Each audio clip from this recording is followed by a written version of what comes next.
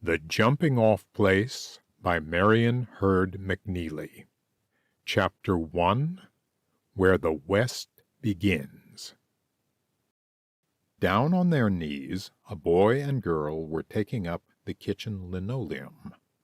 It was a queer time to be at that work, 8:30 in the evening, and there was an air of strangeness about the house, an unusual silence, a hollowness, and a fragrance of crushed flowers in the air. The lighted candle, which had been set on the floor to piece out the electric light, shone on the tousled red head of the boy and on the firm lips of his sister, who was working on the opposite side of the room.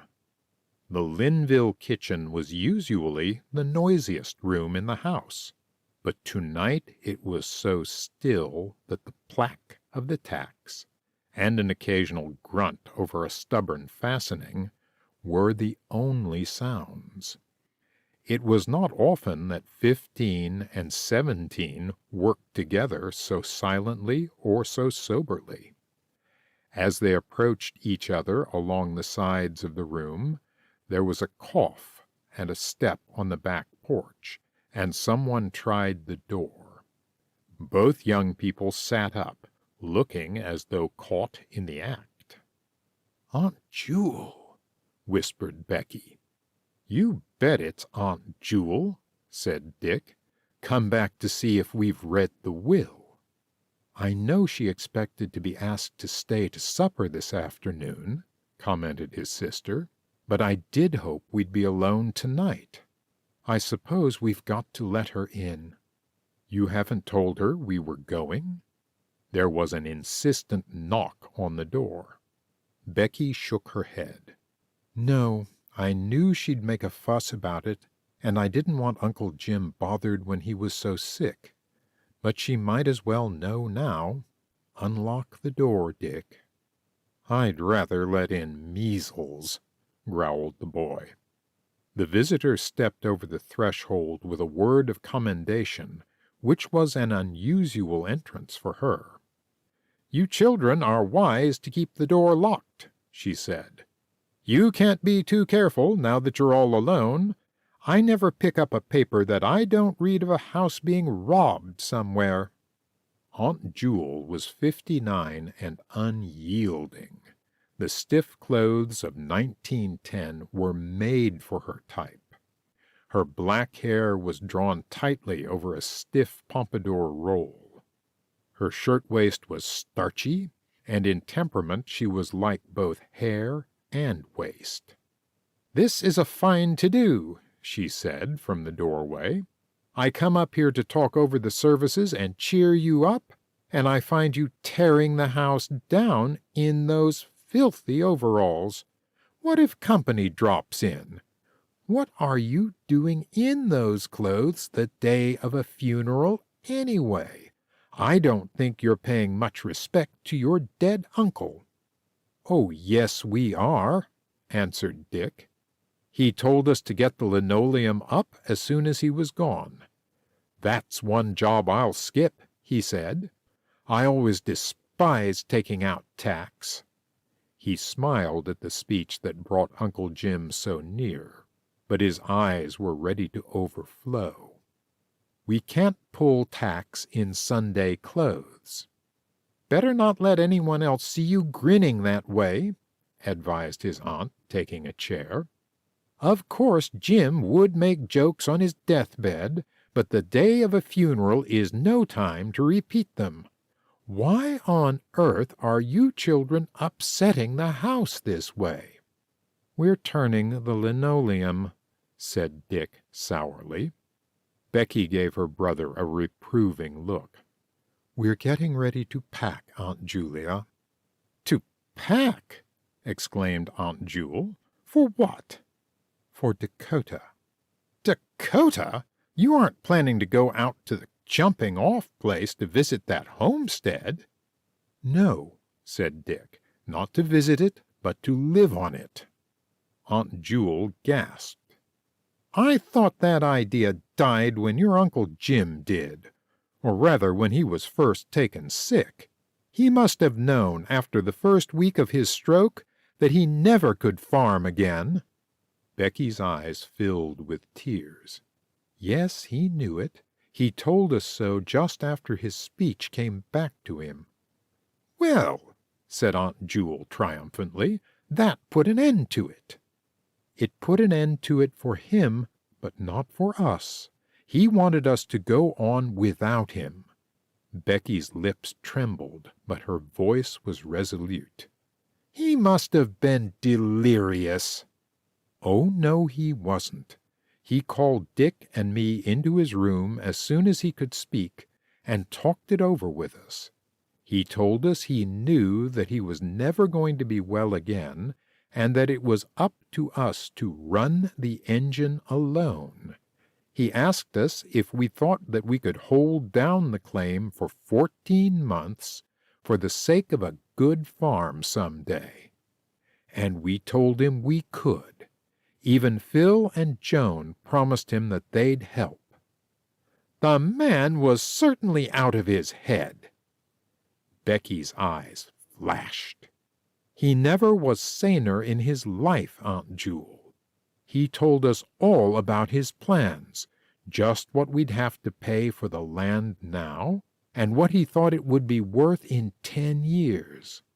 He told us that if we were willing to put in 14 months of hard work, the claim would give each one of us a good schooling. He planned the whole trip for us. He had me bring him pencil and a notebook, and he kept them by the side of his bed all the time he was sick.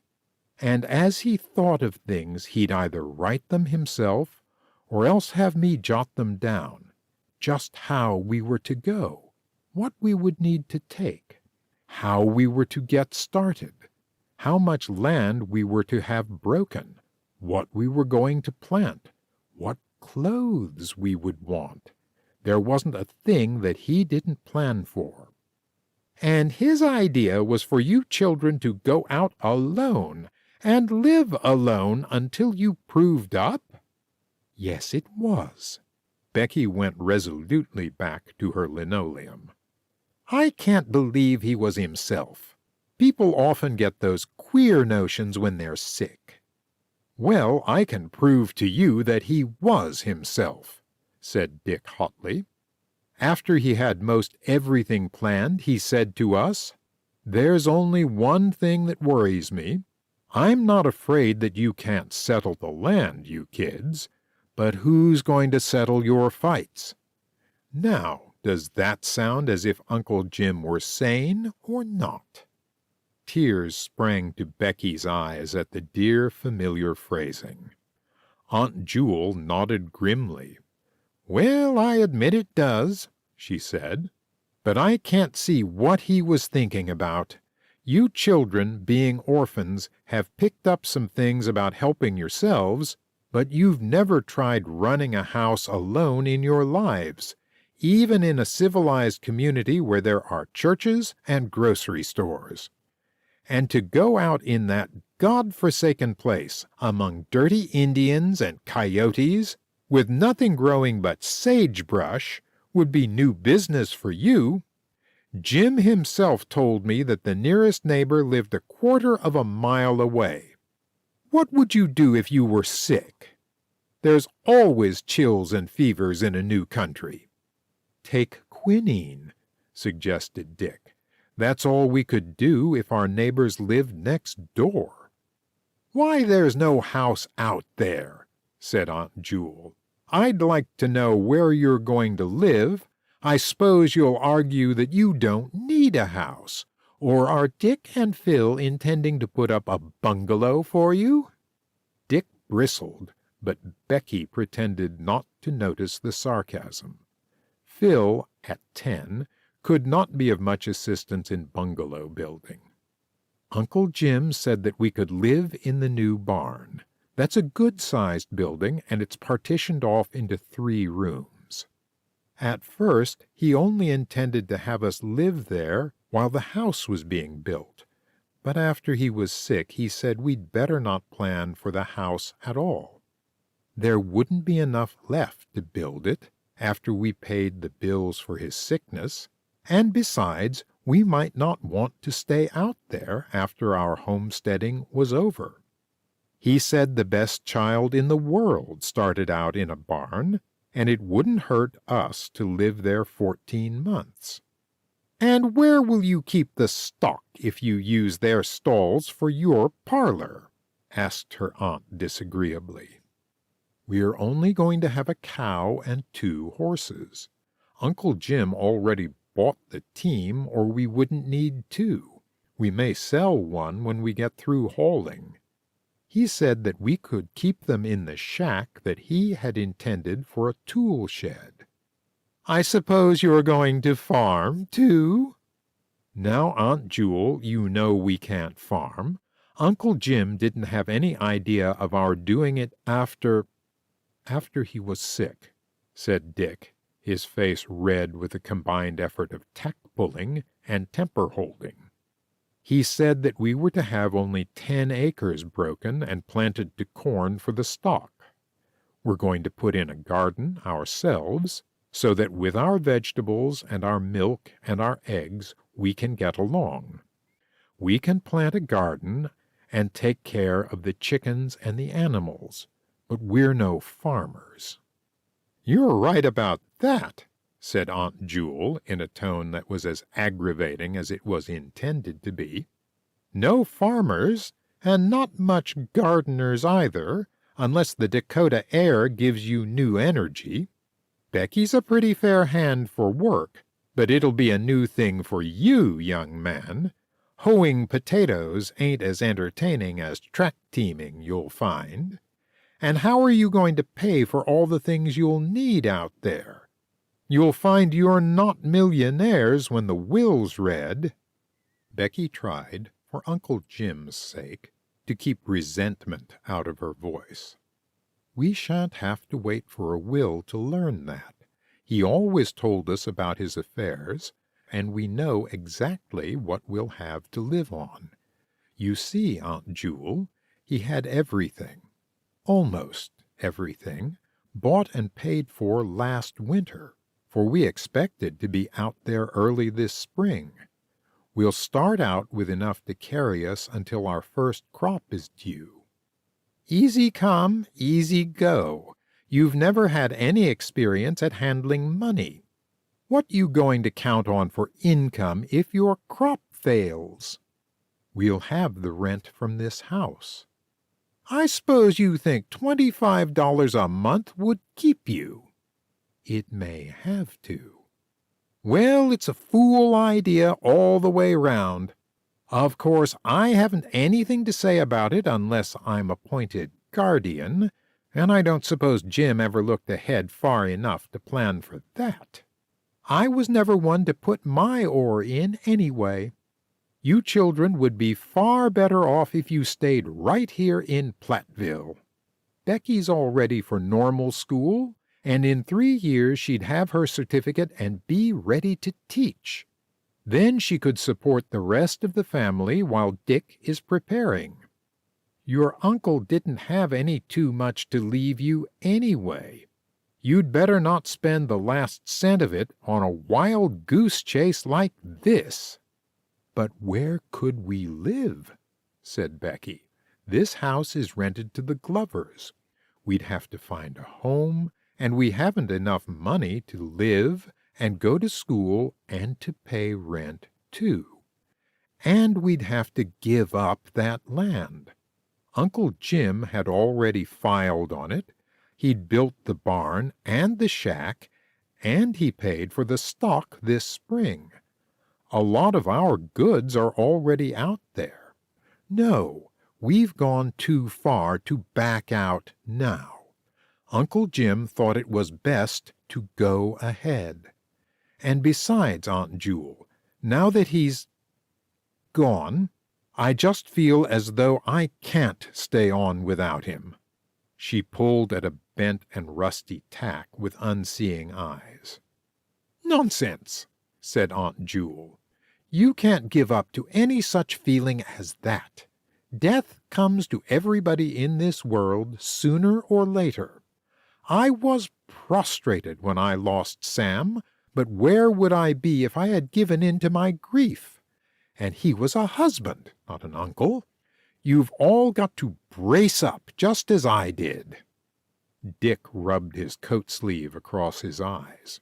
"We are bracing up," he said fiercely.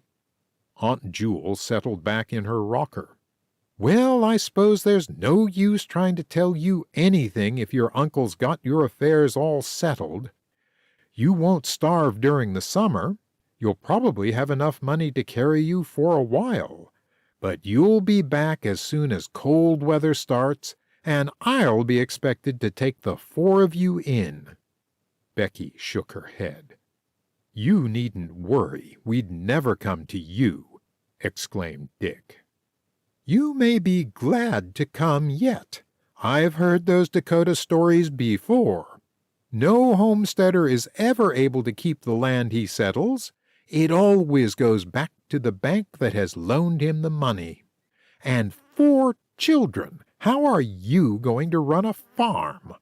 Why, you're not even old enough yet to keep from fighting among yourselves." It was impossible to deny this, much as they longed to do it. Neither meekness nor tolerance were characteristics of the Linvilles. Becky ignored the accusation, but she answered with spirit, "We don't intend to run a farm. Uncle Jim had no idea of our doing that. What we expected to do was hold down that claim for 14 months till we have got the title to the land, and we're going to do it." "14 months is 14 months," remarked Aunt Jewel impersonally. "There'll be no grocery store to run to for canned peas, and wood and water won't carry themselves." Over her candlestick Becky gave Dick a wink. It was a wink of large proportions, signifying caution, self-restraint, and a third element which Dick well understood. Being interpreted, it meant, the less you say, the less chance she gets. And knowing the truth of that hint, the boy held his tongue as well as his temper. It was Becky who said slowly, "We know that it's going to be hard living, Aunt Jewel. Uncle Jim told us the bad things as well as the good, but he had everything planned for us, and we're going to do the best we can. If it were twice as hard living as he told us, we'd still go because he wanted it. I can go to normal school after we prove up, but it's the proving up we're going to do first." Aunt Julia's sharp little eyes swept over the room, taking note of all the gaps. "So that's why you've been moving out things right along. I believe you gave me to understand that you were house-cleaning." "That was I, not Beck," said her nephew, without a show of repentance. "I didn't tell you a lie either. You asked me if we were house-cleaning, and I told you that it was house-cleaning time. It is, isn't it?" Aunt Julia ignored him. "You going to take all the furniture, Becky?" "Part of it. Uncle Jim had everything that we would want listed, and most of it has already gone out. We're going to pack the few last things we'll need. The rest we'll store or sell."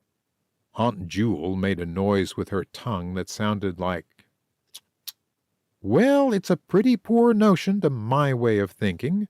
However, I wasn't asked for my opinion, and I don't intend to give it.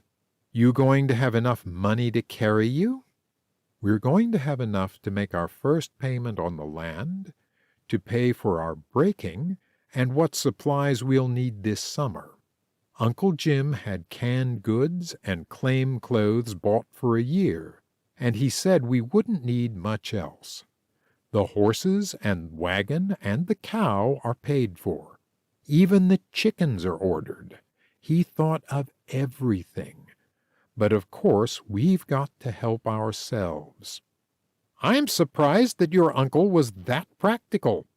It's the wildlife out there that took his fancy, not the farming. He was always crazy about out-of-door things. I think that's what gave him his stroke, the continual tramping around with you kids. He never had any sense about taking care of himself. He never thought about himself, always about us, said Becky. She faced the wall to hide the tears that would rise. He sure was dippy about wild things, agreed Dick. He said that when he got to Dakota, he was going to breathe for the first time since he left the sea. It took 160 acres of open land, he said, to give a man a real breath of air. The boy pulled out a tack with a strong dig of his screwdriver. There, that's the last. We're clear round, Beck. His aunt rose from the chair. I suppose I might as well move into the sitting room if you're going to roll that linoleum. I can talk just as well through the door. Even through her tears, Becky smiled at Dick's glance. Aunt Jewel never had any difficulty in making speech anywhere. Their aunt settled herself in the doorway. I was surprised this afternoon when I didn't see you in the black veil I sent over to you. He was only your uncle, but he's been a real father to you, and that blue hat of yours was too gay for a funeral. It was what he wanted, Aunt Julia. He said he hoped to goodness we wouldn't see black every time we thought of him. Dick broke the bounds of hospitality at last. Uncle Jim hated mourning clothes. He used to say it was easier to put on black after folks were gone than to treat them white while they were here. He told Beck to shy if you tried to put a mourning net on her, Aunt Jewel. His aunt pushed back the chair from the doorway. Well, I see there's no advising you children. I try to do my best for you because I can't forget that your mother was Sam's own sister, but you're set in your own way just as she and Jim always were. You'll have to try out the Dakota idea for yourself. Only don't come crying back to me when your money's all gone and you want a home. Dick rolled the linoleum over so fiercely that he almost caught her feet in it. We won't, he exclaimed. We'd hate living with you just as much as you'd hate having us. You needn't snap at me that way, said Aunt Jewel. Even your Uncle Jim wouldn't approve of your being so sassy. I guess I'll be getting along before you roll my shoes in with your oilcloth. She raised herself stiffly from her seat. I suppose you're not thinking of taking that big red chair with you, are you? That would be hard to pack. I'll be glad to keep it for you if you want to store it. It's the most comfortable chair you have. We're going to crate it and send it out to Dakota. Well, it's yours. Take it if you want. When are you going? Next Saturday. We've got to be out of the house by that time, for the Glovers want to move in Monday. There isn't much left for us to do. We were almost packed when Uncle Jim was taken sick. I suppose our goods are already in Dakota. Piling up freight charges, commented Aunt Jewel cheerily. Well, I think I'll be going on. My advice doesn't seem to be worth anything to either of you. School's about out anyway, and I don't suppose one summer of homesteading is going to hurt you. Only when you come back in the fall with everything spent, don't say I didn't warn you. She pulled her black cape around her shoulders and stepped over the roll of linoleum. We won't, promised Dick. The kitchen door closed behind Aunt Jewel. Then it opened again, wide enough to admit her face. Have you thought of rattlesnakes? She asked. Then she shut the door and walked briskly down the gravel walk. Brother and sister faced each other in the kitchen. "Can you beat that?" demanded Dick. "Our most comfortable chair. Therefore, leave it with her." "I don't mind the chair," said Becky, "but I can't stand it when she begins on Uncle Jim. Darling Uncle Jim, who never had a word of hate for anyone in the world, even his crank of a sister-in-law. Well, there's one good thing about Aunt Jewel. She makes you so mad at her that you forget everything else, even his dying. And I'm glad not to think about that even for a minute." Becky was laying newspaper and burlap down on the floor. "We might as well finish this up tonight," she said. "That will leave the last crating for tomorrow. Thursday we'll pack the trunks. Friday we'll store the beds and sleep at the Denizens. And Saturday—" She did not finish the sentence. Their first real knowing of Uncle Jim had come 8 years before. Dick's earliest memory of him had been of a pair of arms, with a blue anchor tattooed on one of the wrists, holding him up to kiss his father's dead face. And Becky, who had been 9, remembered the stream of tears that had flowed down her mother's face as Uncle Jim had said, "You're all going back with me. Now I can have what I've always wanted, a home." He had sold their little house in Trenton, packed their household goods, and brought the whole family, carrying the 2 babies himself, back to the old home in Platteville. "I'm tired of the sea," he said. "I'll be glad to settle down." It was years before Becky stopped believing that, and realized that making the home was not wholly a favor to Uncle Jim. For the first 4 years he had been father to the little family. After that his duties were doubled, for he had to be mother as well. Becky was 13 when Mrs. Linville died, and she could still remember her uncle's, "It's up to you and me now, Becky. If you'll do the home-making, I'll do the cooking and the spanking." No one but Uncle Jim could have made her smile then. And so the Linville home went on. Aunt Jewel shook her head over the way Mary's children were being raised, and said it was the craziest house she had ever seen.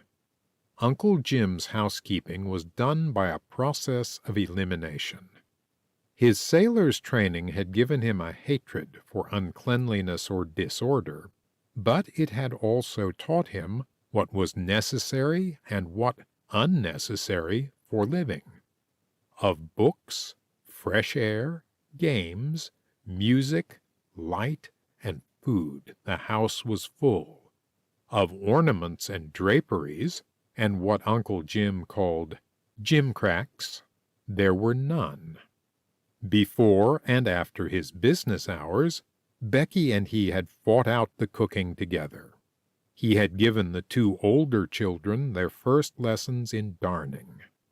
He had enforced a system of cooperation, of order, and of waiting upon themselves. He had let them fill the house with playfellows and gaiety and noise, but he had no patience with laziness or selfishness or fine airs. As a house, Uncle Jim's establishment may not have been a perfect success. As a home, it was a triumph. 2 years before, when the Rosebud Indian Reservation was thrown open for settlement, Uncle Jim had gone out to file on the land.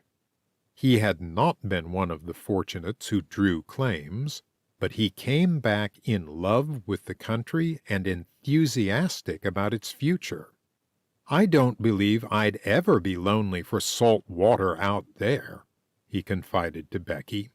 "Those prairies are seas made out of grass." In the fall following, when all of the land not already filed upon was thrown open to squatters, he went out again. He found a quarter section which had been left tenantless because of a stony hill that was included within its limits. True, the hill occupied 10 acres of the 160, but the soil was a rich, sandy loam. All of the land except that hill was fit for cultivation, and a little creek, winding its way through the level meadow, would be a fine thing for stock. He filed on the claim, established residence by putting up a good-sized barn and a smaller shack, and after a month of work had come home to the children full of enthusiasm. All winter they had planned and purchased and packed, intending to start for the new home in the early spring. And then, the week before they were ready to leave, with almost all their household goods sent on before them, a clot of blood in Uncle Jim's brain had altered everything. Gradually, movement and speech had come back to the stricken man, but strength had evidently gone to stay. All his thought during those last weeks of his life had been of the children and their new home. His love and his will dominated the nerveless hands and the feeble brain. He compelled himself to live long enough to plan their 14 months of homesteading for them. Then he died. Becky's thoughts went back over that last year as she rolled the papers about the linoleum. The homesteading had seemed a lark and an adventure, with Uncle Jim there to direct, to decide, and to superintend. But now it was a leap into the dark, a trip on an uncharted sea without a pilot. Could she hold the crew together and steer the boat? Dared she start out on that unknown sea with no compass but Uncle Jim's notebook, no rudder but the memory of his words? She dared not try it, and yet she must go. "Dick," she said softly. She hesitated and tucked in the ends of the newspapers as she felt for the right words. "Speak up," encouraged Dick. "What's eating you?" Becky dropped back upon her knees. "I'm scared to death to start off." "Aunt Jewel's done that to you, the old crepe hanger." "No, it isn't Aunt Jewel, it's I. I'm not sure that I'm going to be able to put it across. I'm not afraid of snakes or blizzards or hard work, but I'm panicky about myself. Maybe I'm not going to be big enough to do it if I don't have Uncle Jim. You'll not be doing it alone. You'll have us. The kids will help, of course, but they aren't old enough to take any responsibility. It's the responsibility I dread.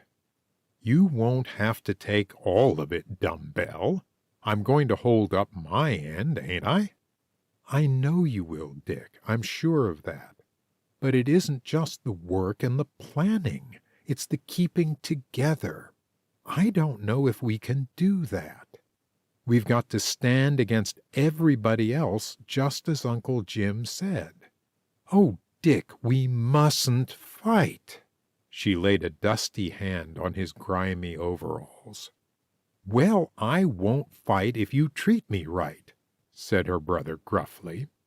He was boy enough to wiggle away from her caress, but man enough to understand what that caress meant. "Uncle Jim told me what he wanted me to do, and I'm going to do it," he said in a brusque voice. "We'll work it out some way, Beck. Hold those papers down and let me do the rolling."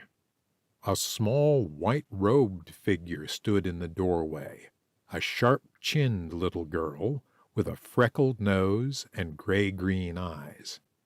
"Aunt Jewel gone?" she asked. "Look in the most comfortable seat. If she's not there, she isn't here," said Dick. Did you tell her that she could have the red chair? Neither the red chair nor you and Phil.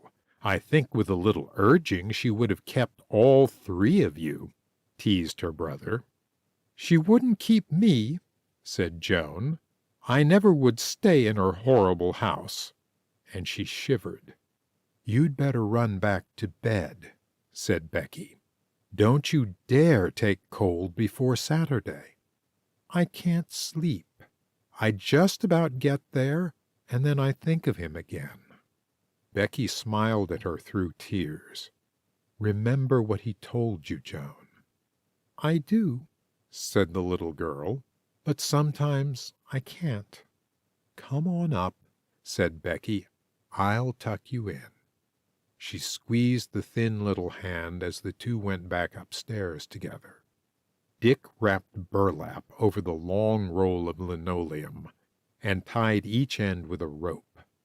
A new, queer sensation seemed to hang about a spot somewhere between his heart and his throat. A feeling that he would fasten up the old part of his life when he turned the key in the door. School days, track team, baseball nine, the skating rink, old friends, would be left behind when he went. Would there be something to take their place in that new country that Uncle Jim loved so well? He stood a moment, looking around the dismantled room, at the bright spot on the wall that the kitchen clock had covered, the pencil lines on the doorway where Uncle Jim had measured heights on each birthday, the empty table drawer with a single knife left in it, the mark that Uncle Jim's rubber heel had made when the pantry floor was newly varnished. Then he got out pen and ink and wrote a tag, which he fastened with wire to the roll of linoleum. It was addressed to Richard Linville, Dallas, Gregory County, South Dakota. End of Chapter 1. Chapter 2. The Jumping Off Place. Goodbye, Mary, you blessed old thing.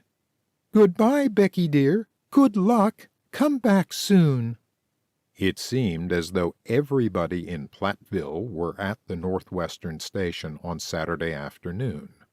Old, young, and middle-aged stood on the platform, while parcels and boxes were passed through the window with the affectionate goodbyes. The farewell was too much for Becky, and as the train pulled away from the mass of waving handkerchiefs, she sank back into the seat with tears in her eyes. The dear, dear people, she said. They gave us a fine send-off, said Dick, speaking gruffly to hide a shake in his voice.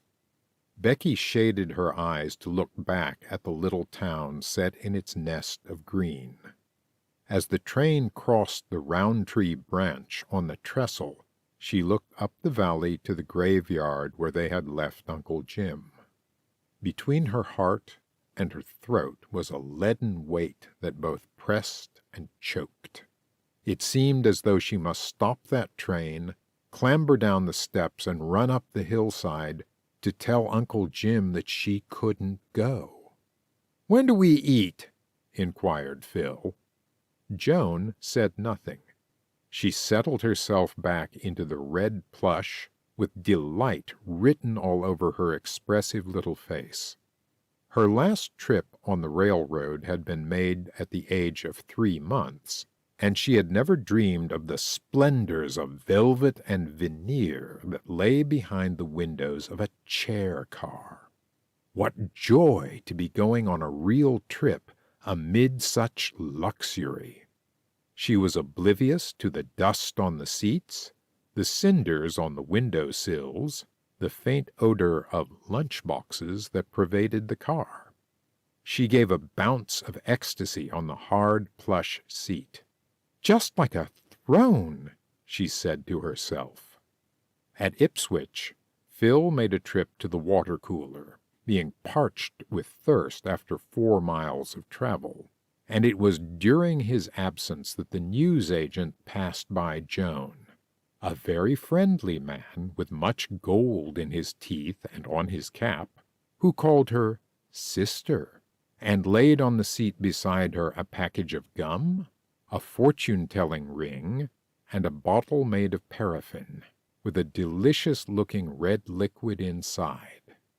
He passed on without waiting for her grateful, "Oh, thank you." Joan quickly concealed both bottle and ring. No use in exhibiting her treasures all at once.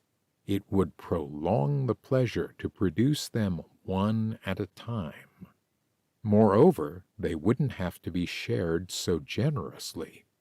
But she opened the package of gum, took out a thin wedge of Yucatan for Phil, and a mint stick for herself, then put the rest away. When Phil came back, her jaws were busy. She produced his stick. "Where'd you get it?" "None of your beeswax," answered his sister. Phil amicably accepted the dainty. "Of course you'd annex the spearmint for yourself," he said. "Look at Joni, quick. Ain't that a swell cave up there in those rocks? If I find one like that in Dakota, I'm going to fix it up and live in it. Betcha there'd be bears in a cave like that." "Uncle Jim said there weren't any bears in South Dakota." "Well, there may be now, since all the settlers have come in. Bears always go where there's good eating." Joan shivered happily. It was a terrifying thought, one that she feared yet found delicious to harbor. "It would be a swell place for wolves, too," said Dick. "They don't have wolves, only coyotes." "Ain't those wolves, I'd like to know?" The door slammed, and the newsagent came back through the car again. He guided his swinging tray of wares between the seats till he stopped in front of Joan and gave a swift glance over her lap. "Well, sister, how were they?" "Oh, fine." 35 cents, said the newsagent. "Sir?" She must have misunderstood him. 35 cents, 10 for the gum, 10 for the cordial, and 15 for the ring. Joan turned very red. "I thought you gave them to me." The newsagent showed the gold in his teeth, but his smile seemed, somehow, less pleasant. "What do you think I'm in business for?" Joan cast a quick look across the car. Becky and Dick, with their backs turned, were looking out of the window. She produced a 10-cent piece from the little bead bag in her lap, and the ring and the bottle from her pocket. How she hated them both now! The agent looked at them with scorn. "I can't sell those things after they've been bumping around in your pocket." "Do you mean you won't take 'em back?" "I sure won't." Joan's face was despairing. She flushed till even the freckles on her nose were invisible. "But I haven't got any more money." "I can't stand here gassing all day over 35 cents, said the newsagent. "Where's your folks?" Phil stood up in his seat and shook down his clothes. There was a little jingle. From his hip pocket he took out 2 nickels. From his blouse waist he extracted, one by one, 5 pennies. "Here's a quarter," he said to the man in uniform. "You can take back the ring. She never damaged that package." The man looked disagreeable, but he picked up the money and the goods and started away. "Hey," said Phil, "that bottle belongs to us. We paid for that." The newsagent tossed the paraffin bottle towards them as he started away. "You're a good boy, Phil Linville," said his sister gratefully. "That was the money you got for your rabbit." "You got to make it up to me some way. Anyway, I guess there are plenty of rabbits where we're going. Come on, Joni, I'll let you drink the juice, and I'll chew the paraffin." "Don't let Beck see you. She'll say we'll spoil our meal." And thus reminding himself, he crossed the aisle and touched his elder sister's shoulder. "Becky," he said, "when are we going to eat?" They ate their luncheon in the park in Galena, sitting under the shade of the hard maples. Then they climbed the steep hill that led to General Grant's old home.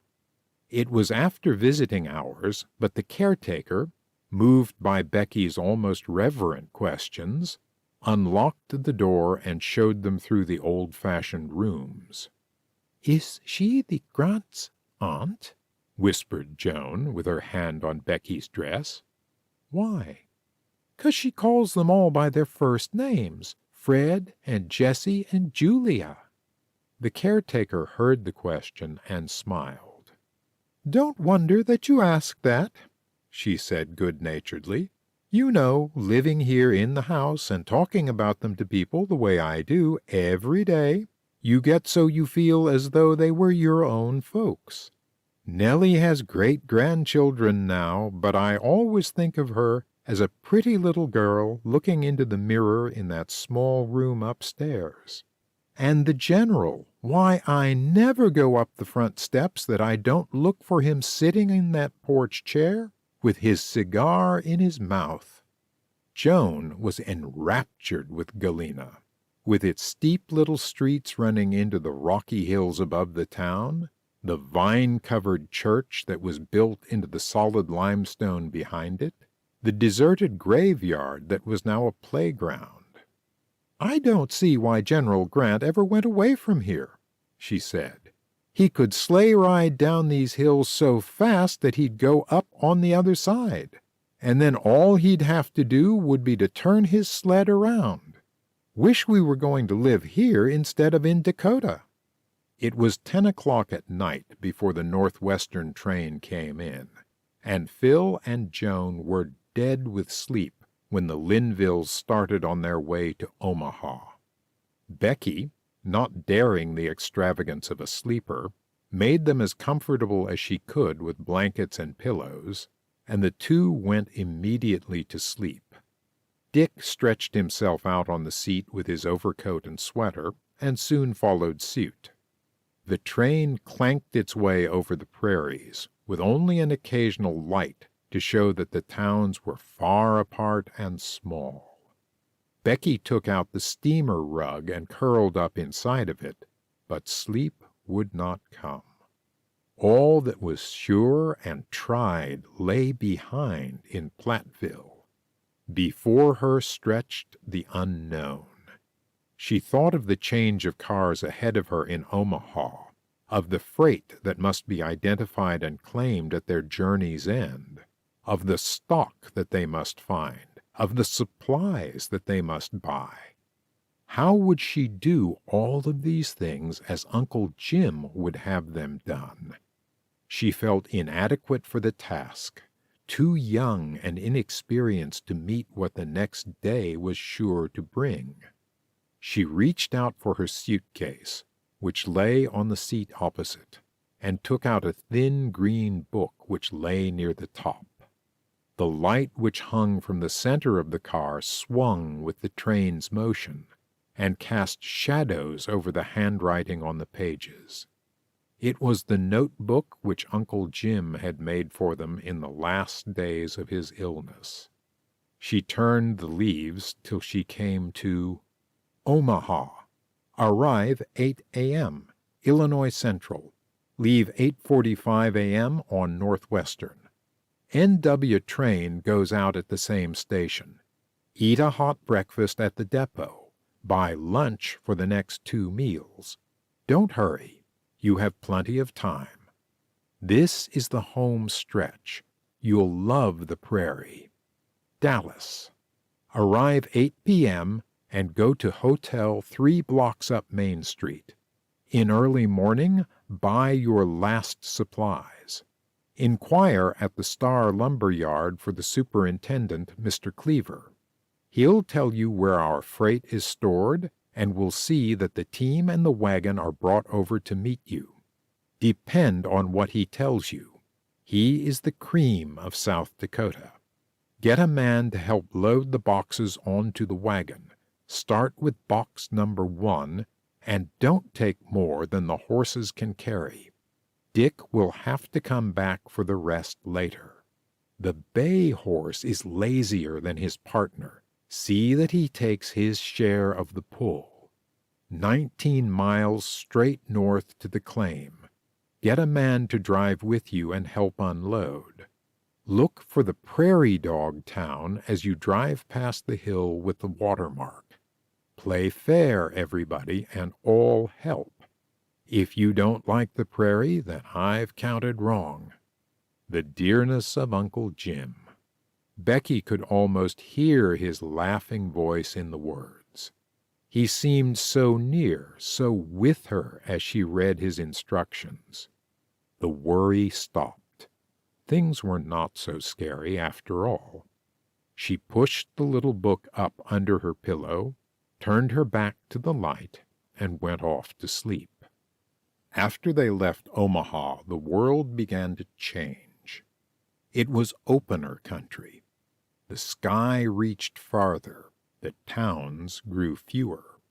The men who boarded the train had wide-brimmed hats, and many of them wore red handkerchiefs about their necks.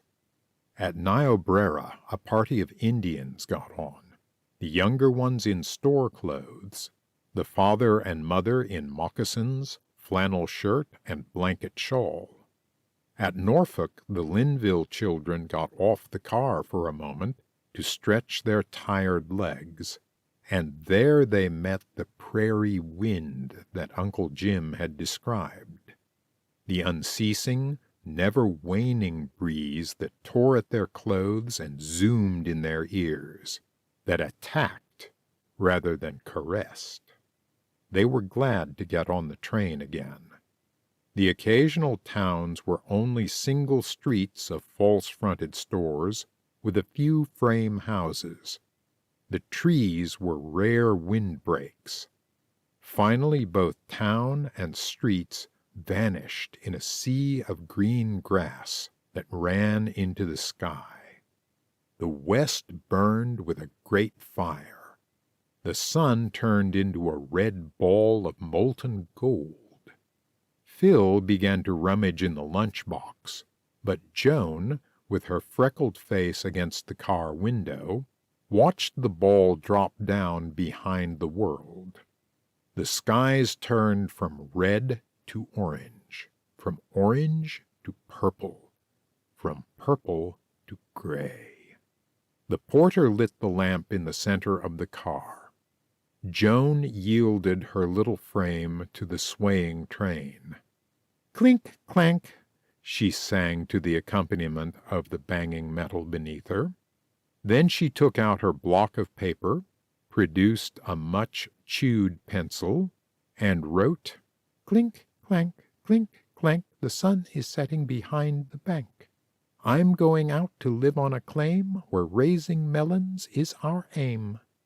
It was evening when they pulled into Dallas, and there a little flat town lay between the prairie behind them and the prairie ahead of them, with the two shining railway tracks ending in waving grass. Aunt Jewel had been right about one thing. It was the jumping-off place. We can't bother Mr. Cleaver tonight, decided Becky.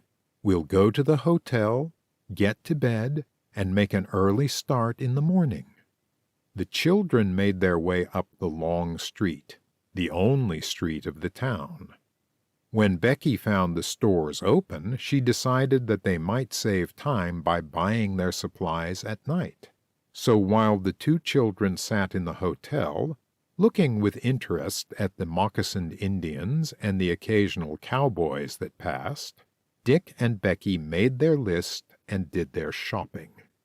Ye gods, said Dick as he jingled the 2 solitary dimes that were left from his $20 bill. How that money hopped off! Becky looked worried. It did go fast, but everything we bought was a necessity. Except that cloth you ordered. No use for that on a claim. I bought 3 yards of cretonne, and those cartridges of yours cost $1.50. Don't shake your gory locks at me. Those cartridges will give you fresh game to cook. Becky's eyes snapped. To cook for whom? I thought you were going to can the scrapping. The girl looked ashamed. I am. We mustn't, Dick. See that you don't, then. Becky changed the subject. I'm glad that's the last of the spending. We ought not to need anything else but oil for months. Ought not? We can't. Dick had had his first awakening to the slippery quality of money. The children were awake early next morning. At the lumber yard they inquired for the superintendent, and a chubby-faced man that looked like Santa Claus came out of the office at once. He shook hands all around with a heartiness that was a real welcome. "So you're the young Linvilles," he said. "I've heard enough about you so I know you all.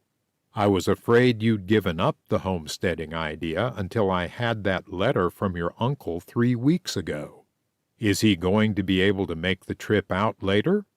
"Uncle Jim died last week," said Becky. The man saw the quick tears that sprang to 4 pairs of eyes. "I was afraid of that," he said. "He wrote me that his mortgage on life was just about due, but I hoped he was mistaken. His assets, he said, he was going to send out here. And you're the assets, I take it." "Yes, sir," said Dick, not quite understanding. "Well, I suppose we'd better start your homesteading proposition right away," said Mr. Cleaver briskly. "You're a bit late anyway, and we can't afford to waste any time. Wait till I get my hat, and we'll go and see about your supplies. Lucky thing your new team happens to be in town today. I saw it here less than an hour ago." "We bought all our supplies," said Becky. "When?" "Last night after the train got in." "How did you know what to buy?" "Uncle Jim made out the list for us. Dick and I went together." "Aren't you pretty young kids to be handling your own cash?" "I've done the marketing ever since I was 14. Mr. Cleaver glanced at the resolute mouth, at the steady blue eyes, at the decided young chin. "You kids have got the get up and git," he said, with admiration in his voice. "You'll do." There was admiration in his face, too, as he watched the goods being loaded.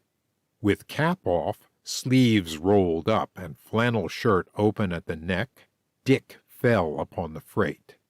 Becky and the 2 youngest children joined in the carrying, while Dick and a man from the lumber yard lifted the heavier boxes.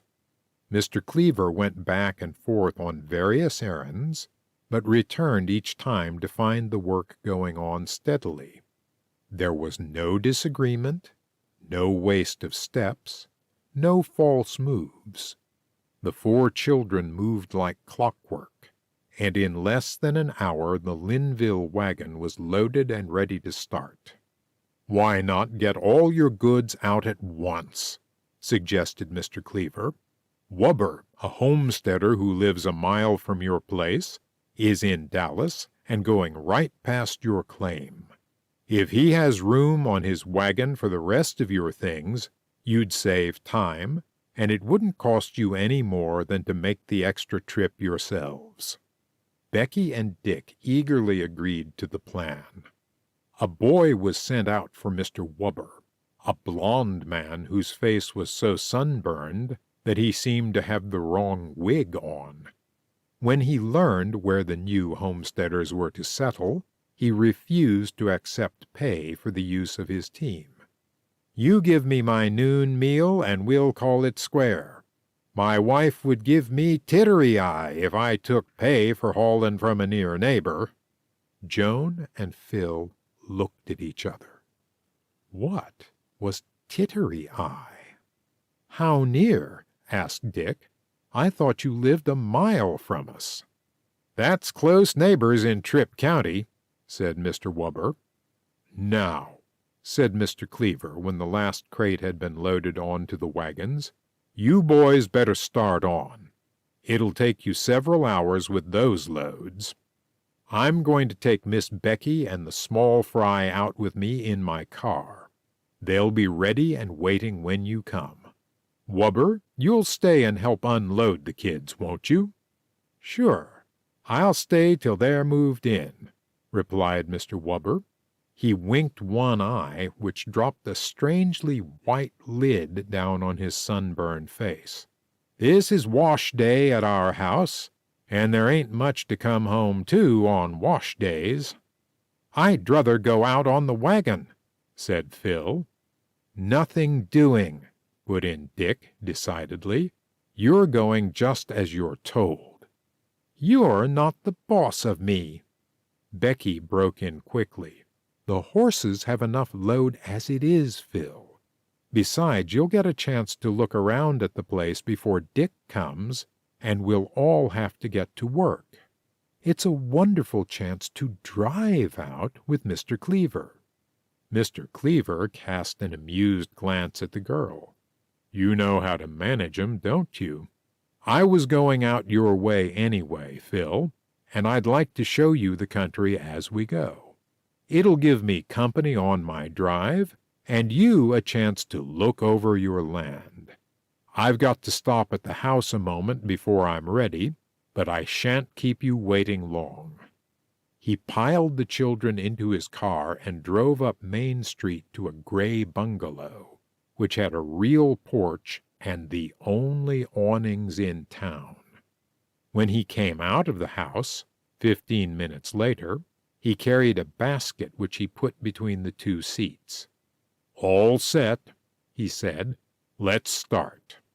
At the edge of the town, the prairie seemed to roll in upon them. Becky looked out upon a world of vivid green and blue.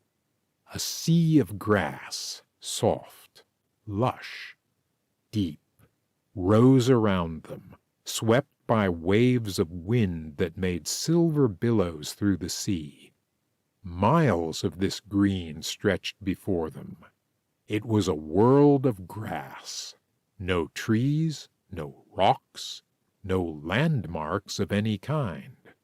Only the gray trail that ran through the prairie, and now and then a tiny shack built of boards or a house made of sod. Joan gazed over the miles of grass with a wistful expression on her sharp little face. "Aren't there any things on the prairie?" she asked. "Is it all just grass?" Mr. Cleaver laughed, a deep-sounding chuckle that seemed to come from his waist rather than his throat. "That's the way it seems to everyone at first. But wait a while, and you won't find it as bare as you think." "What'll we find?" "All the flowers that grow. Chipmunks and prairie dogs, and coyotes, and muskrats, and beavers, and turtles almost big enough for you to ride, and now and then a wolf." "There, I told you," interrupted Phil. "And meadowlarks, and quail that go drumming about in the springtime. Wild geese, and prairie chickens, and big black hawks. Indian arrowheads in the earth, and Indian watermarks on the hills. Wild plum thickets and ground cherries, and the most wonderful sunsets you ever saw." "Gee," said Phil. His sigh of ecstasy was for plums, not sunsets.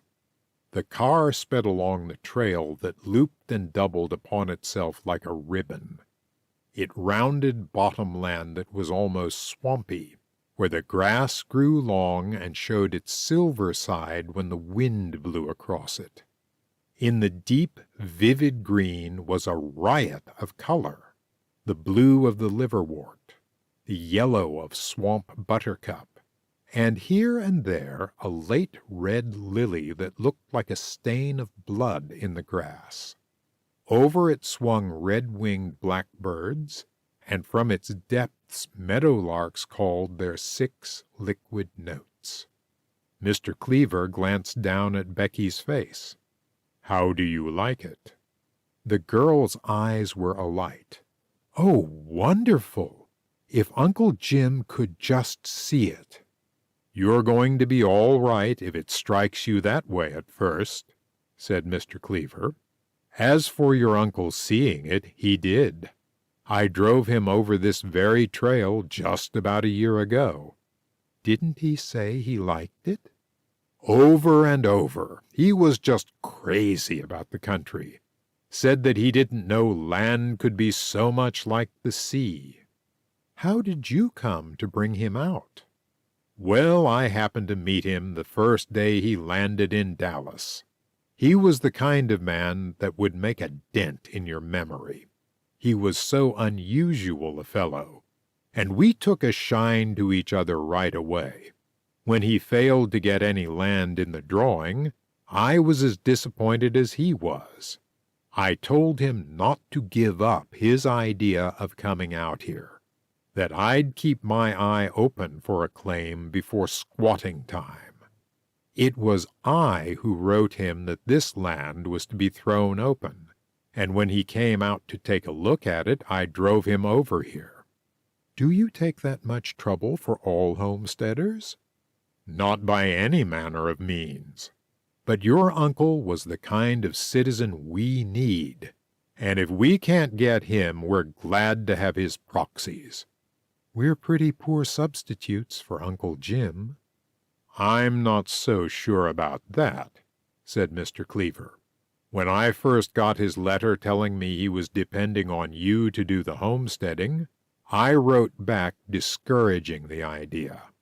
I told him that I didn't think it was a practical thing for 4 kids to undertake claim living. You wouldn't last out the summer. I had a letter from him 4 days later, in the shaky handwriting that came after his illness. It was just 6 words long. 'Wait till you see the kids.' And since I have seen you and that brother of yours take hold this morning, I guess that your uncle was right." Becky's eyes softened at the praise. She dared not trust her voice to reply. "Too bad his sickness put you back so far. You're 3 months later than you should be. But you're lucky in having this a backward year. Even the people who had their crops in early this spring aren't seeing much results." "We're not going to have any crops but sod corn," said Becky. "We're going to garden, not farm. Uncle Jim said it wasn't too late for potatoes, and I'm bringing 2 big boxes of plants. I set out tomatoes and cabbage and every other vegetable that I dared transplant in boxes weeks ago.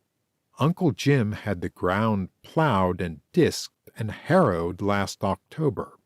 We ought to get some results."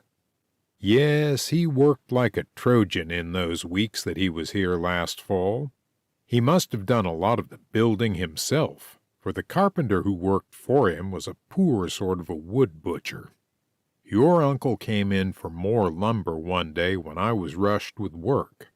My 2 helpers were gone, and I'd been filling orders, answering telephone, and rustling lumber myself. 'How goes it?' he asked as I scurried around to find a man to help fill his wagon. 'Too much work to suit me,' I said. 'I'm sick and tired of keeping my nose to the grindstone.' I remember how hot he looked as he stopped in his loading.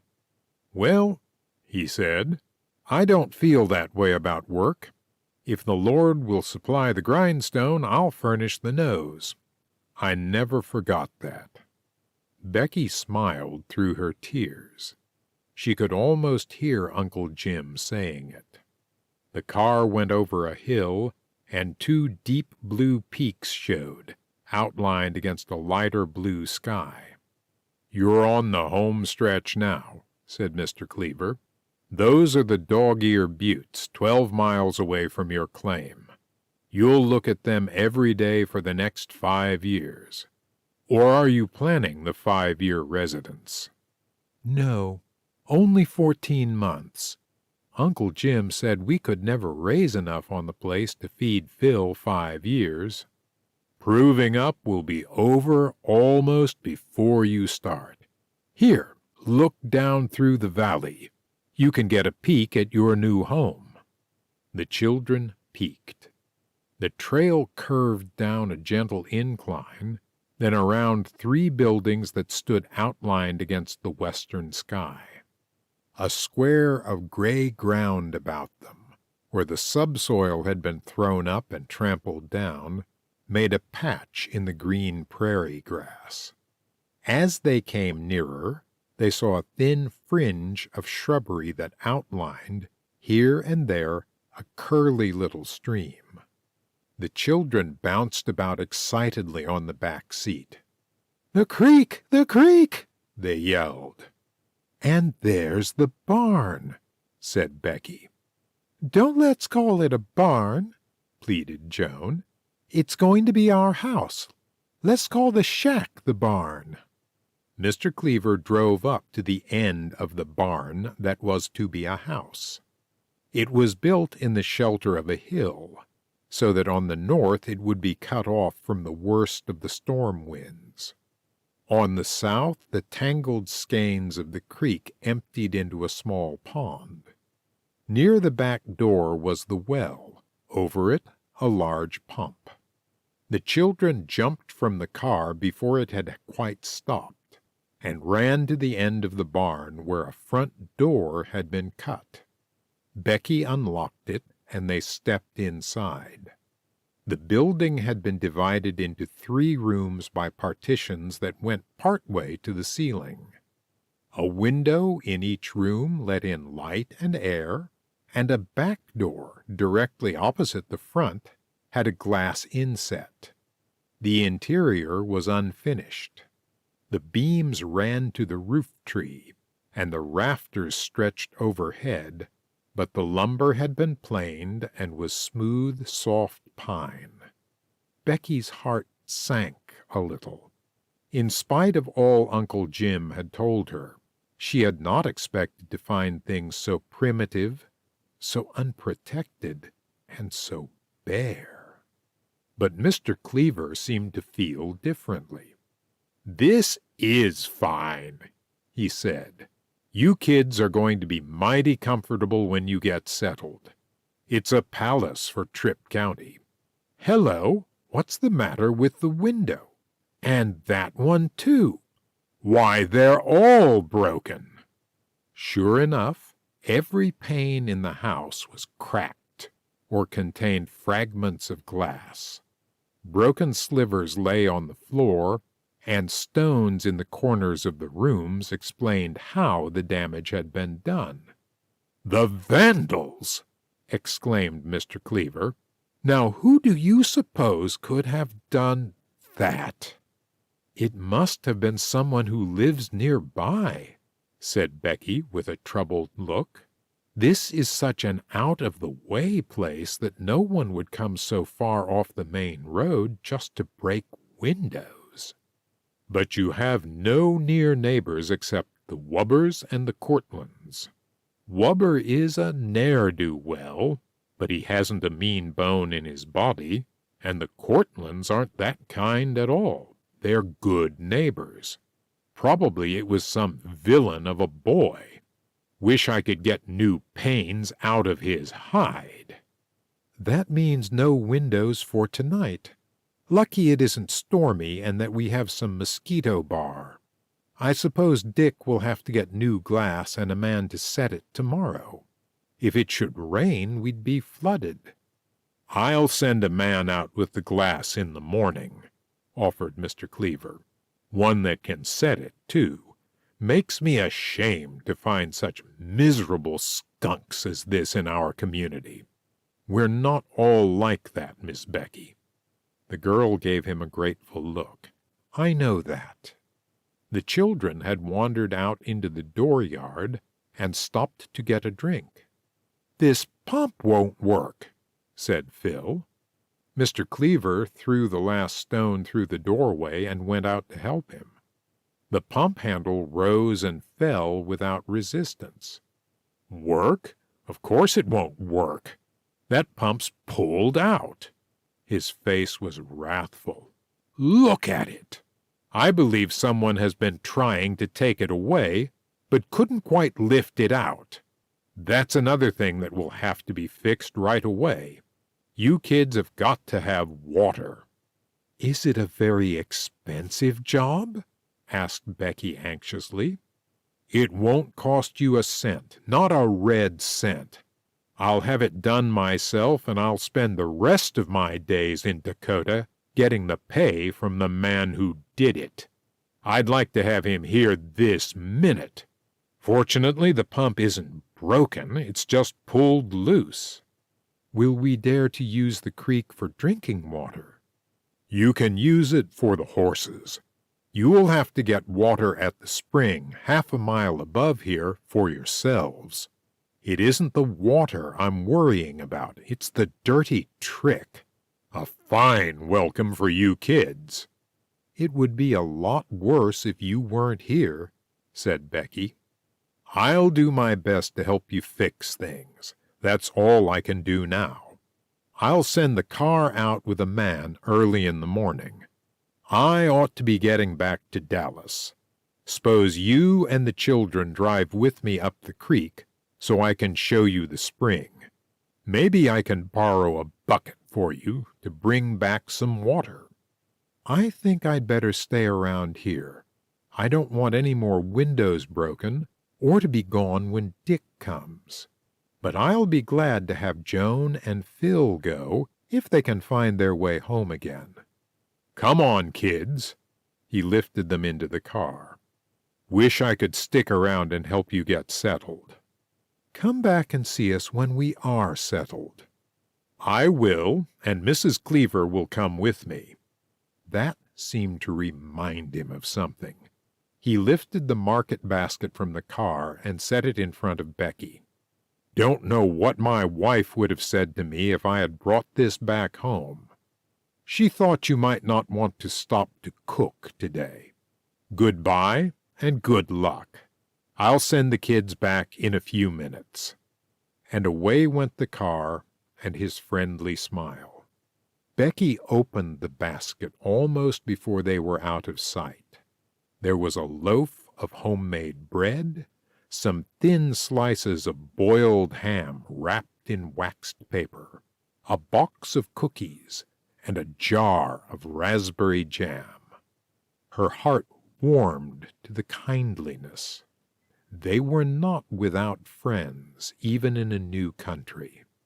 The girl pulled up an empty nail keg and sat down in the doorway.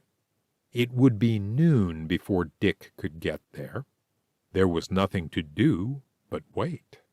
She sat with her hands in her lap, looking out at that intense blue of sky, that vivid green of earth, the shine and sparkle of that golden sunshine.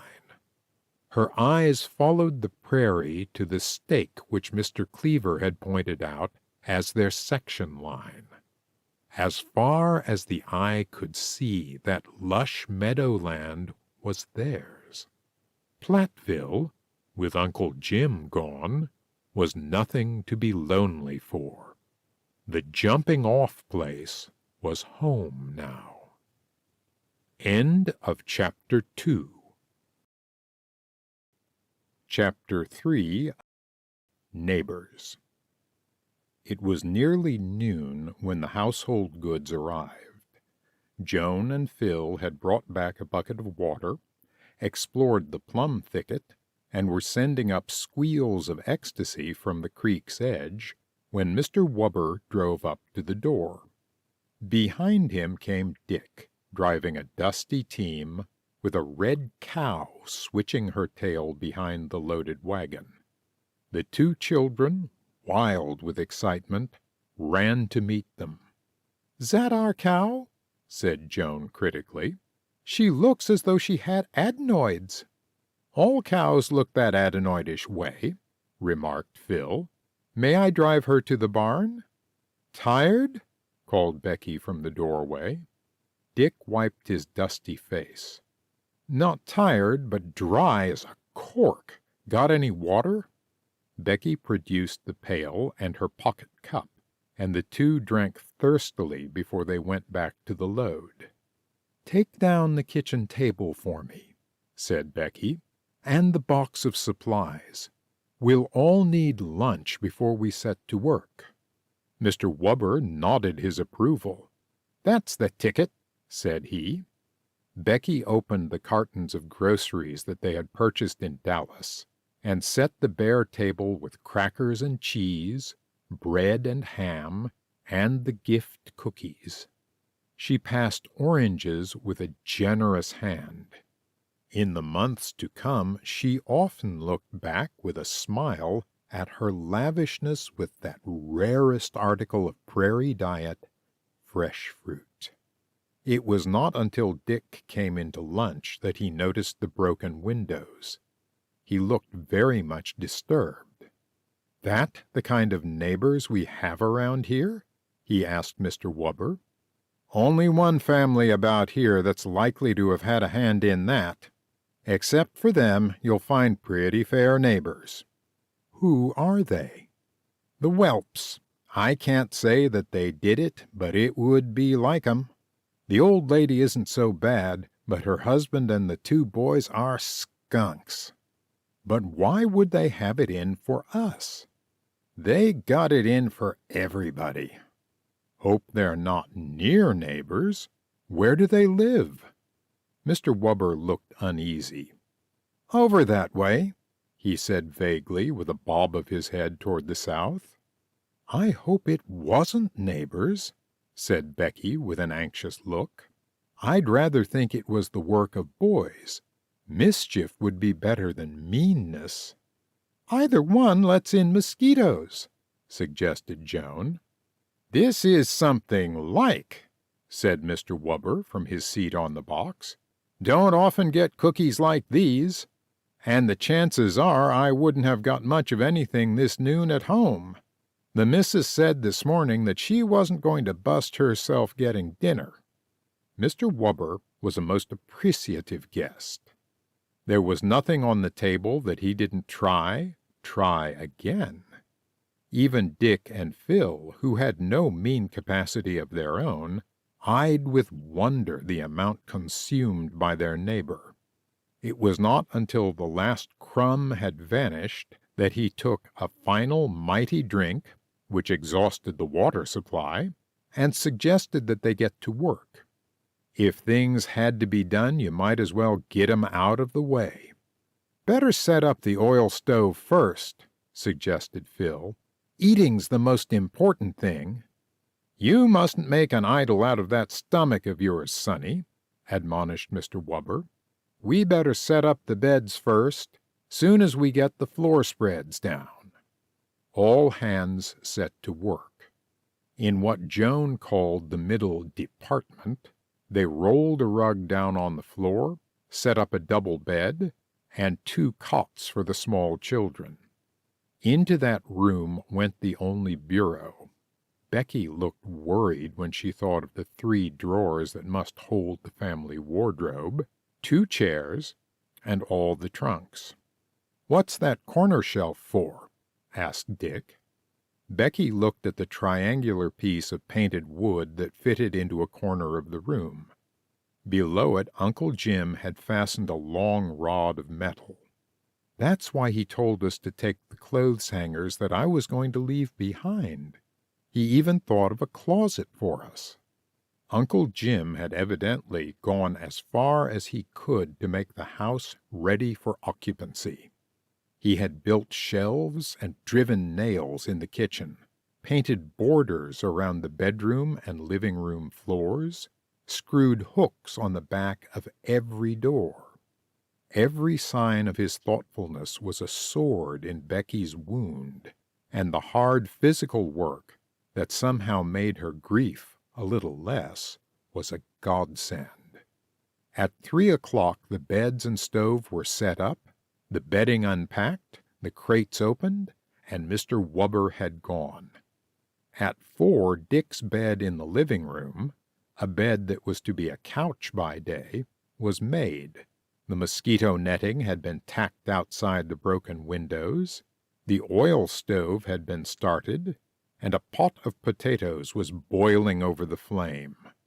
The 2 rocking chairs were in their places, and the living room table held a reading lamp and some books. The clock and Uncle Jim's picture stood on a shelf. It began to look like home, a rough, splintery, barn-like place, but still a home. "Now," said Becky with a sigh of weariness and satisfaction, "that's done. My hands feel like sandpaper. Let's wash off the outer layer of dirt to limber us up a little. Then we'll have an early supper, and then we'll take a little trip around the place to see our preserves." Dick milked the cow, the 2 children went to the spring for more water, and Becky fried bacon and eggs. The afternoon breeze died down. Little gold-tinged clouds began to float in the sky. The children, with less wrangling than usual, put the supper dishes back on the kitchen shelves, and the 4 young homesteaders, walking close together for companionship, went forth to look at their land. First down to the creek that twisted like a snake back and forth through the claim. It lay open to the sky, with no trees or brush to shade it. A little thicket of wild plums grew between it and the house, the nearest approach to a tree that was in sight. "Gee," said Dick, "it's swell to have a creek on the place." "We've always wanted to own some water of our own as long as we've lived," said Becky, "and now we do." Dick's face showed his pleasure. "I'm going to dam it up when I find the right place. No reason why we can't have a swimming hole of our own." Phil and Joan gave a squeal of delight.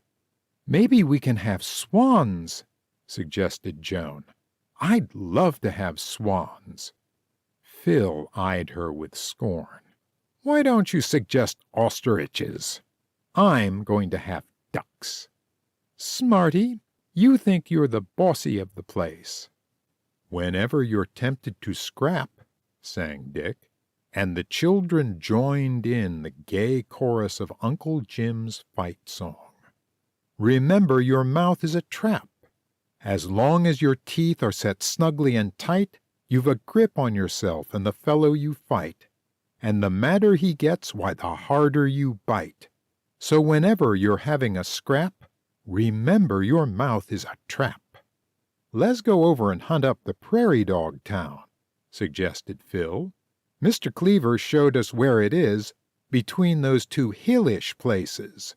He pointed to a ravine that lay ahead of them. The young homesteaders plowed their way through the shaggy grass that grew so lush and green upon the slough. They came out upon level ground where the sod had been gnawed short over an acre or so of land, and dwarf-like figures stood motionless about a yard apart. There were dozens of them, sitting up on their hind legs and looking curiously at their visitors. One by one they barked, shook their small tails, and disappeared into the holes below them as the children approached. "No wonder they call it a town. Look at the holes, all in rows like streets," said Joan. "Mr. Cleaver says owls live in 'em, too," added Phil.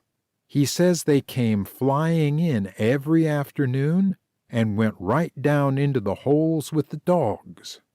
"Maybe the prairie dogs have 'em for nurse girls," said Joan, down on her knees and peering into the hole nearest her. "Owls wouldn't mind being up in the night." "Look out!" sang out Dick. He grabbed her roughly by the shoulder, pulled her up onto her feet and to one side. Almost on the spot where she had been kneeling, a dust-colored loop of horrid life uncurled and writhed away through the deep grass. "Now you see what you've got to look out for," cried Dick. "Just luck that you didn't get bitten." "Was that a snake?" breathed Joan, white and scared. "It was a rattler. They always hang around prairie dogs," Uncle Jim said. "I guess you've had enough for one day, Joni. Tomorrow I'll get out the canes Uncle Jim made for us to carry when we went through tall grass. Better to scare 'em off than get a bite."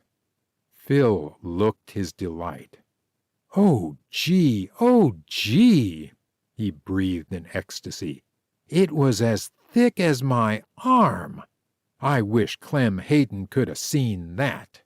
If only we had someone to show it to." "That," predicted Dick, "is going to be the hardest thing about homesteading. There won't be people to show things to." They turned back to the west to find the sky ablaze. Long islands of violet cloud ran into a sea of red and orange fire.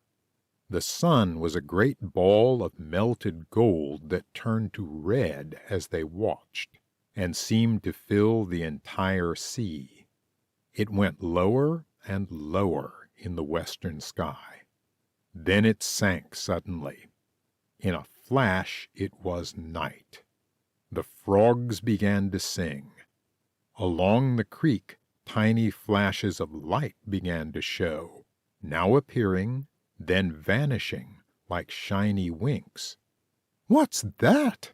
exclaimed Joan. "Will-o'-the-wisps," explained Becky. "It's the phosphorescence in that damp ground." The dusk hid the rapt look on the little face at her side. Children who live with 10-year-old brothers have learned when to keep quiet and how to avoid ridicule. Phosphorescence was a grown-up explanation. It was just as well not to dispute it. But one might have one's own thoughts. And Joan, stumbling over the dusky prairie at Becky's side, knew that she was to live for 14 months in a wonder world, where fairy lights shone at night, and fairy folk danced at the side of a creek. "Let's climb the big hill before dark," suggested Phil. "No," said Becky firmly. "Not tonight. We're all dead tired, and tomorrow's going to be a big day of work. Bed's the place for us." The frogs were sending out a cracked chorus of "Jerome, Jerome" from the creek as they crept into their new beds. The little ones fell asleep almost as soon as they touched their pillows. Dick yawned heavily and turned on his cot. "Are you comfortable?" Becky called. He didn't answer, and she said nothing more. There was a loud hammering on the kitchen door. Becky gave a sudden start in bed. It seemed to her that she was back in Platteville, and Uncle Jim was knocking on his bedpost to ask for a drink. But the bright light was streaming through the halfway partitions, and the hot prairie sun shone through the open windows. "I'm coming," she called, hurriedly getting into her clothes. On the little platform that Uncle Jim had built outside of the back door stood 3 small children. The moment she opened the door and saw the 3 towheads set above the burnt-brown faces, Becky knew where they belonged. "Isn't your name Wubber?" she asked. The older girl, a child of 10, nodded a shy assent. "Ma wants to borry an East cake," she explained. "Come in while I get it for you," said Becky. "You're the first visitors we've had. Tell me your names so I'll know what to call you." "I'm Crystal," said the spokeswoman. "This here one is Venus, and the boy over there is Autumn." The Linville children, partly dressed, peeped through the bedroom door at their guests. "Those are cow names," commented Phil. Becky gave him a warning glance. "No cows ever had as pretty names as those. Who chose them for you?" "Ma, she's the namer one." "Pull in 2 chairs, Phil, so the children can sit down. Venus will have to sit on a box." "We got 3 chairs to our house," said Venus. "Have you any more children at home?" "We got Twinkle. She's 2. Becky got out the yeast cake and handed it to the little girl, but the Wubber family showed no inclination to move. Getting breakfast in such crowded quarters was out of the question, and Becky wondered how long the visit was to last. "Suppose you children run out and play. Phil and Joan may go, too, until their breakfast's ready. Put on your overalls and look out for snakes." "Let's go to the creek," suggested Phil. The oldest Wubber lingered a moment at the door. "What is it, Crystal?" "Ma said that if you seemed willing about the yeast cake, I was to borrow a tablespoon of sody, too." The little girl took the twisted paper of soda and hurried away to join the others, just as Dick came through the doorway. "Who are our guests?" "The Wubbers, Crystal, Venus, and Autumn. Twinkle is at home."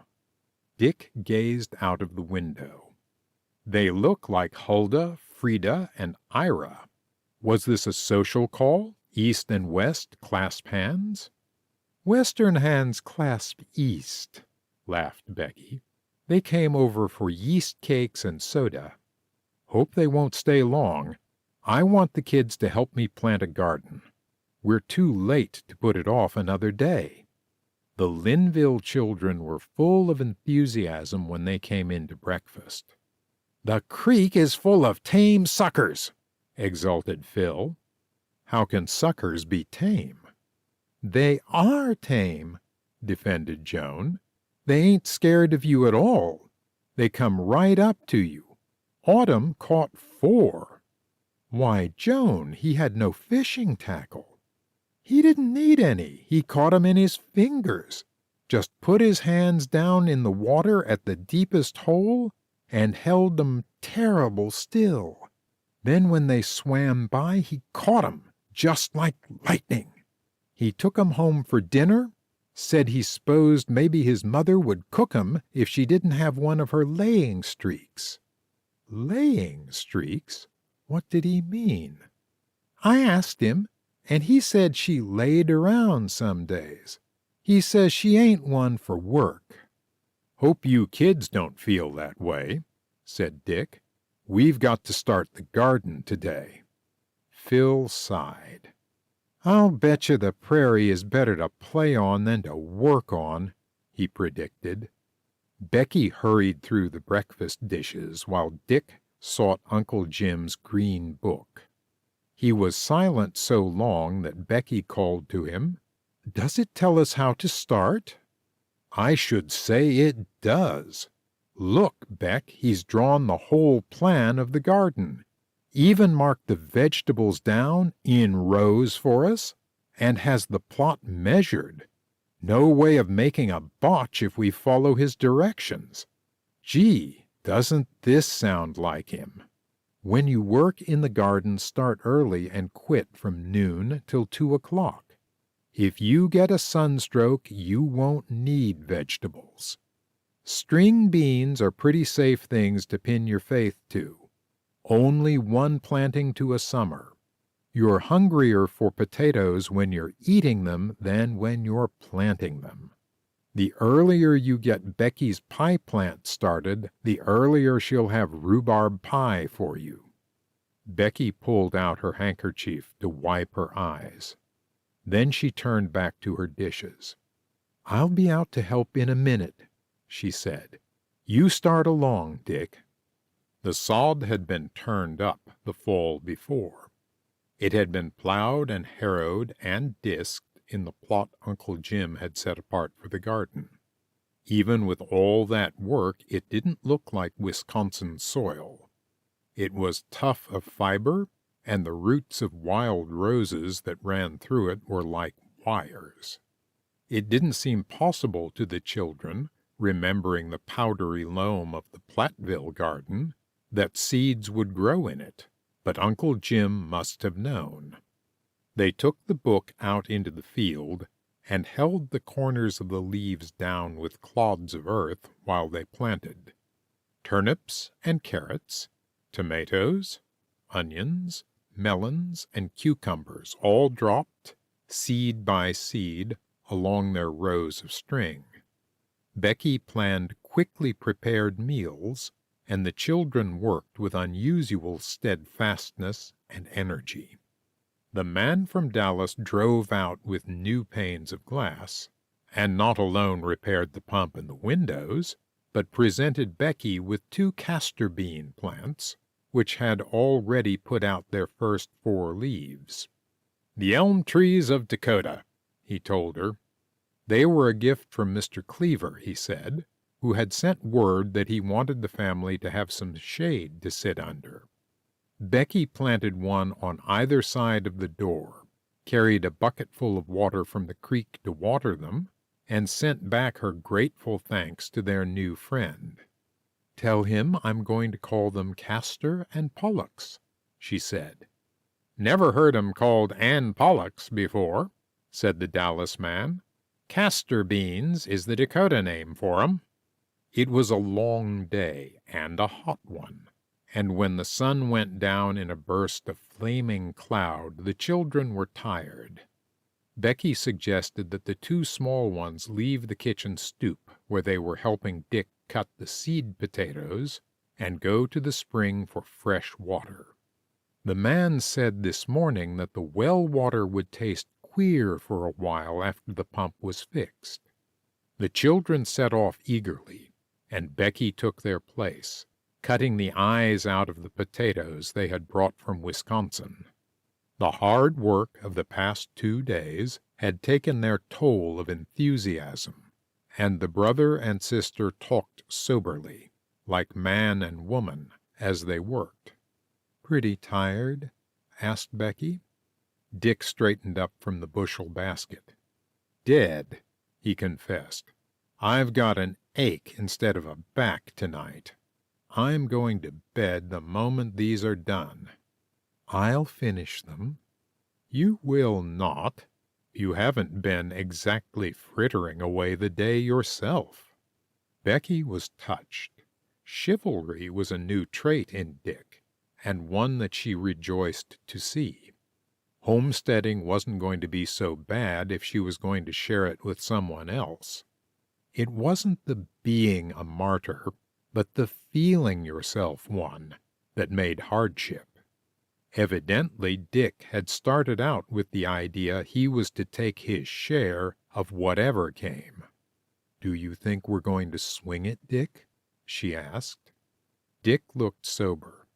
"It's bigger than I thought it was going to be. Plenty of work in front of us. But some things about the place are great. Guess it'll be worthwhile in the end. Anyway, I'm not planning on going back to Aunt Jewel." The fairy castles of golden cloud turned into masses of violet. The hush of evening began to close them in. "It's a wonderful country," said Becky, still cutting potatoes as she looked across at the blue buttes that were melting into sky. "I can hardly believe yet that it is ours." "In 14 months more," exulted Dick. A sound of hurrying feet in the grass, hurrying feet and panting breath. The children came tearing across the creek, breathless with excitement, with their pail still empty.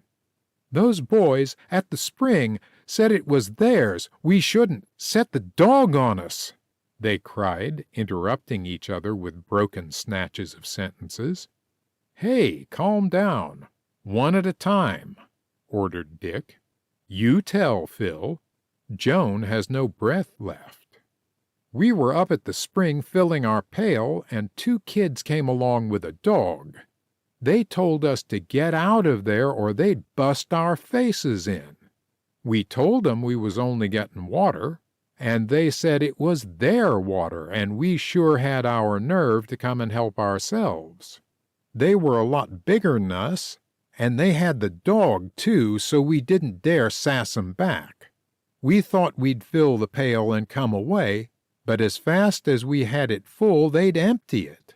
They told us we had no business up there at all, that it was their claim, and they'd been living on it for months. Finally, they set the dog on us, and we had to run off. They've got a shack just over the hill from the spring. We saw the roof. They told us to keep away from the water if we knew what was good for us," added Joan.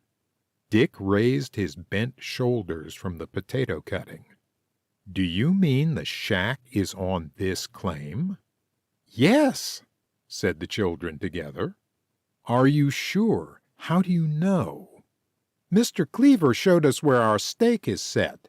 Their shack is way this side." Dick stuck his knife into a potato and stood up. "I'm going to see about that." "Oh, Dick, you're so tired. And the kids are probably mistaken about the shack.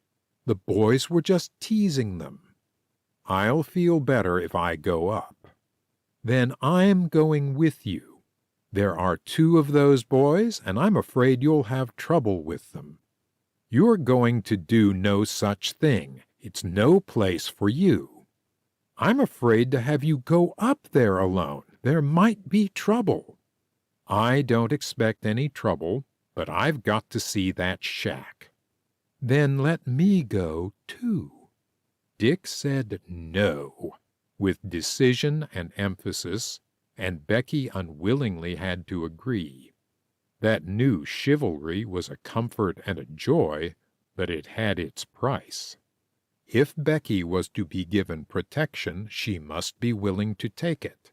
She must not spoil this new feeling of responsibility by being too independent. "All right," she said meekly. Dick's tall figure lumbered away through the twilight. Becky noticed, as she watched him go, that he had seemed to broaden out in the last few weeks.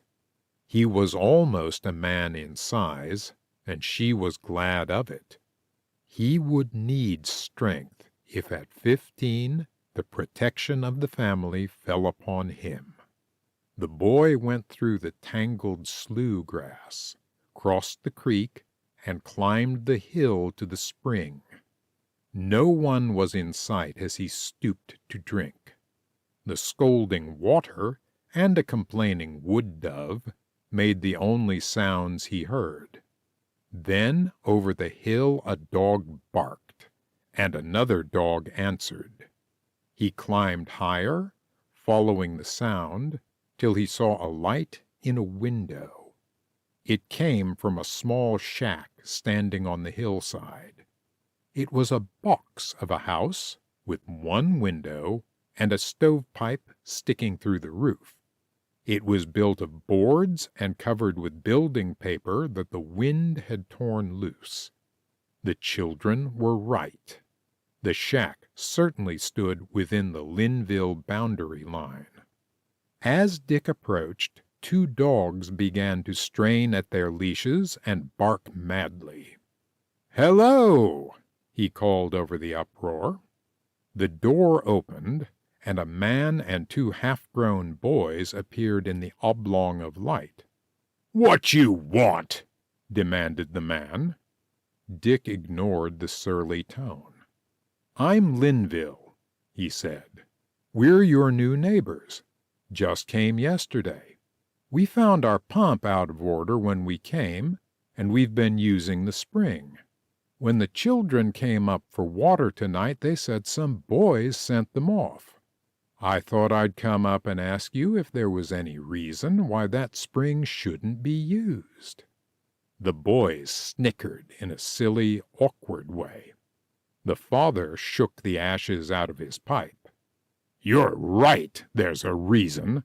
I ain't furnishing water to trespassers." "But I understood that the spring was on our land." "Well, change your understanding, sonny. It tain't. It's on mine." "What section do you call yours?" "Don't know any reason why you should be pinning me down to statistics. But I'd as lieve tell you that this is Section 23. "But that's our claim." The dogs moved up around his ankles. The man swore. "It is it? Well, I'll have you know, you young snapping turtle, that it's mine." "But my uncle filed on 23 last fall, the night the land was thrown open." "He's pretty late in getting his residence started. Why wasn't he around the 1st of March? That's when residence began." "Because he was dying." "He should have come out here to die if he wanted the claim. He's lost it now. Funerals don't cut no odds with the government. I've been here since the 1st day of March. I got my crops in and witnesses to prove it, and plenty of neighbors to swear that there wasn't a rag of you folks around here on March 1st. Everybody thought you'd given up. I come in and plant my corn and make my improvements, and then you show your sassy face and claim the land's yours. You got a swell chance of proving it. My advice to you is to tell your folks to pull up stakes and get back where they came from. If they stay around here, they're likely to get something more than a contest filed agin 'em." The lighted doorway was full of heads. Back of the man a woman's voice spoke a few words in a low tone. "You shut your click," said her husband. "Keep out of what don't concern you." He turned to Dick. "And as for you, young feller, you get out of here quick. Keep away from that spring o' mine, and get off my land if you want to keep out of trouble. I'll give you 3 days to pack up. If you and your stealing family ain't out of this section by that time, there's going to be something doing around these parts." End of Chapter 3. Chapter 4. Troubles. Becky scarcely slept that night.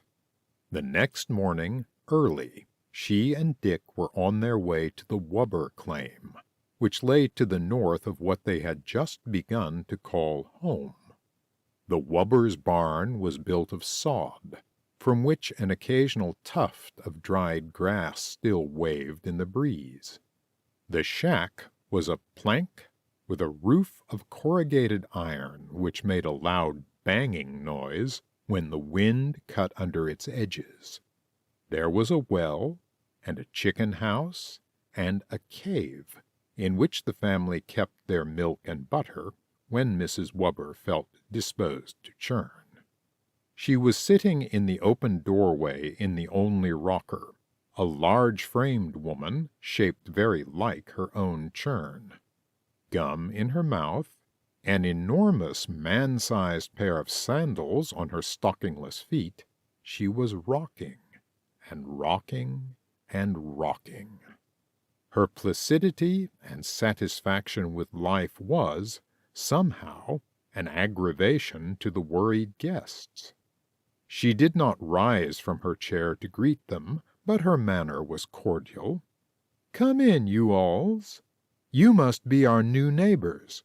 Crystal, you and Audie bring 2 chairs. Set down and make yourselves easy-boned. Was you needin' your East cake?" Dick told his errand while Mrs. Wubber rocked and listened. The tow-headed children stood in groups around the 3 chairs. "Run and tell your pa who's here," she admonished them. "You got to take me just as I am," she told Becky. "I ain't got started at my work yet." She caught Autumn around the neck and gave him an indulgent spat. "Dirty boy ain't had his face washed yet," she apologized fondly. Mr. Wubber came in from the barn with a pail of milk in either hand. He set them in the corner to the loud accompaniment of buzzing flies. Then he pulled up a soap box and sat down to listen to the story of the night before. "That's Whelp, all right," he said. "He's a mean cuss." "Did you know he was living on our claim when you drove our goods out yesterday?" "Oh, yes," said Mr. Wubber easily. "Why didn't you tell us?" "I hated to start you in with bad news. I ain't never seen his place, but I've seen him, and if he's as mean as he looks, he's a terror. Trainer, his neighbor on the section south, has had a lot of trouble with him. Lost chickens and tools and that kind of business." "Has Whelp been here long?" "Well, he come out sometime during the fall, I don't know just when. He put up such a poor kind of a shack that nobody thought he was going to stick it out. When spring first came, he brought his family up here from Gregory County and did his planting, they tell me. Maybe now he intends to stay." "Did he file at the land office?" "I don't know anything about that. I heard someone say in the early winter that he was going to contest your claim." "Do you suppose he would have a chance of winning?" "I don't know but he would, and I don't know as he would," said Mr. Wubber cheerily. "You can never tell what a president's going to decide. What are you, Republicans or Democrats?" "Republicans."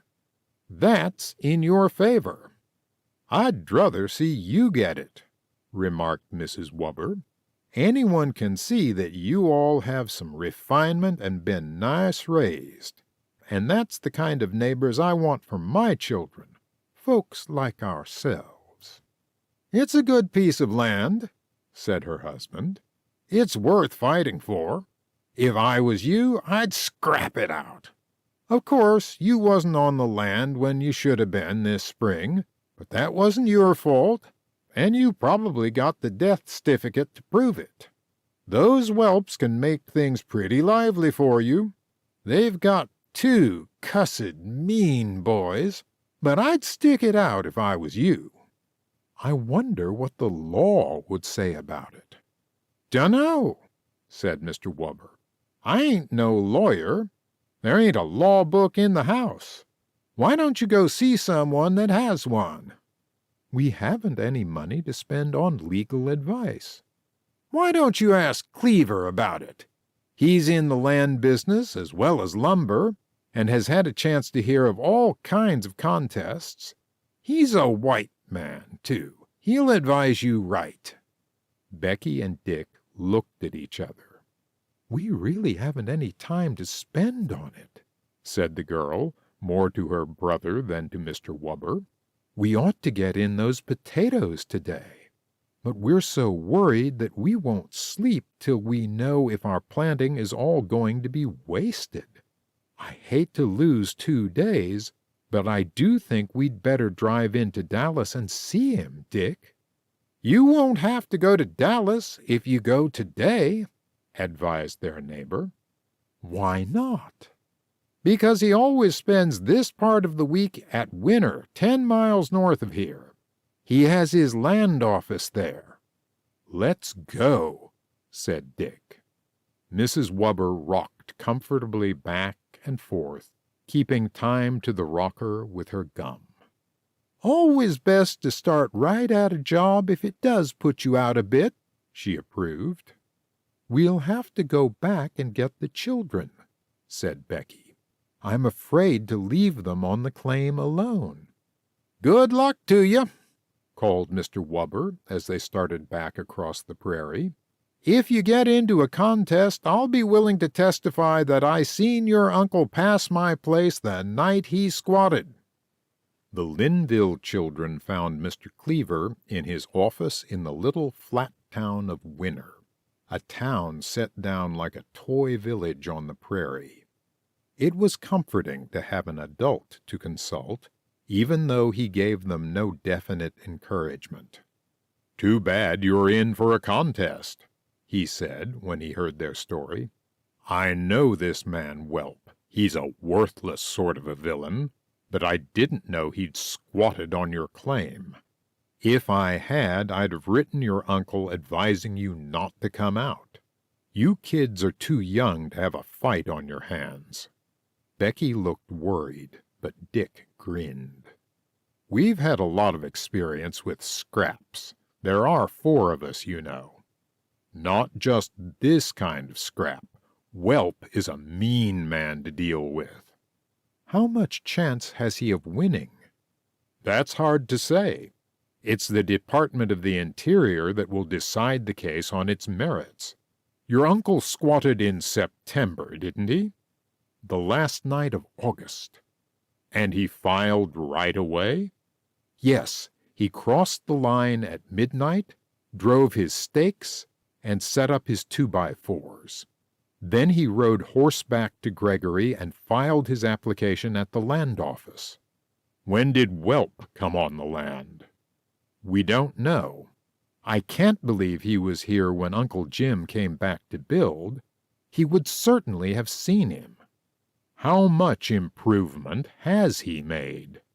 "Nothing built but a miserable little shack and a rickety sort of a barn. But he has quite a lot of ground broken." Mr. Cleaver drew circles on the blotter in front of him. "Of course you should have been on the land the 1st of March. The law says you must establish residence within 6 months of your filing. On the 1st of March, Uncle wasn't able to speak a word." "No doubt about your having a valid excuse for not coming. You certainly have justice on your side. But I've lived long enough to know that law is not always justice." "What does the law say about contests?" asked Becky. Mr. Cleaver wheeled in his chair and took down a red-bound book from the shelf. "Are you a lawyer?" asked Phil. "I'm a jack of all trades. I've been doctor, lawyer, merchant, chief since I landed in this neck of the woods. I've even done plumbing and plastering and read funeral services. You have to in a new country. Here we are." He turned the pages to the place he wanted and read aloud, "As between conflicting claims to public lands, he whose initiation is first in time, if adequately followed up, is deemed first in right." "Well, that certainly was Uncle Jim," said Dick. "Yes, the initiation, but how about the adequately followed up?" asked Becky anxiously. Mr. Cleaver went on.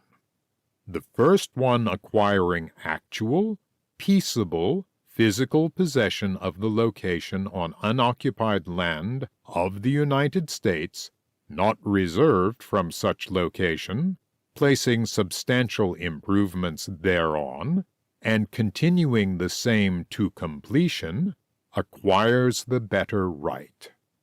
"I wouldn't call Whelp's possession peaceable so far," commented Dick. "I'll bet anything it was either he or his old boys that broke our pump and windows.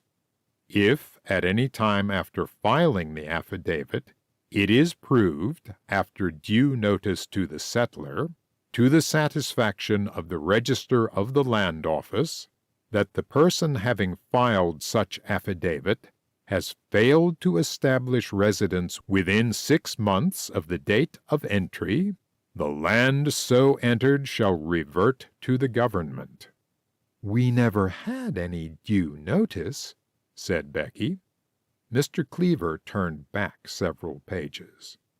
Wherever a homestead entry has been made, followed by no settlement on the part of the one making that entry, and that homestead entry has, by lapse of time, been ended, anyone in actual possession as a settler and occupier of the land has a prior right to perfect title thereto.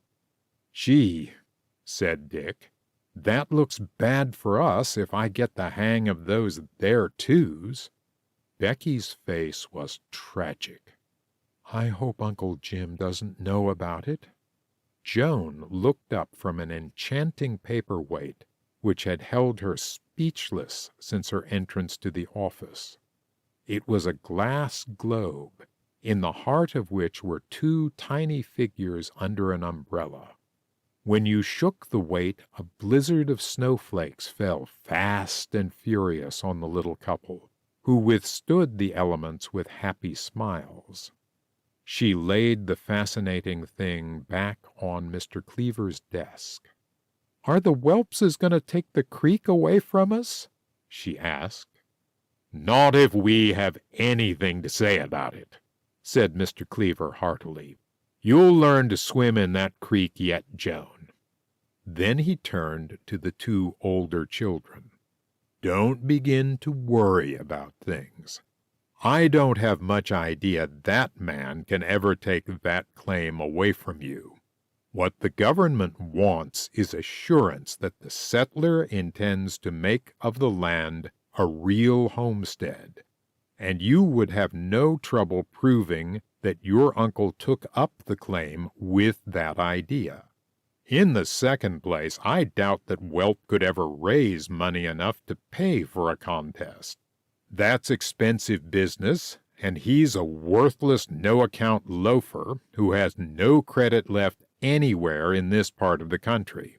How he got his breaking done, I don't see. I don't think he'd ever have the energy to plow it himself. How much breaking have you got?" "Only about 15 acres, which were plowed last fall. Uncle Jim didn't want us to try farming. He said that if we ran the garden and got enough corn for the animals, we'd be doing well. And even if we did want to break more, we couldn't. We have no plow, and we can't afford to hire it done. We'll do well to take care of what we have." "Well," advised Mr. Cleaver, "if you can't prove substantial improvements by cultivated land, you'll have to do it in some other way. I judge from your description of the Whelp shack that it's no palace."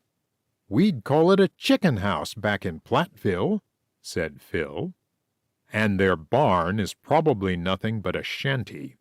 Unless they put in more money than I think they possess, they'll find it hard to convince Uncle Sam that it is a permanent home. I have an idea that they'll melt away in the fall before cold weather sets in. But of course we can't count on that. What you kids must do is to set to work to make that place of yours look like a home. Get things growing around it, and a few trees started. Maybe later in the year you can fence a small part of it. Keep your ground as neat as you can. The prairie wind will help you with that. Then if your neighbor files his contest, we'll send Kodak pictures of the two places to Washington, and we'll see Whelp get it." "But we haven't time to do all that now," said Dick. "We're way behind with our garden, and we have to get that planted or we'll have nothing to eat next year. We're not settled in the house, just barely moved in. All that corn has to be planted, and the potatoes. Why, Mr. Cleaver, you haven't any idea how many potatoes we four eat." Becky opened her eyes wider. Astonishment was written all over her face. Was this Dick Linville, the track team captain, talking about keeping the larder full next winter? "Well, you don't have to do everything in a minute," comforted Mr. Cleaver. Get your garden planted first, just as your uncle planned, then go at your corn. The other improvements can wait. You'll probably be at them all summer. As for you being behind time, you may be late according to the calendar, but not much according to the weather. Dakota is not Wisconsin, you know. On the 1st of May, we had a 2 days blizzard here last year. Becky looked comforted. If we can do it a little at a time, it won't be so hard. Well, that's the way to go at it, day by day. If you start too strong in the beginning, you'll be sick, and that won't help you along. Let the settling of your house go for a few weeks till your planting's done. In the meantime, can't you get a tree or two started around the house? Go down to that little thicket that's on the edge of your land and see if you can't find an aspen or cottonwood that is small enough to transplant. They grow rapidly, and nothing makes a place look civilized as fast as a tree. I'll get half a dozen, promised Dick. Hold on, young man. Wait till you've tried to dig a hole for them in that wild, rosy soil. You'll think one is enough then. Get everything around the place looking as habitable as you can, and someday, when your vines and your fig trees are started, I'll come out and take a picture of the claim. Then if that whelp, he certainly is named right, files a contest on us, we'll be ready for him. The word us went straight to Becky's heart. Dakota seemed less large and lonesome, and the Linvilles less stranded, if there was someone with them. I don't know how we can ever thank you for this advice. Nonsense, laughed Mr. Cleaver. Who doesn't love to give advice? Besides, you'll probably never need it. I haven't much fear of whelp filing a contest. My only worry is that he and his worthless family will make trouble for you all summer. Of course they can if they're so disposed. However, we needn't borrow any trouble. Go your own way, pay no attention to his threats, and if his kids come around your place, untie the dog. I wish we had one, said Becky. No dog? No. Uncle Jim told us to get one as soon as we could. We'd love a dog. Well, stop worrying about things. I don't believe we're going to lose that claim, but of course we don't want to be caught napping. If you want to keep it, you're sure you do want to, aren't you? Sure, chorused the four voices. Then you all set to work to make it look just as much like home as you can. You've had a home, and you ought to know how they look, better than that whelp family, who have never had a real one. Sister, do you like that glass blizzard? Joan smiled one of her rare smiles.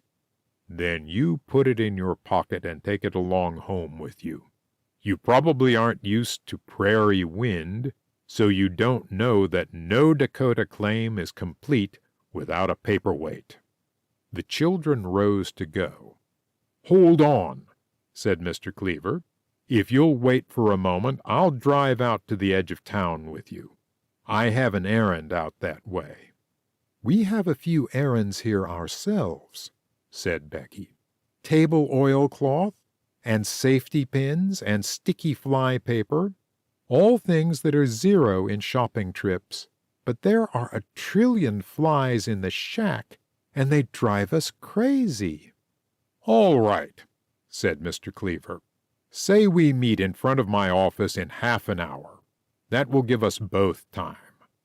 They found him waiting in the wagon when they returned with their bundles. He laid on Becky's lap a number of bright-colored envelopes.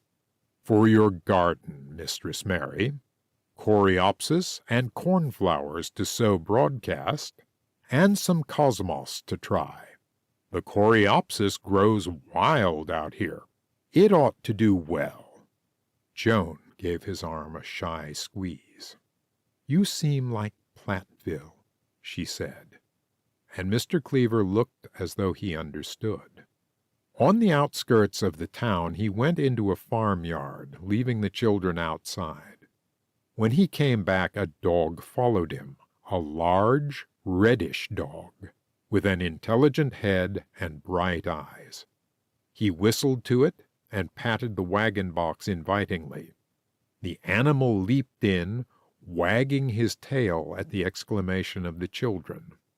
"There's your dog," said Mr. Cleaver. 2 years old, part collie and part shepherd. Well trained for cows and safe with kids.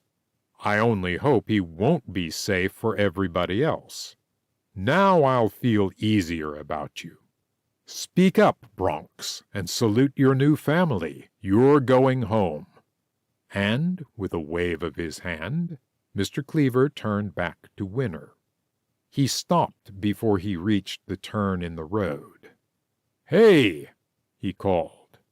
Dick drew up the horses. "If you have any more trouble, let me know." The wagon bumped along over the trail, which ran like a parting between 2 hairy stretches of buffalo grass. Wild roses made a mat of color along the roadway, not a faint pink like Platteville roses, but a vivid rose color that was almost red. Here and there, a slope of snow on the mountain made white waves in the sea of green, and meadow flocks were blots of violet ink in the grass. Now and then they drove by homely little houses of sod or unpainted boards, bare and lonesome-looking, with nothing to shade them or soften their rude outlines. Most of them had a door and a window. Some of them had pumps. Each one had a section of rusty stovepipe sticking out of the roof.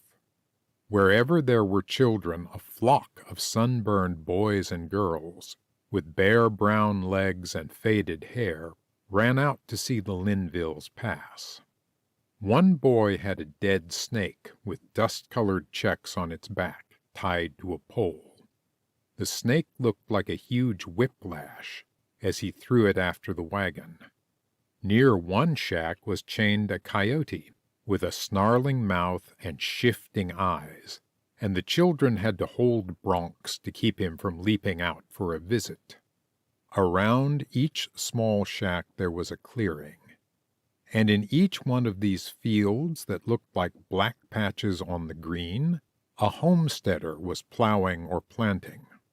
If his ground ran uphill, his black figure looked like a shadow picture against the blue sky. Joan regretted the stretches of breaking. They were like torn patches of skin, she said, and she was sure the prairie didn't like being cut up that way. "It probably hates people coming out here to stick shovels into it," she remarked, jolting about in the wagon. "I guess it'd rather have shovels stuck into it than tomahawks," argued Phil. "About the same thing," retorted his sister. "That's what plowing is, scalping the prairie." Phil took a virtuous turn. "It probably prefers being useful and raising corn to running wild with roses." "Yes, it does. Raising corn is like going to school. Raising wild roses is playing Saturdays. Don't tell me which one it prefers." "Quit your arguing," said Dick from the front seat.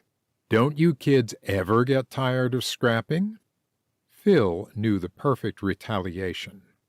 "Bronx is going to be mine," he said, pulling the dog onto his lap. "He's all of ours," retorted Joan. "Mr. Cleaver said so." She turned the glass globe lovingly in her hands, making the snowflakes fly. "He's not like the paperweight, which belongs just to me." It was long past noon when the wagon drove up in front of the house.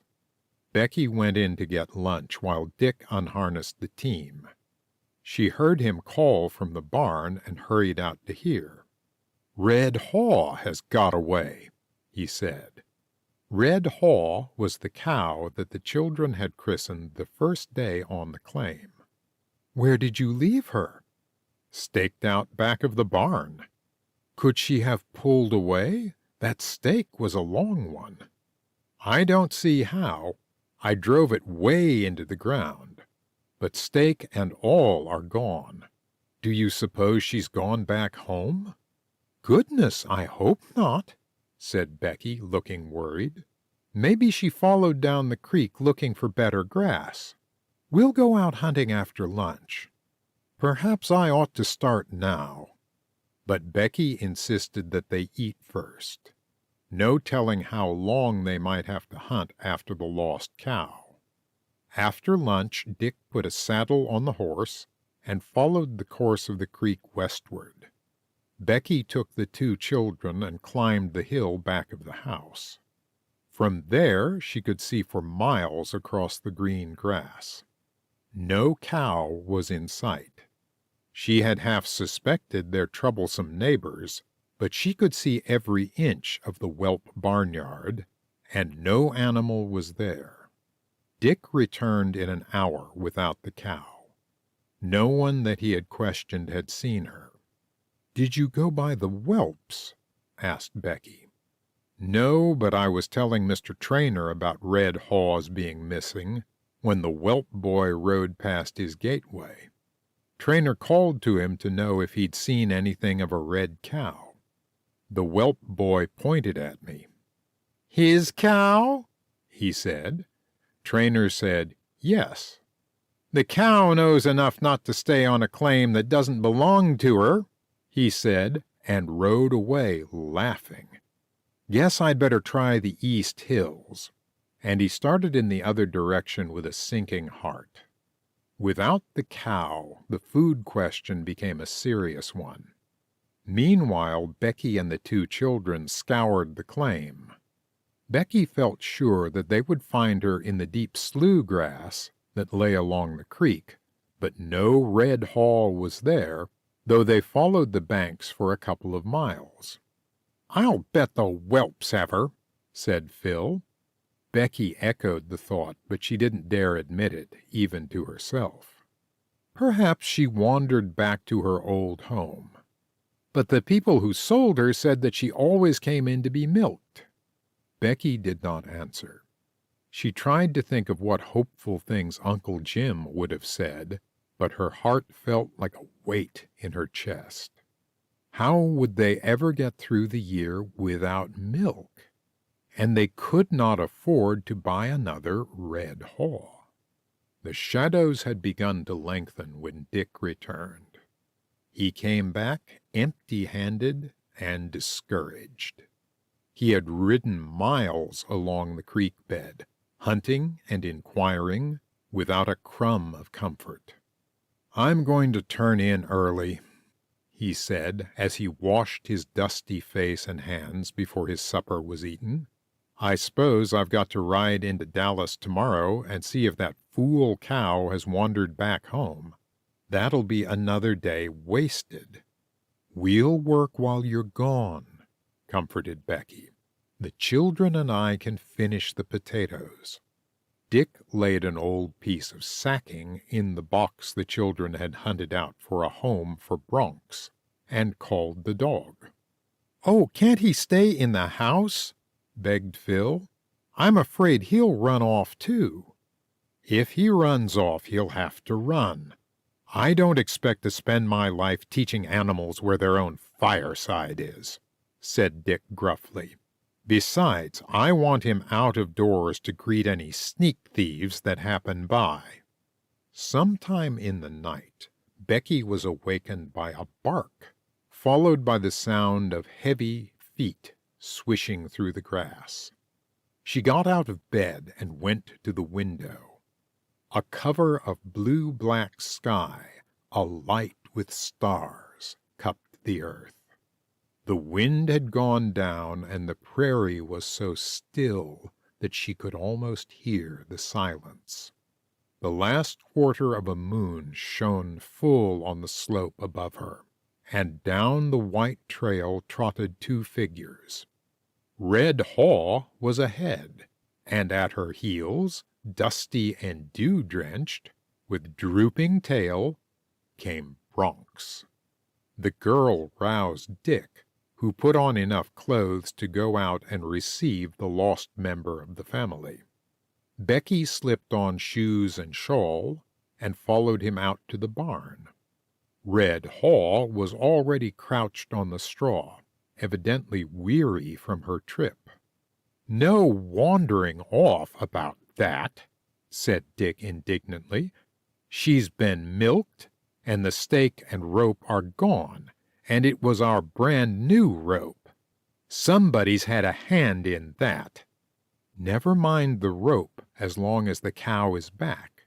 Where do you suppose they hid her? Bronx knows. Probably somewhere in the deep grass, for they're both drenched with dew. But how did he find her? He never knew there was a cow here. Ask me something easier. Maybe he smelled her about the place, and knew she wasn't in the barn where cows belong. Maybe he just stumbled upon her by accident. Anyway, she's here. I'm going to feel a lot safer with him around." "So am I." Dick stooped down and patted the dog. Then he locked the barn door, and the three walked back to the house together. Bronx crept in on the sacking and turned himself around twice before he settled down for the night. Becky patted his wet fur. "It isn't going to be so easy to steal cows after this," she said. The frogs were still croaking when she dropped back to sleep. End of Chapter 4. Chapter 5. Making a Home. At the close of almost every page in Uncle Jim's book, he had added the words, "Stop work just before you get tired." Becky's eyes never failed to soften when she read them, but she sometimes smiled too, for it couldn't be done. How could one apportion work that came crowding in so fast that you had no time to plan? The tasks marched in a long, unending procession, so many and so heavy that the housework slipped into second place, and often had to be left to the younger children. Becky and Dick were up almost as early as the sun. They dug and hoed and planted.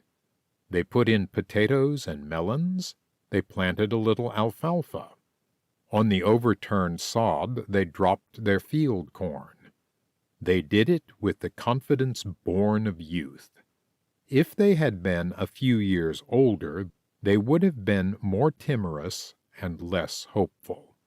They built a chicken house and a shelter for the dog. They set out currant bushes and raspberries and rhubarb. They laid boards from their packing boxes for a rude sidewalk to the back door yard. And whenever there was a momentary lull in the outside work, there was always bread to be mixed, beans to be baked, or clothes to be washed. The out-of-door living and the hard physical work gave them appetites that could hardly be satisfied, and it seemed to Becky that she never got her family quite filled up. Once a week, Dick went to town for supplies, which seemed enormous, but which she could scarcely stretch to last the 7 days. Careful as she tried to be, the money seemed to flow away, and the two older children could hardly wait for the garden to relieve their purse. But there was no time for worry even. During the day there was too much work, and when night came they fell asleep the moment they touched their pillows. There were no more meetings with the Whelp family. After Red Haw's return they saw no more of outlawry. The children had been warned to keep away from the troublesome neighbors and to avoid the spring, and the presence of the dog made Becky feel that their own home was guarded. Bronx was a fine policeman. At the slightest word of affection from his own family, he would quiver all over with delight. His tail would wag nervously as he awaited their praise or blame, and his liquid eyes would seek theirs, pathetically eager for an invitation. But at the approach of a stranger his hair would stiffen along his back, and a growl would start that seemed to come from the very depth of his stomach. His bark heralded the coming of a visitor long before the family could either hear or see the arrival, and with him on the front doorstep Becky felt relieved and safe. The dewiness and freshness of springtime had turned into flaming summer, and the sun baked in the kitchen window as Becky mixed her breakfast pancakes. She called to her brother as she stirred the batter. "You'll have to get some more flour today, Dick. I'll have to scrape the bottom of the can to set sponge tonight." Dick was bringing in the big bucket of warm milk which did so much to supply their table. "Flour? I thought we started with 250 pounds.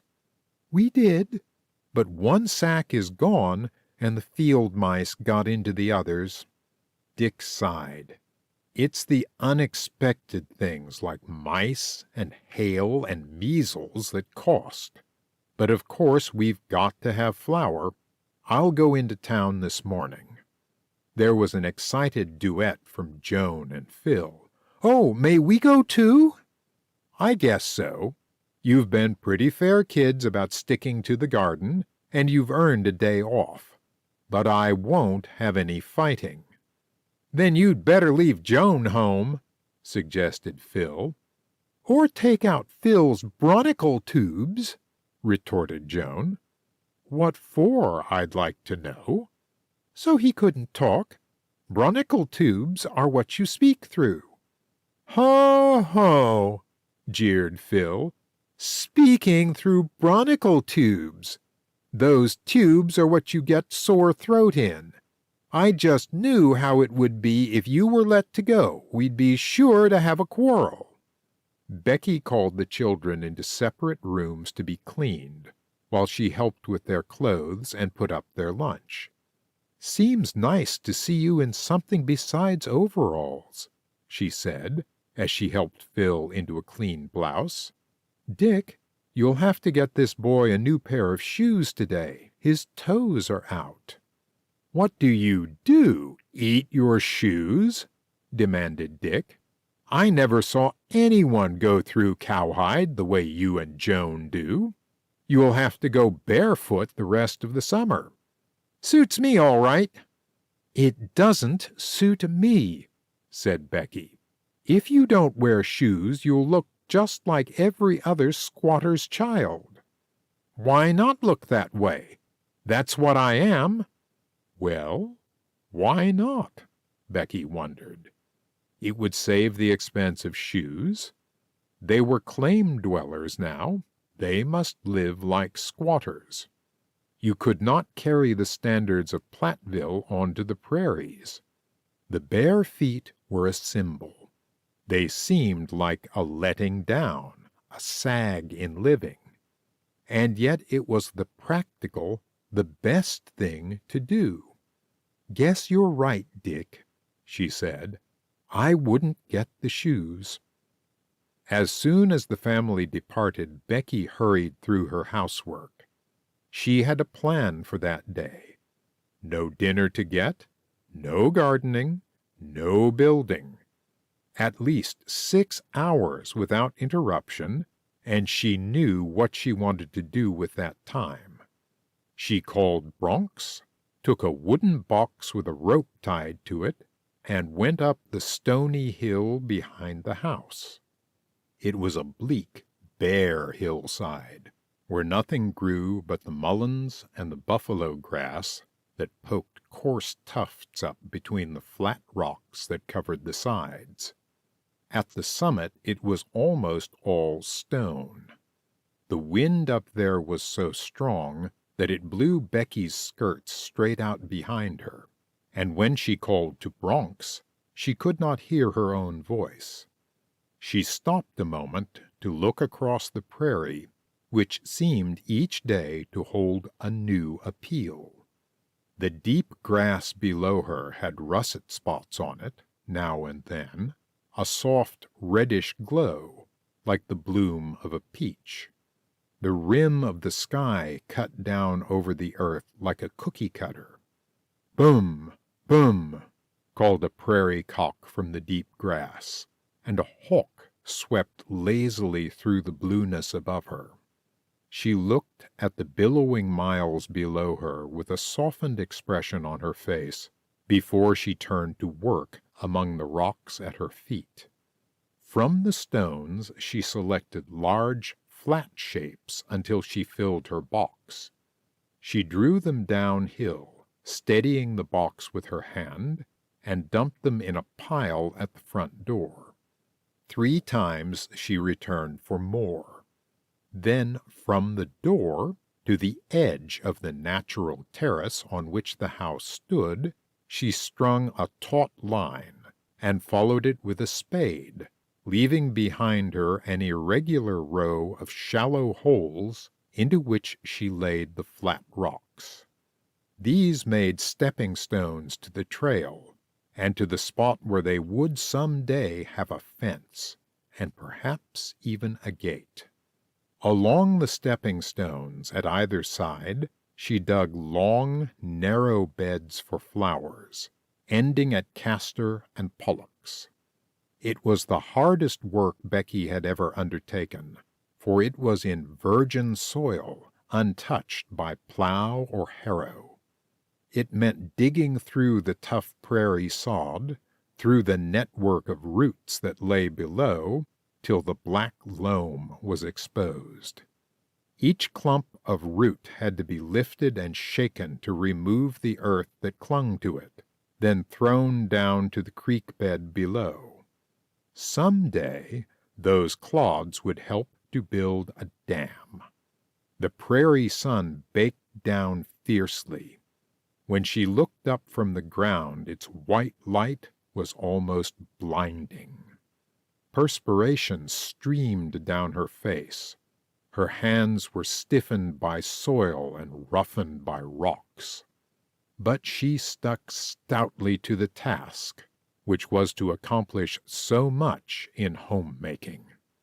At noon, when she stopped for lunch, she was so hot that the thought of food was not tempting.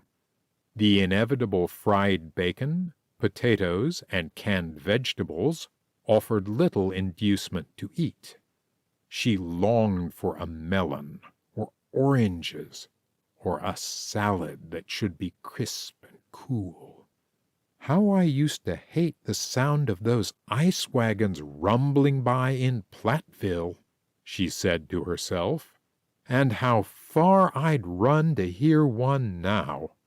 She got butter from the well, spread several slices of thin bread, and opened a can of tomatoes. That was the best Tripp County could offer in coolness and freshness. Down the long beds she went with her seeds in the early afternoon. She hoed and raked the ground until it fell apart into fine grains of loam. Then she threw the seeds broadcast. Coreopsis and cornflowers and cosmos and poppies. At the end of the walk she planted a row of sunflowers at right angles to her garden. They might cast a little shade in the hot days that were to come, and their seeds would save chicken feed. On the side of the house that faced the creek, she dug 2 deep holes. It took her nearly an hour to get through the grass, the tough soil, and the roots below. Then she walked a half-mile to one of the tiny thickets that bordered the creek. It was no grove, just a handful of small dwarf ashes, box elders, and cottonwoods that had sprung up along its banks. At home they'd call these brush and thin them all out, thought Becky, sitting down for a moment to rest luxuriously in real shade. But how wonderful they are here! And where did the seed that started them come from? We're miles from a tree of any size. She longed to transplant one of the taller ones, but common sense told her that she would be more successful with a sapling. So she picked out a tiny aspen and a baby ash, carried water from the creek to pour about their roots, and dug deep around them. She took them up with a large clump of earth at each base, wrapped the roots in old sacking, and carried them one at a time to her wheelbarrow. And then hot, tired, but triumphant, she wheeled her prizes through the burning sun to their new home. So large was the mass of soil that clung to them that she was able to get them into the ground without disturbing their roots. The leaves had not withered, the tiny branches stuck out boldly, and when the last spadeful of earth went in around them, they seemed to have grown in their new surroundings. The aspen leaves quivered in the wind, and there on the prairie was a real spot of shade. Becky laid an earth-stained hand on the trunk. "Grow fast," she said. It was hot in the house, too, but the relief from the sun was a comfort. Becky pulled out the smoothest of the packing boxes, into which Uncle Jim had put shelves, and rubbed in the green stain that was left from the floor borders. The shelves in the room and the 2 wicker chairs got a coat of the same color. The white curtains, which she had never had time to hang, were brought out and strung on wires above the windows. She covered the living-room cot with the green cretonne, flowered in orange and blue, that she had bought in Dallas, slipped the pillow into an orange casing, and added another pillow covered with dull blue. She unpacked the books and stood them in the stained packing case, rejoicing over them as old friends. She took the Victrola out of its straw packings and moved it into the living room, putting Dick's ukulele on the table shelf below. Over the kitchen table oilcloth she laid a square of spotless linen. "More to wash, but I'm not going to have us living like heathen," she said to herself almost fiercely. She brought a jar of wild sunflowers for the table, and another for the bookcase. Then she stood off and surveyed the results of her work. "Perhaps Uncle Jim wouldn't like the couch coverings," she said. "He might call them gimcracks. But bare boards have to be dolled up some way. Anyway, it looks cozy." She gave herself the luxury of a leisurely bath, soaking her abused hands in hot water till they were almost smooth. Then she exchanged one of the dark blue calicos that she had worn ever since she had reached the claim for a clean green and white gingham. And then, oh joy! She sat down in the deep red chair that had come by freight a few days before, and took out the first book she had touched since she had stepped into Tripp County. At least an hour to read and rest and invite one's soul, with nothing driving her, indoors or out. She opened her Oxford book of verse with delight as well as hunger. How she would read! Her lame shoulders settled back into the comfortable depths of the chair. The flies droned outside the screen door. The wind blew through the rooms, a wind that stirred but did not cool the air. The book closed in her hands. Her head drooped. She was back in Platteville with Aunt Jewel telling her that she was too big a girl to walk on stilts. Bronx gave a warning bark and started up the trail, woofing loudly as he went. Becky started and picked up the book which had fallen to the floor. It was prairie again, not Platteville. She ran to the door, half expecting to see a whelp come down the road. A lean sorrel horse ambled over the hill with 2 people on his back. He came down the Linville trail, and his driver reined him in at the side of the house.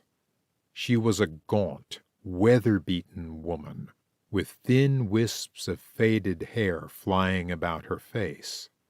Her shoulder blades thrust out the back of her dress. Great cords stuck out when she moved her neck. A little girl sat in front of her. "You seen anything of a white horse?" called the woman. Becky hurried out to the trail.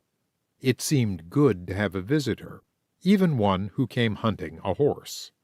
"He's been missing since yesterday noon," said the woman. "Last time we seen him he was out eatin', and when we looked again he was gone. We started out after him early this morning, but we ain't seen hide or hair of him." "We lost our cow the same way a few weeks ago," said Becky. "Where'd you find her?" Becky explained the cow's mysterious return. "Was she an all-red cow with a white nose?" "Yes." Becky described Red Haw and her rope. "I bet I seen that cow. The whelp boy was milking her along the creek bed one afternoon. I don't hold no truck with those whelpses, so I didn't speak to him, but I know right well they ain't got no cow now." "Why didn't they keep her after they got hold of her?"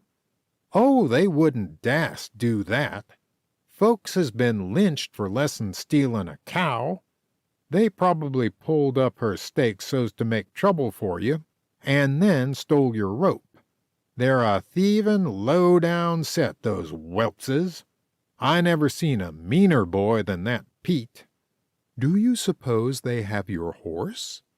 "No, I went along that way to look, first thing. No horse there, and no place to hide one, less'n they put him behind their tin can pile. That's most big enough to shelter an animal. No, they're mean enough to steal anything, but I reckon they didn't do it this time." "Won't you come in and rest a few minutes?" The woman hesitated.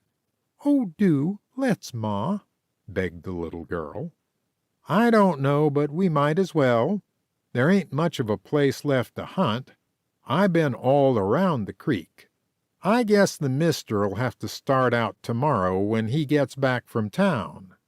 She got out of the man's saddle and lifted the little girl down. "She's plumb tuckered out, riding in this hot sun."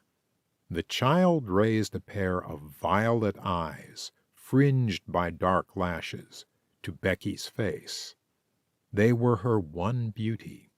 Her pinched little face was the face of a cripple, and her back bent in an unmistakable spinal curvature. Rejoicing in her day of work, Becky led the way into the house. The woman gave a sweeping glance of appraisal about the room. The little girl showed open delight in her surroundings. "You sure got it nice here," she said. "My name is Rebecca Linville. What's yours?" asked the hostess. "Marietta Kennecker. We're new homesteaders, so we don't know the neighborhood yet. Do you live near us?" "We live in the sod house 2 miles up the creek, past the Whelpses. We seen your things when you drove past our place. You had bed springs." Marietta never seen bed springs before except when she was to the hospital, explained her mother. Do you like homesteading? Marietta shook her head. It's too lonesome. Haven't you any brothers or sisters to play with? Marietta's all, said the woman. I had 9, but she's the only one left, and she the way she is. A slow flush crept over the little girl's face. Becky melted with pity. She brought out bread and strawberry jam, made from the Platteville garden. She gave the child Joan's doll to hold. This belongs to my little sister, she said. She's about as old as you. How old is she? 8. I'm 12. I've stopped playing with dolls, but I look like 8. She wasn't born that way, explained Mrs. Kenniker. She had a fall when she was a baby. She's always been pindly, but I don't know but that it's a good thing. If she'd been well, she'd be worked to death. That's what always happens to women folks on the prairies. Have you lived here long? I've lived in Dakota 15 years. Come here when I was first married from Kansas. I was 16 then. I've homesteaded twice. Once before in Gregory County. Why did you leave your claim there to come to new land? Oh, it wasn't ours. We proved up on it, but we couldn't pay for it. The bank got it. Becky tried not to show her astonishment. 15 years. That made her 31 years old. Could this gaunt woman, with the hollow eyes and the yellow skin drawn tightly across her cheeks, be only 31? She looked 60. So you thought you'd try it again. The mister did. I didn't want to come. I'm like Marietta here. I hate the prairie. The little girl turned her sober eyes upon her mother. She had laid down the doll and was looking at the rows of books in the new bookcase. It's a beautiful country, commented Becky. Oh, yes, it's likely country all right, in the springtime. But that fresh grass is just like a false face. You wait till the green goes and the blizzards come, and then see what you think about it. It's bare everywhere, and the sky shuts you down just like a cover. There's no getting away from it. And the wind blows all the time. It nags at you till it finally gets you. I ain't got no love for the prairies. Then why did you come? Oh, the mister, he's cracked about it. The prairie seems to make him drunk, you might say. The minute he seen this land opening advertised, he was crazy to come. I know just how it's going to end. We're going to put in 5 years of niggers' work, and starving, and lonesomeness, and no schooling for Marietta, and then the bank'll get it all. But you can't make him believe that. When you've got the prairie in your blood, you can't get it out. Becky's quick brain revolved the woman's words. That was the way this new country had attracted Uncle Jim. That was the way it had affected her. There was a call of the prairie, sure enough. It had drawn her, just as it had drawn Uncle Jim and the mister. She wondered if the prairie woman was right, if these green promises would never be realized, if the springtime face that the prairie showed, the life, the sparkle, the color, was only a mask to lure the unwary. I suppose it is lonely in the winter. It's just like looking at an empty cupboard, said Mrs. Kenniker. There ain't nothing there. You look out your window as soon as snow flies, and you see just miles of nothing. And that prairie wind keeps a-goin' and a-goin' all the time. You know it's the wind, and nothing but the wind, and you say to yourself that you ain't a-goin' to give in to it. But it keeps at you till it finally gets you." Becky looked her sympathy. "I ain't a-carin' about me," went on Mrs. Kenniker. "I'm usin' to it now. But Marietta's stuck out here where she ain't gettin' no schoolin'. She ought to be fillin' her head up, because she ain't never going to be able to use her arms and her legs. And she's awful smart about books. She reads everything she lays hands on." The child had drawn her chair close to the bookcase and was looking at the shelves with hungry eyes. "You got a lot of books." She looked at her mother eagerly.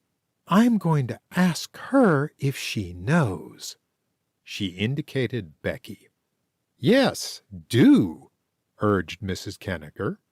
"Have you got a book called Little Women?" "Oh, dear," said Becky. "I did have it, but it isn't out here with us. It was worn to rags, and we left it in Platteville when we came away."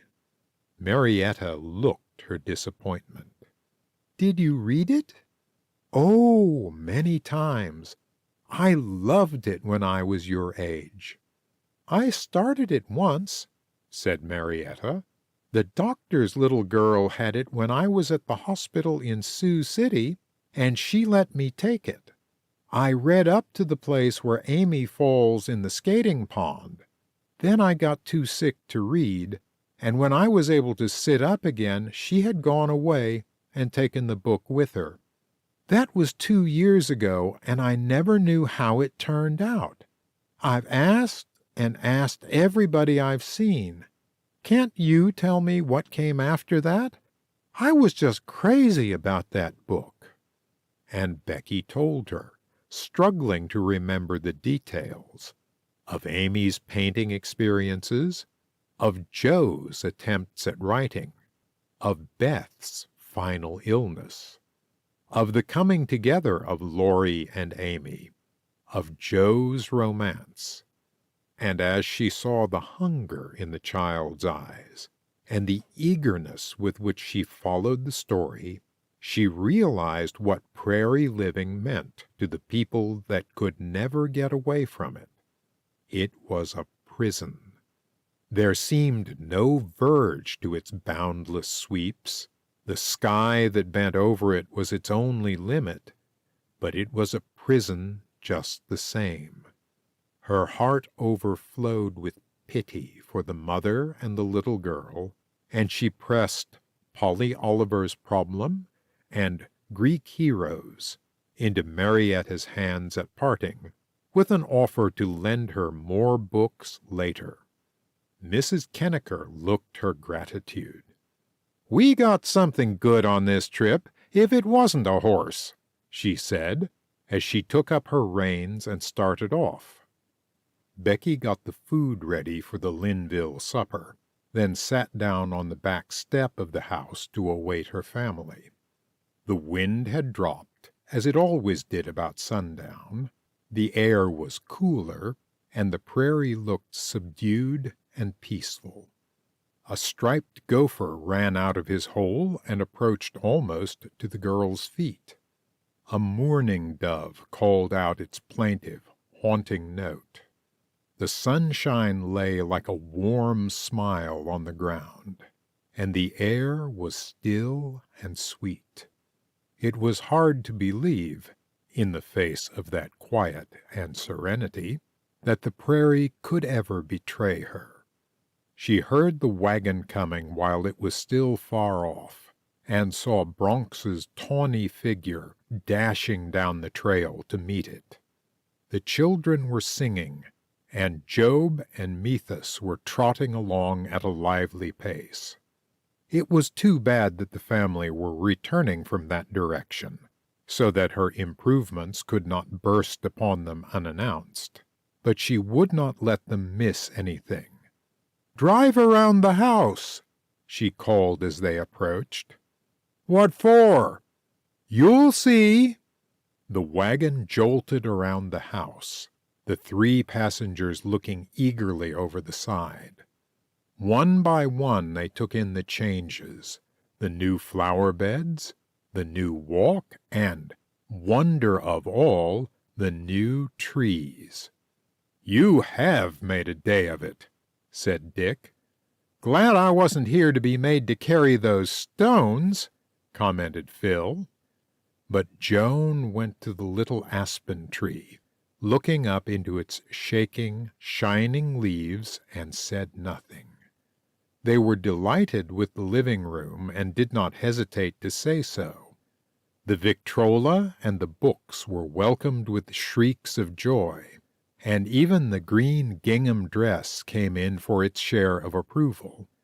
Becky felt conscience-stricken as she saw their pleasure. "I've been so busy homesteading that I've let the home-making go," she thought to herself. "I must change that. I've got to keep up both ends." "Needn't think you're the only one that's been planning improvements," said Dick, coming from the barn with his arms full. "Just cast your eye over this." He laid down on the doorstep a pile of green and white striped canvas, with an occasional rod of metal sticking through. "It looks like an awning," said Becky. "Good guess," replied her brother. "That's just what it is. Mr. Cleaver had had a new window cut in his land office at Winter, and the window's too big for the old awning. I offered to buy it to keep that south sun out of our window, but he wouldn't take anything for it. He said the awning would take the wear and tear off the castor beans. They shouldn't have to grow so fast to shade you, and that it was no good to him. He put it into my wagon box before I could refuse it. I'll get it set up tomorrow. Bet it's the only awning on the Rosebud Reservation," exulted Phil. "Seems like Platteville here tonight," said Joan. "I wish Uncle Jim could see it." End of Chapter 5. Chapter 6. The Enemy Attacks. When Becky had been packing the toys, Uncle Jim had advised her not to take too many.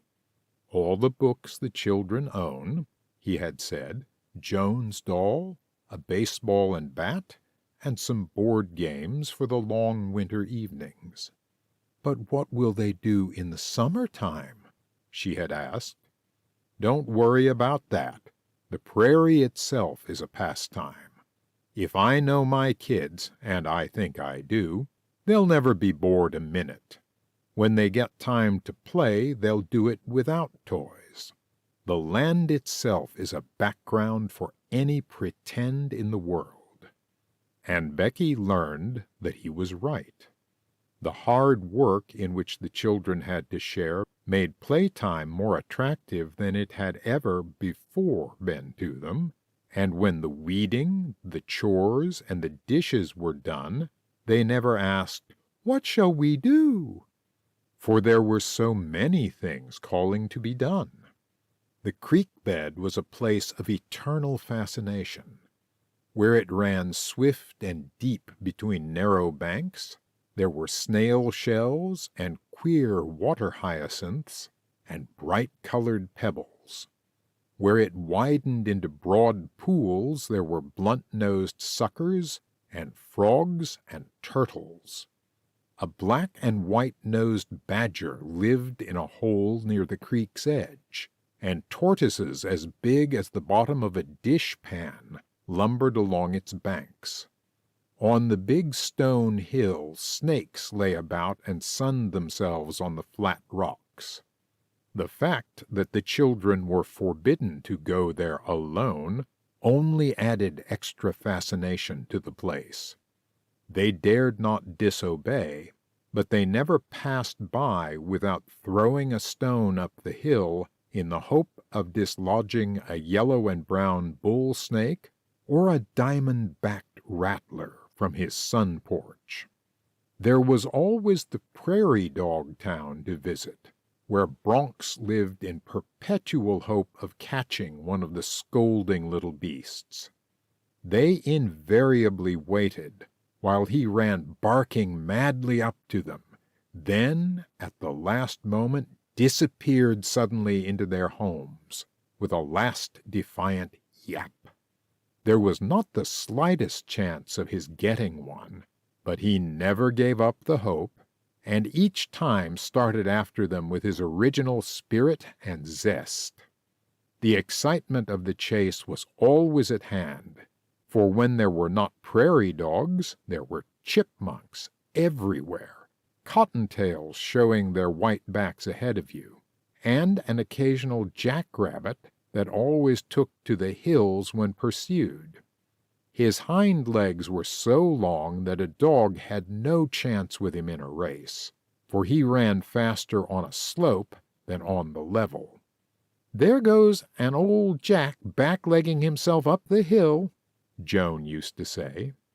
The long slough grass was a delightful place to wander, for after the meadow lilies and the buffalo peas were gone, wild larkspur and golden coreopsis made splashes of color on its surface. As you walked through it, giant grasshoppers jumped ahead of you in clouds, and now and then a meadowlark, who waited until you were almost upon her, darted up from her nest on the ground. Down on the edge of the creek the children had built a small homestead of their own, and it was here that they played oftenest during the hot summer days. Together they had cleared a space on which they placed the tiny farm buildings that they had made out of old boxes. It was a complete claim outfit, with house, barn, shed, several wagons, a hay cart, and, most wonderful of all, a windmill that went round and round in the breeze that never failed. Their little farm was the delight of their hearts, and there was no limit to the games that could be played with it as a background. The doll and the baseball were untouched, and Becky, while she bemoaned the clay on the overalls, rejoiced at the sunburn on the faces and the flesh that grew on the thin legs. The young Linvilles had helped Becky get the washout in the early morning, and had just started to play in their little settlement when the Wubber children arrived. The three oldest had walked over the burning prairie trail, wheeling the baby, Twinkle, in a homemade wagon. "Ma and Pa is hoeing the corn," announced Autumn joyfully. "She said we could stay till we fit." They lifted Twinkle out of the conveyance and set her upon the ground. A single garment of blue calico hung about the baby limply. "Aren't you afraid of ants on her?" inquired Joan maternally. "She's used to bites," said Crystal. "They's flies on her all the time." The baby sat stolidly staring at them with her round blue eyes. There were tangles in her ducktails of sunburned hair, and traces of molasses around her mouth, but to Joan, hungry for the Platteville babies to mother, she was a welcome visitor. She cuddled her up beside her while they all played claim. Presently Autumn offered to show Phil a place where ground cherries grew, and the two wandered off over the prairie together. Then claim became house, and Joan assumed maternal charge of a family of 3. "I'll tell you what, let's wash the baby," she suggested. "What for? We ain't going nowheres." "'Cause she's so dirty. She'd be real nice looking if she had that crust off her. I'm afraid she'd take cold." "Oh, no, she won't. It's too hot to take cold. We'll wash her right in the crick, The water's warm. I'll wash all of you." "No, you won't," said the elder sister with decision. "Ma says the dust sticks to us worse if we get too clean.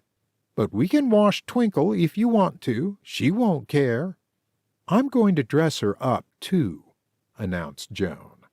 "I don't think she ought to go around so skin out even on the prairie." "Have yous got more clothes in the house?" inquired Crystal with awe. "We got some." "Gee, you must be awful rich." "We ain't rich, but we ain't starving." "But you got carpets in your house." "Those old rugs?" said Joan with scorn. "We had nicer things in Platteville. We just brought our forecommon out here, and if you think our house is nice, you ought to see some of the others back home." "What did they have?"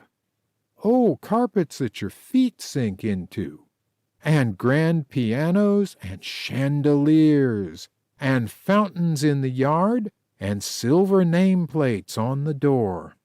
Crystal sighed. "Ain't it queer how some folks have things, and some folks ain't got any? I should think God'd divide 'em up." "I asked Uncle Jim about that once. He said that God probably intended folks to do that, but that there wasn't many of them that had ever learned division.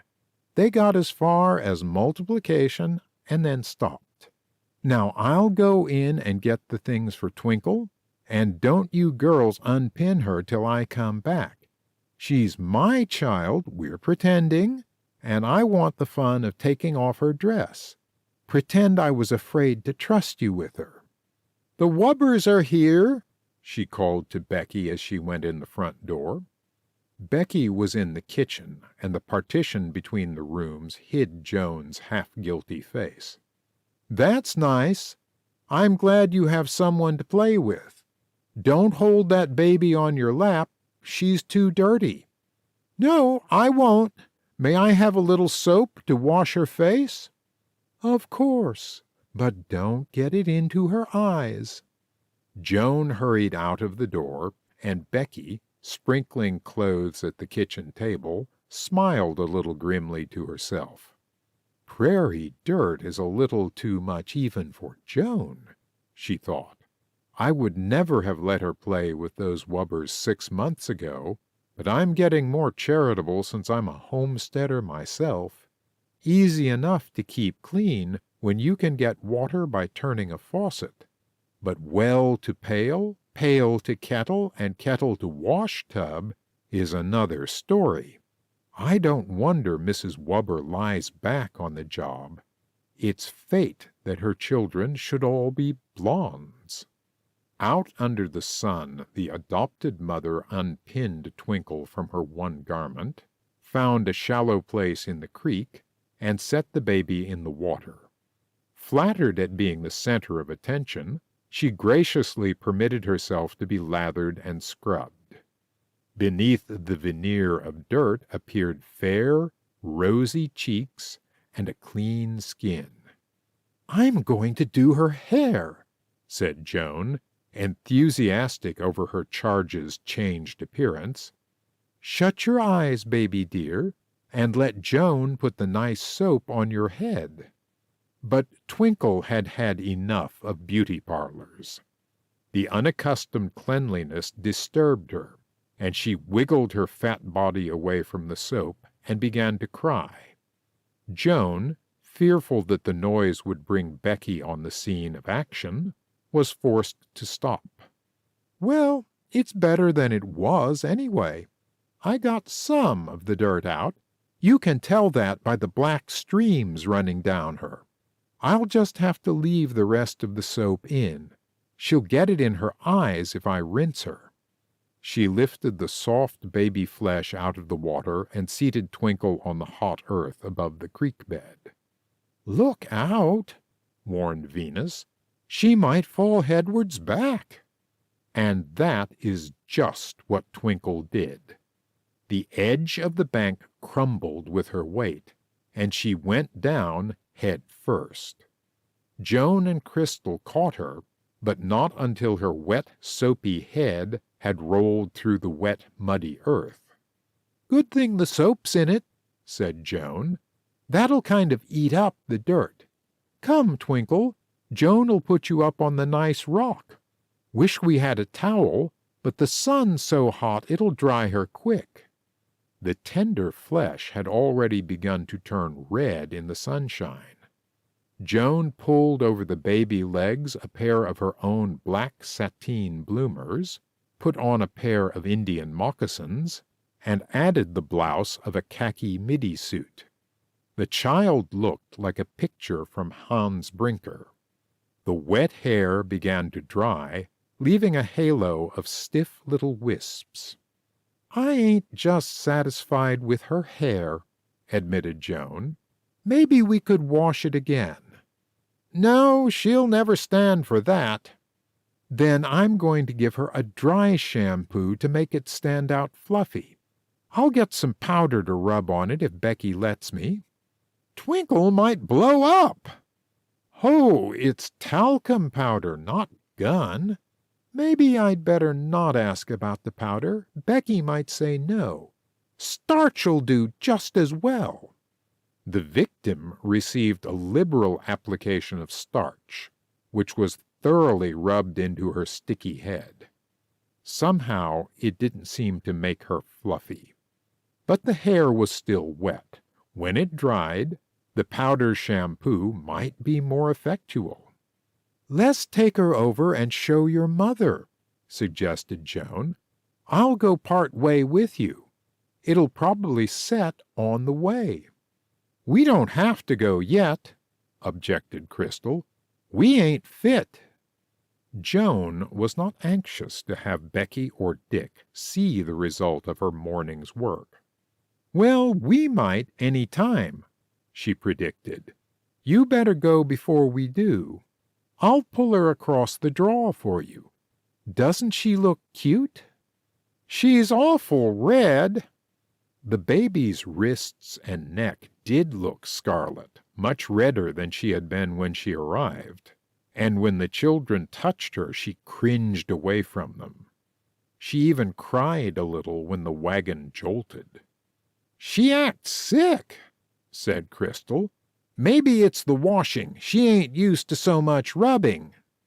"I guess I'd better be going back," said Joan as they reached the draw. "I guess maybe your mother's too busy hoeing to want me around." "You better come on and tell Ma that it was you that did it," suggested Crystal. But the prospect did not sound inviting. "Some other day," said Joan, and she turned and went back over the prairie, leaving the explanation to the wubbers. "Where are your friends?" asked Dick as she passed him in the potato field. "They had to go," answered Joan. The potatoes were doing well. Their leaves were sturdy and green, and they had begun to bud. Back of the plot in which he was working, the corn was high enough to show a ripple when the wind blew through it. The tomatoes were lusty, the cucumbers had sent out their first curly tendrils, and the melons had begun to vine. When Dick was called in to dinner, he carried a surprise with him. "Guess what I've got," he said to Becky at the kitchen door. "Another snake?" "Better than that." He opened his hands to show the first fruit of the garden, 10 small red radishes. Becky gave a squeal of delight. "Oh, Dick, won't they taste heavenly? Where did they come from? I thought the rabbits got every one of our 2 plantings." "I tried a third and sprinkled a little red pepper above each hole. They're pretty small still, but I was afraid that a rain might wash the pepper away, and the rabbits might get these before we did." He rinsed them in a cup of water and set them, still dripping, on the table. "Gee, radishes!" said Joan, coming in the door. "I could eat them all at one mouthful. How soon will the rest be ripe?" In a day or two, if the rabbits let them alone." "I can hardly wait. I'm so sick of cans I never want to see one again. It seemed grand when we first came out here to see those long rows of tins, but that was before I had to eat 1,000,000 of them. The pictures on the outside look so different from the taste inside." "You ought to have to cook from them," said Becky, sitting down at the table. "That's worse than eating from them. No matter how I season them, the tinny taste is always there. 10 radishes, 2 for you and me, Dick, and 3 for the kids." "2½ for each one of us," said Joan. "Uncle Jim would have made us divide them even." Becky gravely cut 2 of the larger radishes into halves. "Where is Phil?" "He and Audie went to find ground cherries." "How long ago?" "Just after the wubbers came." "That was 2 hours ago. I don't like to have him wandering around the prairie that way. He ought to show up for meals at least." "He'd be on hand if he knew about the radishes," said Joan. "I'll save his," said Becky.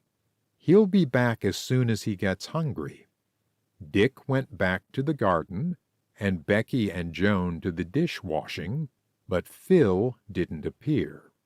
Becky weeded the onion bed and trained the morning glory vines that had begun to climb around the front door, but her eyes went frequently to the prairie trail. At 2 he hadn't appeared. At 2:30 she carried the milk and the butter, which had been awaiting him, back to the well, and lowered them into the coolness. At 3 she went out to Dick, who was hoeing corn in the garden. "I'm worried about Phil," she said. "Hasn't that little rat turned up yet?" "No, and I can't see him from the big hill. I climbed it to look. There's not a sign of him along the creek." "Maybe he went to the wubbers with Audie. He would have been back by this time." Dick picked up the spading fork and the hoe with an anxious look on his tanned face. He certainly had grown older, much older, in the months since Uncle Jim died.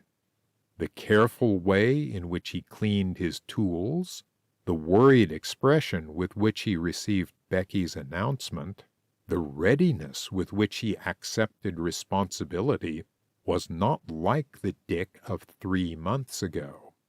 It was a comfort to have him sharing the things that threatened, and the girl felt a nearness that seemed to cut out the 2 years between their ages. "I'd better ride over to the wubbers and see," he said. He galloped over the prairie, but was back in a few minutes. "They haven't been around there," he reported. "Wubber isn't home, and Mrs. Wubber doesn't seem worried. She's rocking on her stoop. He'll show up before long, she told me.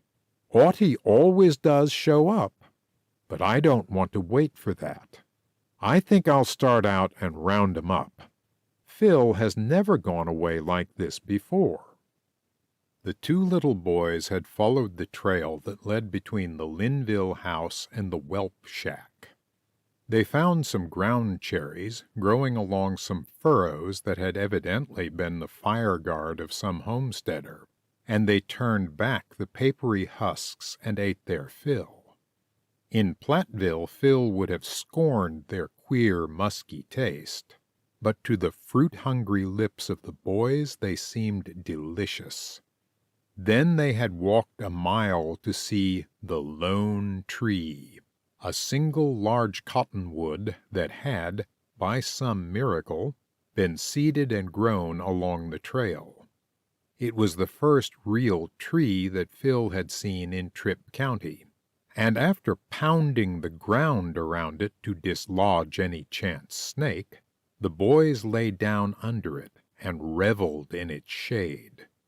The soft grasses waved around them, the gophers popped in and out of their holes, and the meadow larks whirred close above them.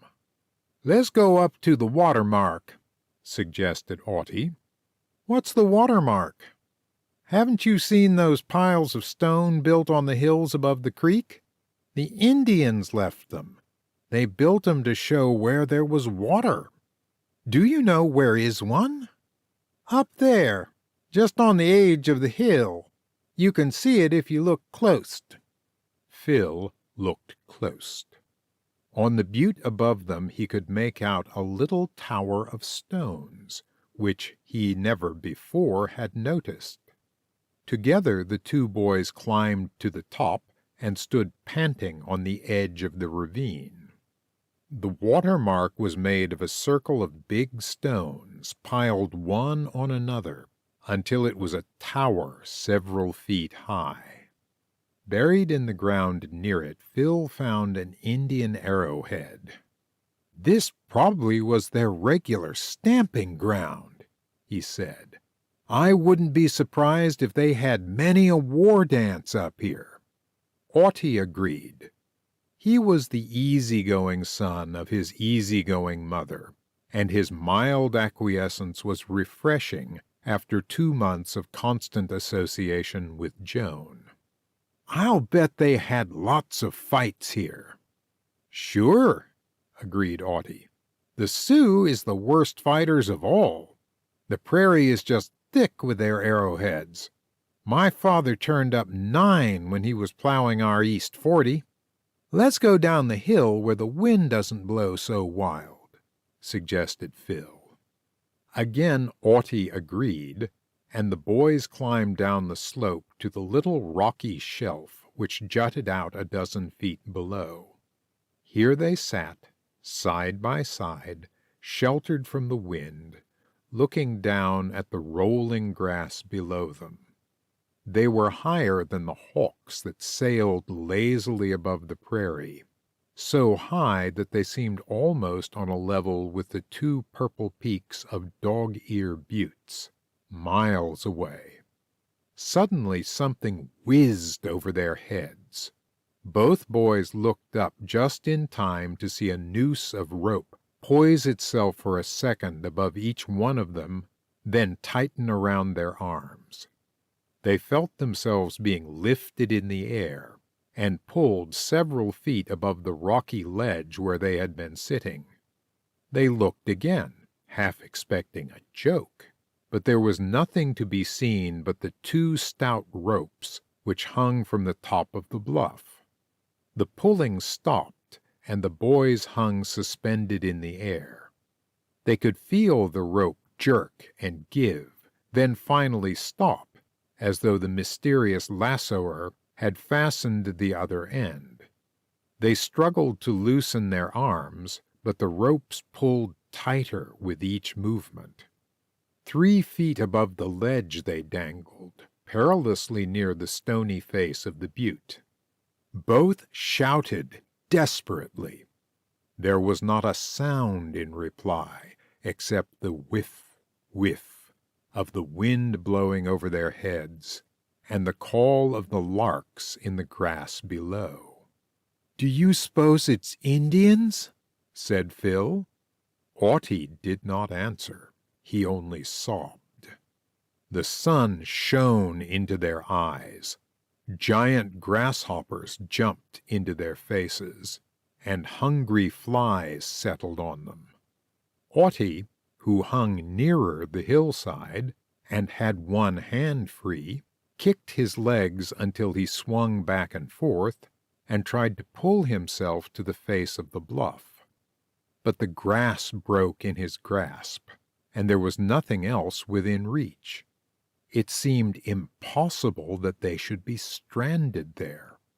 They were so near safety, and yet they were unable to reach it.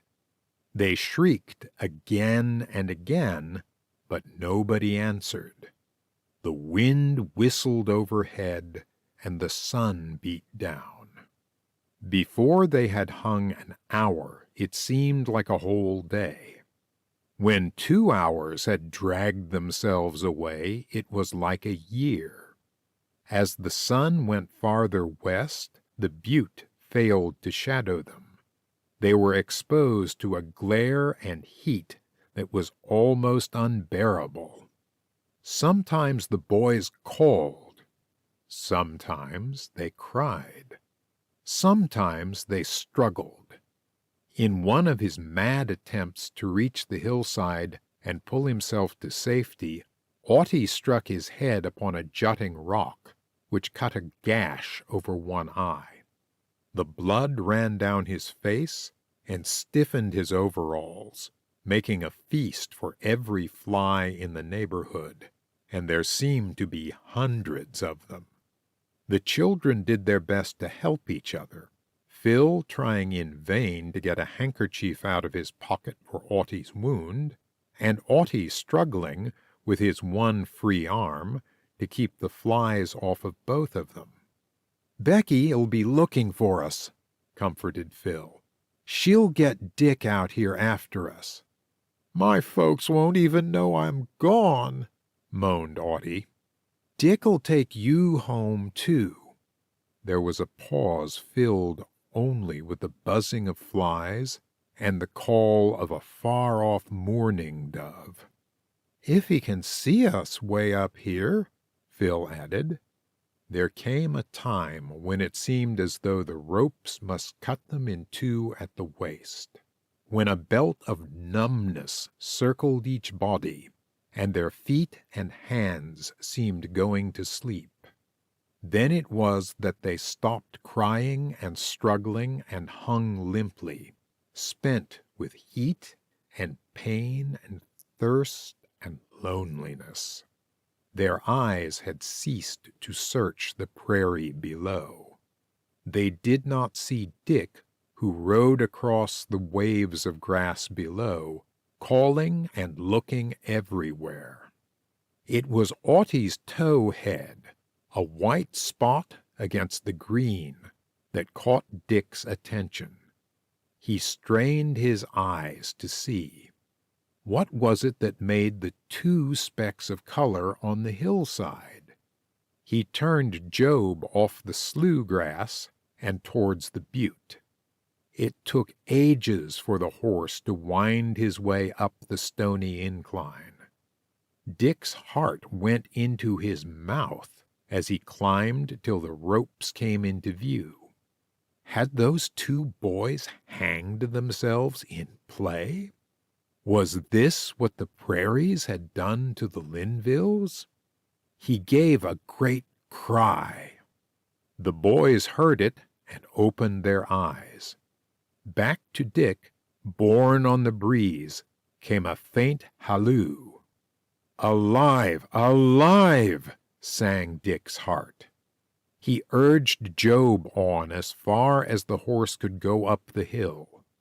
Then he dismounted and climbed the last and steepest part of the slope. He stood on the ledge, caught each boy in an arm, and eased the strain of the cruel ropes. It was only a moment before both bonds were cut. The children were laid side by side on the ledge, and Dick was rubbing their lame bodies to restore the circulation. "I knew you'd find me," said Phil's parched lips. While the two children lay resting on the grass, Dick left them and climbed to the summit of the hill to reconnoiter. There was not a sign of anyone near, not a footprint that the boy could find. But the ropes still hung from the edge of the cliff, weighted down by great stones from the watermark. He stooped down and pulled one of the lassos toward him. It was made of a new piece of twisted hemp, and at the end was a halter snap. "That," exclaimed Dick, "is the rope that fastened Red Haw." The shadows had begun to lengthen when Job with his triple burden came down the trail. Autumn, who was the first to recover from his experience, was able to sit up behind Dick, but Phil still leaned limply against his brother. Becky and Joan met them a quarter-mile from home. They had been hunting along the creek bed till they were discouraged and frightened. It was like heaven to see Job ambling down the dusty road, carrying the 3 boys. Becky only delayed them for a fragmentary story, then hurried the rescue party on to the house. The 2 girls followed, plowing through the prairie grass, holding hands tightly, and squeezing each other now and then in relief and joy. As they hurried through the door, they caught sight of the morning glory vines, which an hour before had reached their green tendrils halfway up the sides of the door. Now they lay, a tangle of string and withered leaves, on the ground, their roots torn from the ground. "The whelp boys have been here," said Joan. Becky's relief at having Phil back again was swept up by a great wave of fear. There was no getting away from an enemy like that. Spite and hatred seemed to envelop them on all sides. Where would it strike next? It was 20 minutes later that Dick lifted Audie on the horse to take him home. Becky had washed and dressed his wound and put on a clean suit of overalls that belonged to Phil. The boy seemed cheerful, and except for his cut, not much the worse for his bad afternoon. "I suppose your mother will be worried to death about you," said Dick, as they loped over the prairie trail. "Ma ain't the worrying kind," was the reply. And Audie evidently knew his mother. As they drove up at 6:30, Mrs. Wubber sat just where she had been sitting 3 hours before. She was still rocking. She looked as though she had rocked since morning. Dick told the story of the outrage, starting with indignation and ending with almost fury. But Mrs. Wubber did not seem greatly disturbed. She rocked and listened and rocked. "I always knew those whelp boys were mean cusses," was her only comment. When Dick unfastened Audie's bandage and exposed the jagged cut, he expected an outburst of anxiety and wrath, but nothing of the kind was forthcoming. "All my kids is got scars now," she remarked with what seemed like satisfaction. "This has been a day of worry for you," said Dick as he mounted Job to go back home. "That cut won't last long on Audie," she said. "He's a quick healer. But Twinkle now, she got a worse deal. I guess there's no way but I got to wash her head tomorrow." End of chapter 6. Chapter 7. A Message from Uncle Jim. The golden days of June became the molten days of July. The sky was cloudless, and the sun was a blinding glare. The winds that stirred the air were hotter than the air itself, and seemed to be blown across a fiery furnace. The meadowlarks were silent, and the gardens on the breaking withered. 3 weeks of the blazing sunshine. The green carpet that had unrolled before them 2 months ago disappeared, and a dry mat of slippery hay covered the earth. The corn was no longer shiny and green. The blades were pale yellow and crinkled with heat. Nobody said, any more, that it was good corn weather. At first they had complained that it was too dry. Then they had said that they must get rain. Now they had stopped talking about it. The few homesteaders that drove by on the trail were so discouraged and blue that they frequently didn't rein up their horses at all as they passed by. Becky and Dick made a brave fight to save the garden. They shielded the sickly plants from the sun with cloths and tin cans. They hoed the earth around and around the roots. They carried pail after pail of water to the clearing. But the tendrils of the cucumbers burned away. The melon vines were seared, and the tomatoes hung their limp heads. One by one, the leaves on the 2 transplanted trees turned yellow, withered, blew away. Even castor and pollux looked ready to die, though each day Becky loosened the dirt around their roots, and each night she carried water from the creek to pour around them. "I just can't bear to lose them," she said. "They're the only green thing I can see from the window. Wish we'd had a picture taken of the claim before everything dried up," said Joan. "Our place almost looks as bad as the Whelpses now. If we had a contest, there wouldn't be anything to show for all that work we did. I'd just as soon the Whelps would get the land, if this is the kind of summers they have in Tripp County.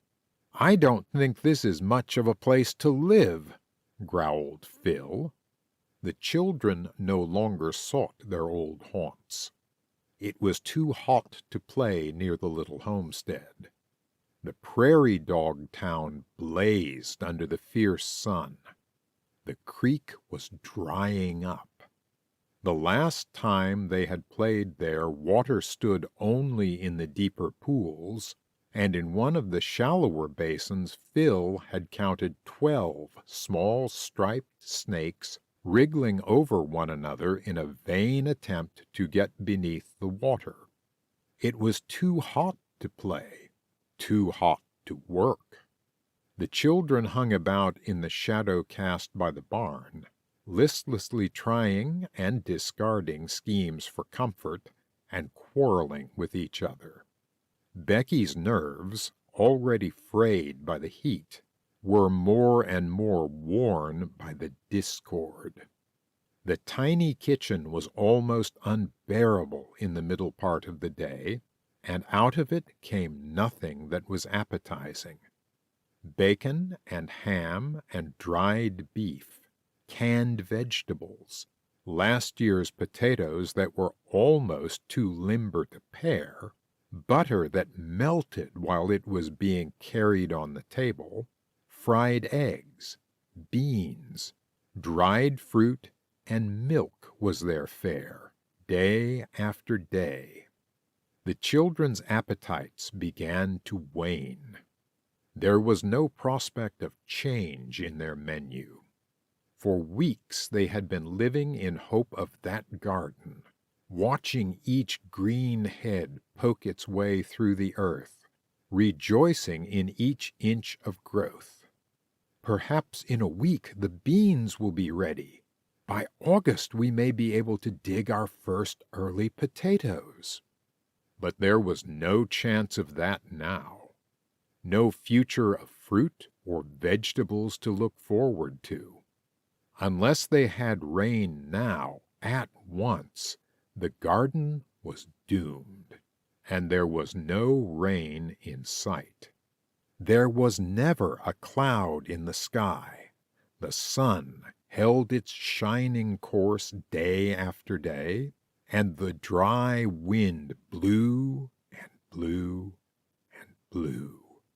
Becky closed her ears with her hands sometimes to shut out the sound. On one of the hottest of these July days, Dick was out in the garden. There was no further need of stirring the soil. What was turned up was as dry as the surface. He walked about through the yellowing rows, and with a sinking heart looked at the ruin of his summer's work. The potatoes had been the last to yield to the drought. They had flowered abundantly, and Dick and Becky had rejoiced over the prospect of a full crop. With milk and potatoes one could live, even if other things failed. Today he took the spading fork and turned up the dry earth around one of the plants. No potatoes.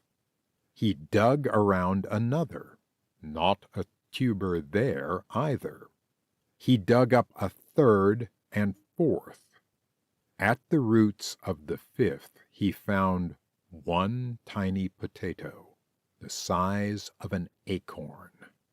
2 horseback riders crossed the creek and came picking their way along the dusty trail. As they rounded the potato patch, they gave a derisive, "Hi there!" and Dick looked up to see the grinning faces of the 2 whelp boys. "Fine potato crop you got," remarked Pete. Dick made no reply, but went on digging. "Don't worry over 'em. Those are our spuds, not yours. Paw filed a contest on you yesterday." And they rode on laughing. The dry dust from the potato field blew into Dick's face as he looked down the trail at their retreating backs. He hoped Becky had not heard their remark.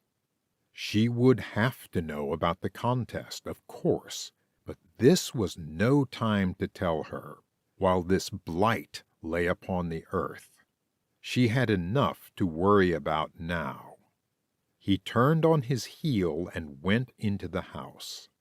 Becky was setting the table in the sitting room to get away from the oven-like air of the kitchen. Her face looked worn and her eyes starey. "I saw you digging the early potatoes," she said. Dick made no response. "Well?" inquired Becky. "Not a potato on them." "You sure?" "Dead sure." Becky went on laying the knives and forks at each place. "Would a rain save anything in the garden?" "Not unless it came tonight. The melons are burnt up, and the tomatoes almost gone. Some of them are burned off at the roots. I did hope we were going to have some potatoes, but I'm afraid they're doomed. Rain might save the cabbage plants and give the turnips a start, but there's no hope of rain. Look at that sky." Becky did not look at the sky. She did not look at her brother.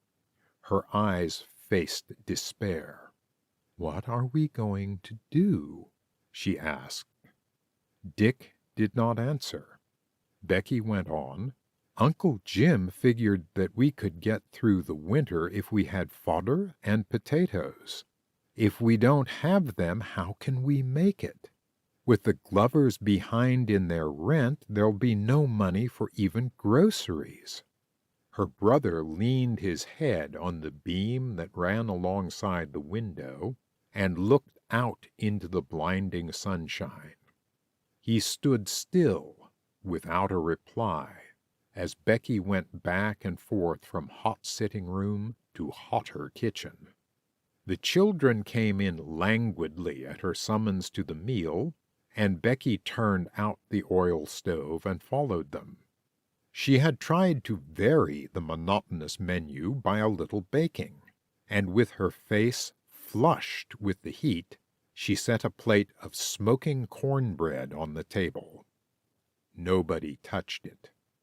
Dick drank his milk.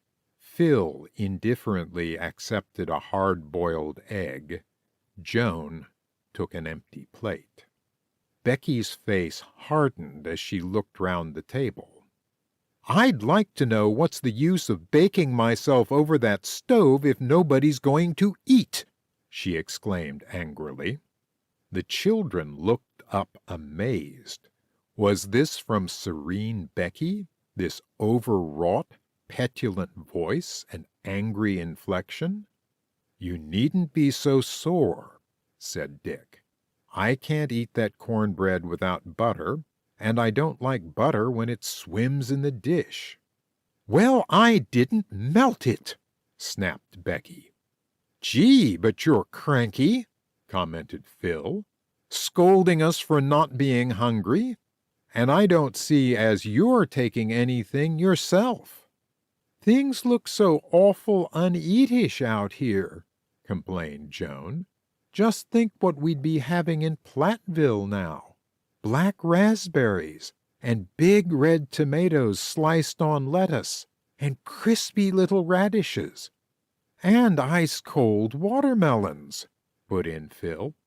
"And cherries, and big red plums, and green applesauce, and frozen custard, and new potatoes." "Be still," said Dick savagely. They finished the meal in silence. The children wiped the dishes, and Dick put a saddle on Job. "Where are you going?" asked Phil. "Winner," answered Dick. "I'll be back for supper."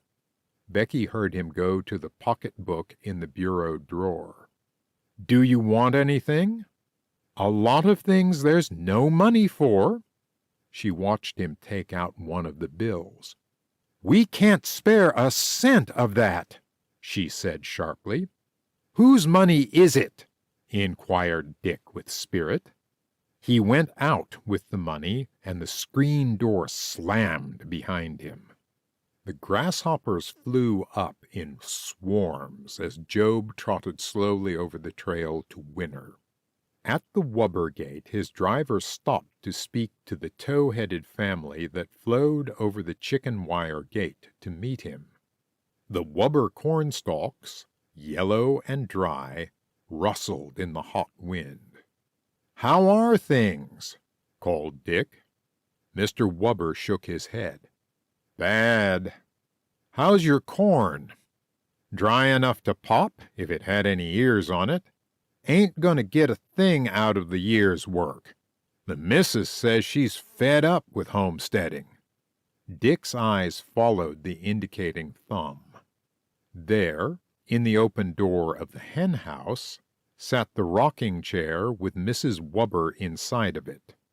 Under that low-roofed shack the heat must have been terrific, but she was reading a torn paperbacked novel and fanning herself with a newspaper as she rocked.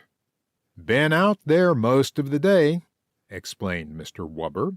"When the wind's from this way, it rattles the corrugated iron roof on the house till it makes her crazy. She says she can't stand the banging. That's why she sets out there." "Maybe it'll blow up a storm," said Dick. "No hope for that," replied Mr. Wubber. "No weather breeder about that breeze. It's straight prairie wind. Myself, I don't mind it, but it gets the women folks." Dick thought over the speech as he urged Job along the prairie trail. Was that what was the matter with Becky, that made her so jerky and irritable? She hadn't looked right lately, and she jumped if anyone dropped a cup or the door banged. Did the wind get her, or was it the worry?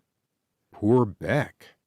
They were all having a hard enough time, but she was getting the toughest end of it. He wished he had not slammed the screen door. Well, he knew what he must do. From noon to 3 o'clock was the hottest part of the day. Becky ironed in the sitting-room, with her board placed between the doors to catch the breeze that stirred, but did not cool, the air. Birds sat motionless on the barbed wire fence, in the tiny shade cast by the posts, and the air seemed to dance as she looked out over the dry prairie. Perspiration drenched the blue gingham apron, and her head felt dizzy and too large for her body, but the basket of ironing was almost emptied. No use in leaving it for another day, no hope of tomorrow's being any cooler. She was on Dick's last blue shirt when the children burst in at the door, both crying. "It's wrecked! It's all broken up!" Becky made out between sobs. "What's broken, children?" "Oh, our little homestead, our little claim. The buildings are all smashed, and the windmill. It's all torn up." She followed them down to the bank of the dry creek. It looked as though a tornado had struck the site of the little homestead. The farm buildings were split in pieces. The wheels were wrenched off the carts. The fragments of the windmill lay in the creek bottom. Nothing had been spared. The plaything was a wreck. "It was those whelp boys! I know it was those whelp boys!" exclaimed Phil, his voice shrill with fury and excitement. "I saw Bill and Pete riding along the creek this noon. They must have seen my little farm and smashed it while we were all in the house. Oh, Becky, my farm!" Becky tried to comfort the little fellow. "I'll help you to build another," she said, with her arms around him. "I can't build another. That was the last of the boxes." "I'd just like to catch those old sneaks," scolded Joan. "They waited around here till they knew Bronx and Dick were gone. I'd like to tie wasps' nests to 'em." "Can't we do something to them, Becky? Have them arrested or something? I'm afraid they'll kill us if they get the chance." Becky laughed at the fear, but it was not a genuine laugh. The same thought had threatened her when the two boys were found strung up on the hillside, and had never left her since. Broken windows, loosened stock, torn up flowers, and smashed toys could be endured. But would the whelp family stop at depredation? Becky hugged her little brother tightly. How long would the children be safe? She comforted them with the promise of more box lumber and her help in building. "Why don't you pull 2 wash tubs up in front of the shack and fill them with water?" she suggested. "It'll begin to be shady there before long. Put on your worst clothes and you can have a good time splashing around. It will cool you off anyway." Phil and Joan forgot their grief in their delight at the idea, as they ran in for overalls and out again for tubs. Becky looked at the thermometer which hung at the door. 103 in the shade, she said, "if there is any shade to be in." She put away the ironing board and the smooth stack of linen, and took Uncle Jim's old sweater from her pile of mending. "Dick will be wanting this some day," she thought, "if it ever gets cool enough to wear a sweater." But she did not sew. She sat with the needle in her hand and looked out at the dry world that lay beyond. The prairie seemed to be rolling in on them instead of away from them. It was like a threatening enemy, not a welcoming friend. Only a month ago it had invited them, holding out its green lap of plenty. Now it had turned a traitorous face. They could never hope to make friends with it. The hot wind sucked in at the south door and out at the north. It flapped the awning. It pounded the screen door. The strips of black cloth tacked onto the outside to keep away the flies snapped in the breeze till the edges were frayed. The gusts of hot air rose and fell like waves of the sea, with a noise that waxed and waned, but never stopped. Becky remembered Mrs. Kenniker on the wind. It nags at you and nags at you and nags at you till it finally gets you. Was that what was the matter with her? Was it the worry over the drought and fear of the whelp family that was making her nervous? Or was it the prairie wind? She had not been sleeping well since the hot weather set in, and she was not hungry either. Nothing tasted good out of cans. Perhaps what Phil had said about her at noon was true. Yes, she had been cranky lately. She could recall more than one irritable speech. But that wasn't her fault. She was not naturally a cross person. It must be the wind. If it would only stop its eternal nagging, she could stand all the rest of the discomforts. But how she hated the heat and the flies! How she despised the dirt! How she missed the sink and dreaded the carrying and emptying water! How she rebelled at the traces of the barnyard that seemed ever present, and how she longed for the old bathroom at home. She could get along without companionship. She could give up school. She didn't mind the hard work or the loneliness, but it was the daintiness she missed, and it was impossible to be dainty on the Dakota prairie when it was 103 by the thermometer. She laid her hot face down on the table beside Uncle Jim's sweater. It brought back Uncle Jim so vividly, with its smell of tobacco and that tear in the pocket that he had caught on the kitchen cabinet the last time he wiped dishes for her. Oh, if Uncle Jim were only there to advise, to plan, and to comfort. If he were with them, they wouldn't fail in homesteading. He would find a way out. She picked up the needle and took the sweater off the table. Out of the pocket a little shower dropped into her lap. Uncle Jim's knife was there. A black button from his vest. 3 matches. One of the little, smooth, shiny stones that he was always picking up. And beside this tiny hoard of treasures was a small blank book with a 4-leafed clover pressed between its pages. There were figures on most of its sheets, and memoranda of various kinds in his neat handwriting. And on the 4th page she found this. Enter on checkbook. $6.80 flour. $15 potatoes. $25 church. $12.25 school books. Call up Gronow. See about winter's coal. Coote's Life of Napoleon. Taxes. Jones' muff.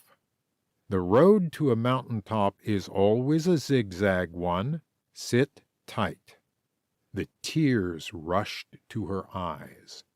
Uncle Jim came back with the words. The prairie shack melted away into space, and she was back in the Platteville living room. And he was near her, standing with his hands in the pockets of that old gray sweater, looking down at her with the smile wrinkles about his eyes. No matter whether those words were a quotation or his own, no matter why he had written them in the book, they were his message to her. She could hear him saying them. She could see him saying them. He was there with her. Oh, Uncle Jim! And then the Platteville living room was gone. She was back in the hot shack. The gray sweater was empty, and the prairie wind was banging the screen door. But the wind was no longer an excuse for irritation and discouragement. She saw how she had been sheltering herself behind it for the past weeks, how she had been trying to fool herself with the idea that it alone was responsible for her ill humor. "You big baby," said Becky to herself, pitying yourself. No doubt that things were hard and times were discouraging, but you couldn't go down under them. And if you did go down, it was your own fault and not the wind's. Sit tight, Uncle Jim had said. Well, she would. She stooped down to pick up a piece of paper that had fallen where Joan had changed her dress.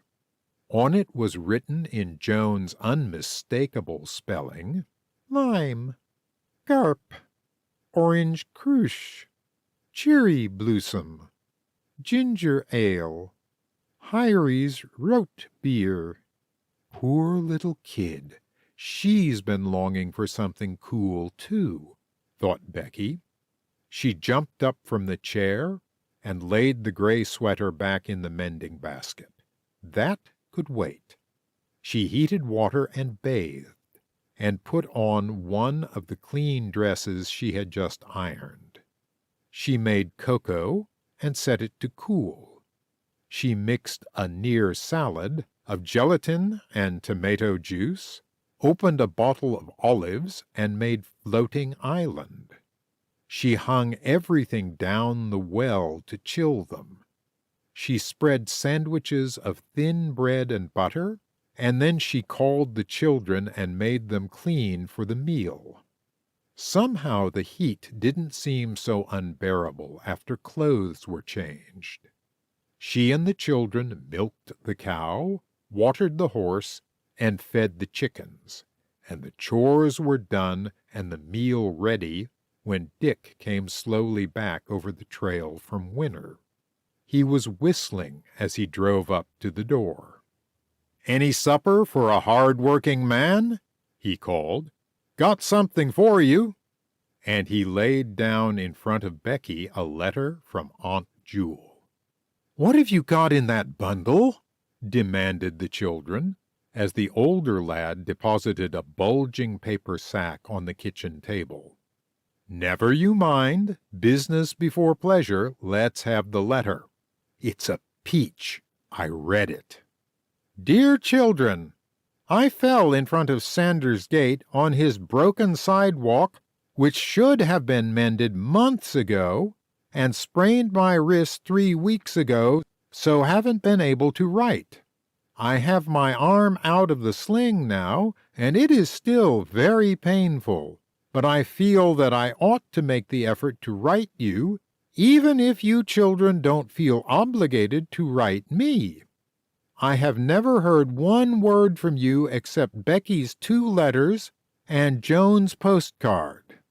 We are having very warm weather here, and the crops need rain. I see by the papers that this is a bad season in Tripp County, and that you are due for a complete failure. I never had the faith in that country that Jim had. I hope you are not going to lose everything, but if you children did the planting, I don't suppose you had much to lose. Your house looks pretty run down. The Glovers seem to be dirty, easy-going tenants, and don't keep things up the way they should. They have cut down the hard maple that Jim planted, and I notice that 2 of the windows are broken. I don't suppose they will keep the place long. I hope they will stay, for you'll need the money before the year is out. I worry about you often, and wonder how you are getting along. I suppose you are all out at the elbows. The M.E. Church cleared $18.90 on their chicken dinner last week. They expected more. Mrs. Hunter is down with rheumatism, and Grandpa Patterson has had a stroke and is unconscious. Did you take your walnut bookshelves with you? If they are stored here in Platteville, I could use them and save you the price of storage. Let me hear from you at once. Your affectionate aunt, Juliet McGrudy." Becky laughed her first real laugh for weeks. "Cheery, isn't it?" said Dick, seating himself at the table. "Gee, this has been a hot day. This cold cocoa tastes great, Beck. Well, I have 2 pieces of good news for you. The first is that I dropped Aunt Jewel a postcard saying she might use the bookcase. It's too wide to get through any door in her house, as she'll find after she's paid the drayman to bring it up." "Dick!" "Why not? Your cry was always not to argue with her. Nothing else I could write her would ever convince her that the shelves were too big for her house." Becky looked amused but worried. "I don't like to make trouble for Aunt Jewel," she began. "I do," said Joan, eating her floating island with relish. "What's the other good news, Dick?" "Well, I went into Mr. Cleaver's office and asked him if he knew where I could get a job in the fall. I told him that things looked bad out here, and that we'd have a slim chance of scraping through the winter if I couldn't earn something to help. He told me that he didn't see what I could do, that there were a dozen homesteaders to every job in Tripp County. But he suggested something for you, Beck." "Me? What could I do?" "He says he thinks you could get a school if you went after it.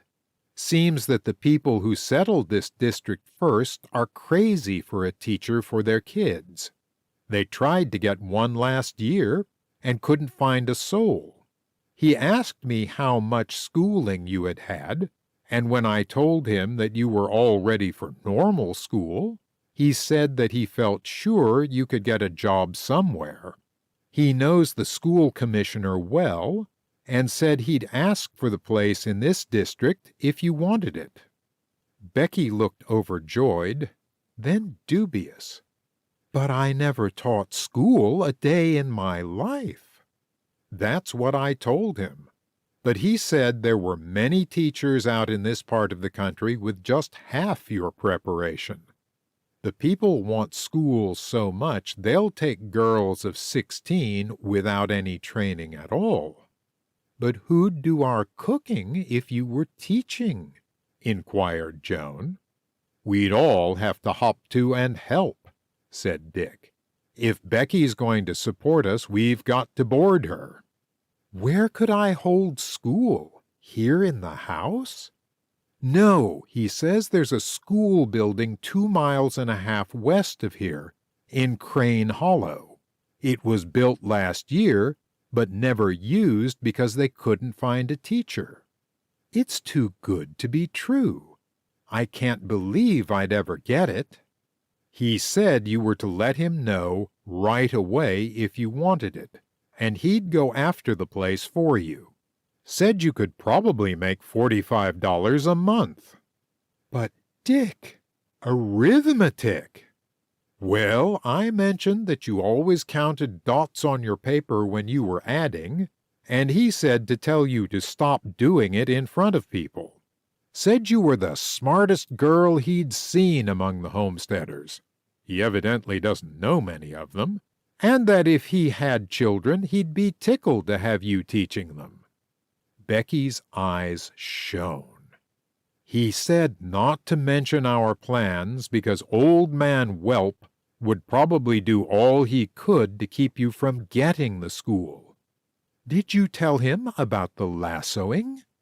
"I did, and he was as hot as I was. Said that the worst thing about it was that we were so helpless with a man like Whelp. If we had him bound over to keep the peace, he'd probably burn the shack down at night or do something equally lawless. The only thing to do was to keep away from them, not even let the children go where they'd be likely to have a run-in with them. If the whelps got too lawless, he said, The homesteaders themselves would step in and force them out of the county, which of course would be the best thing in the world for us. He advised us to mind our own business, never to speak to them, and if they threatened us again, to let him know. Mr. Cleaver's a peach, Beck. It's wonderful to have him to go to for advice. I told him that, and he laughed and said it was wonderful to find anybody who wanted advice these days, that it was far more blessed to give than to receive. I hope he doesn't feel that the Linvilles are hanging on him too much.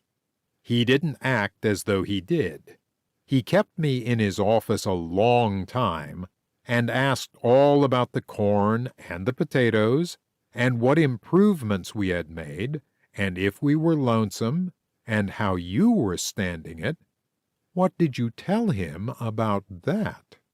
Dick looked mischievous. I told him that I thought the wind was making you a bit edgy, that your practically perfect disposition seemed frazzled lately, and he said, when she feels that way, pack her up and bring her into Dallas to my wife. She'll sympathize with her. When I first brought Mrs. Cleaver out here from Ohio, she said the wind used to blow her spirits out just like electric fuses. I'm not afraid of the wind now.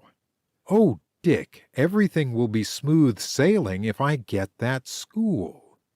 Look what I brought home, said Dick. He opened the paper bag that the children had been eyeing and thrust it under the three noses in succession. Oranges! Exclaimed Joan and Phil. Lemons! Said Becky. Let's lie in the lap of luxury, proposed Dick. Beck, you squeeze the lemons. Phil, you get the big pitcher. Joan, you bring the sugar. In the meantime, I'll see if I can't manage to scurry around and dip out the water. We'll drink to Becky's school in real lemonade. End of Chapter 7. Chapter 8. Prairie Bonds. "It's your turn to feed the chickens," said Joan to Phil. "'Tis not. It's yours. Phil Linville, don't you remember that I took the scraps out early this morning and that old rooster snipped me in the arm? That was yesterday." "It was not. Look at the mark. Does that look like a yesterday scar?" "Gee, you're always trying to get out of work," said Phil. "I did all the chores this morning with Dick." "Quit your scrapping," called Dick from the barn. "Trouble with you kids is that you haven't enough work. You ought to be made to do all the chores except milking. Then you wouldn't have so much time to fight." "Why don't you children carry out the chicken feed together?" advised Becky. "Then you could get to playing sooner. I thought you were going to have a circus this morning." "We were going to have one," said Phil gloomily. "We had 2 gophers for it, but one gnawed his way out of the box last night, and we always have a fight because Joan insists on being the trainer. There's only one that can be that, and she won't be the audience.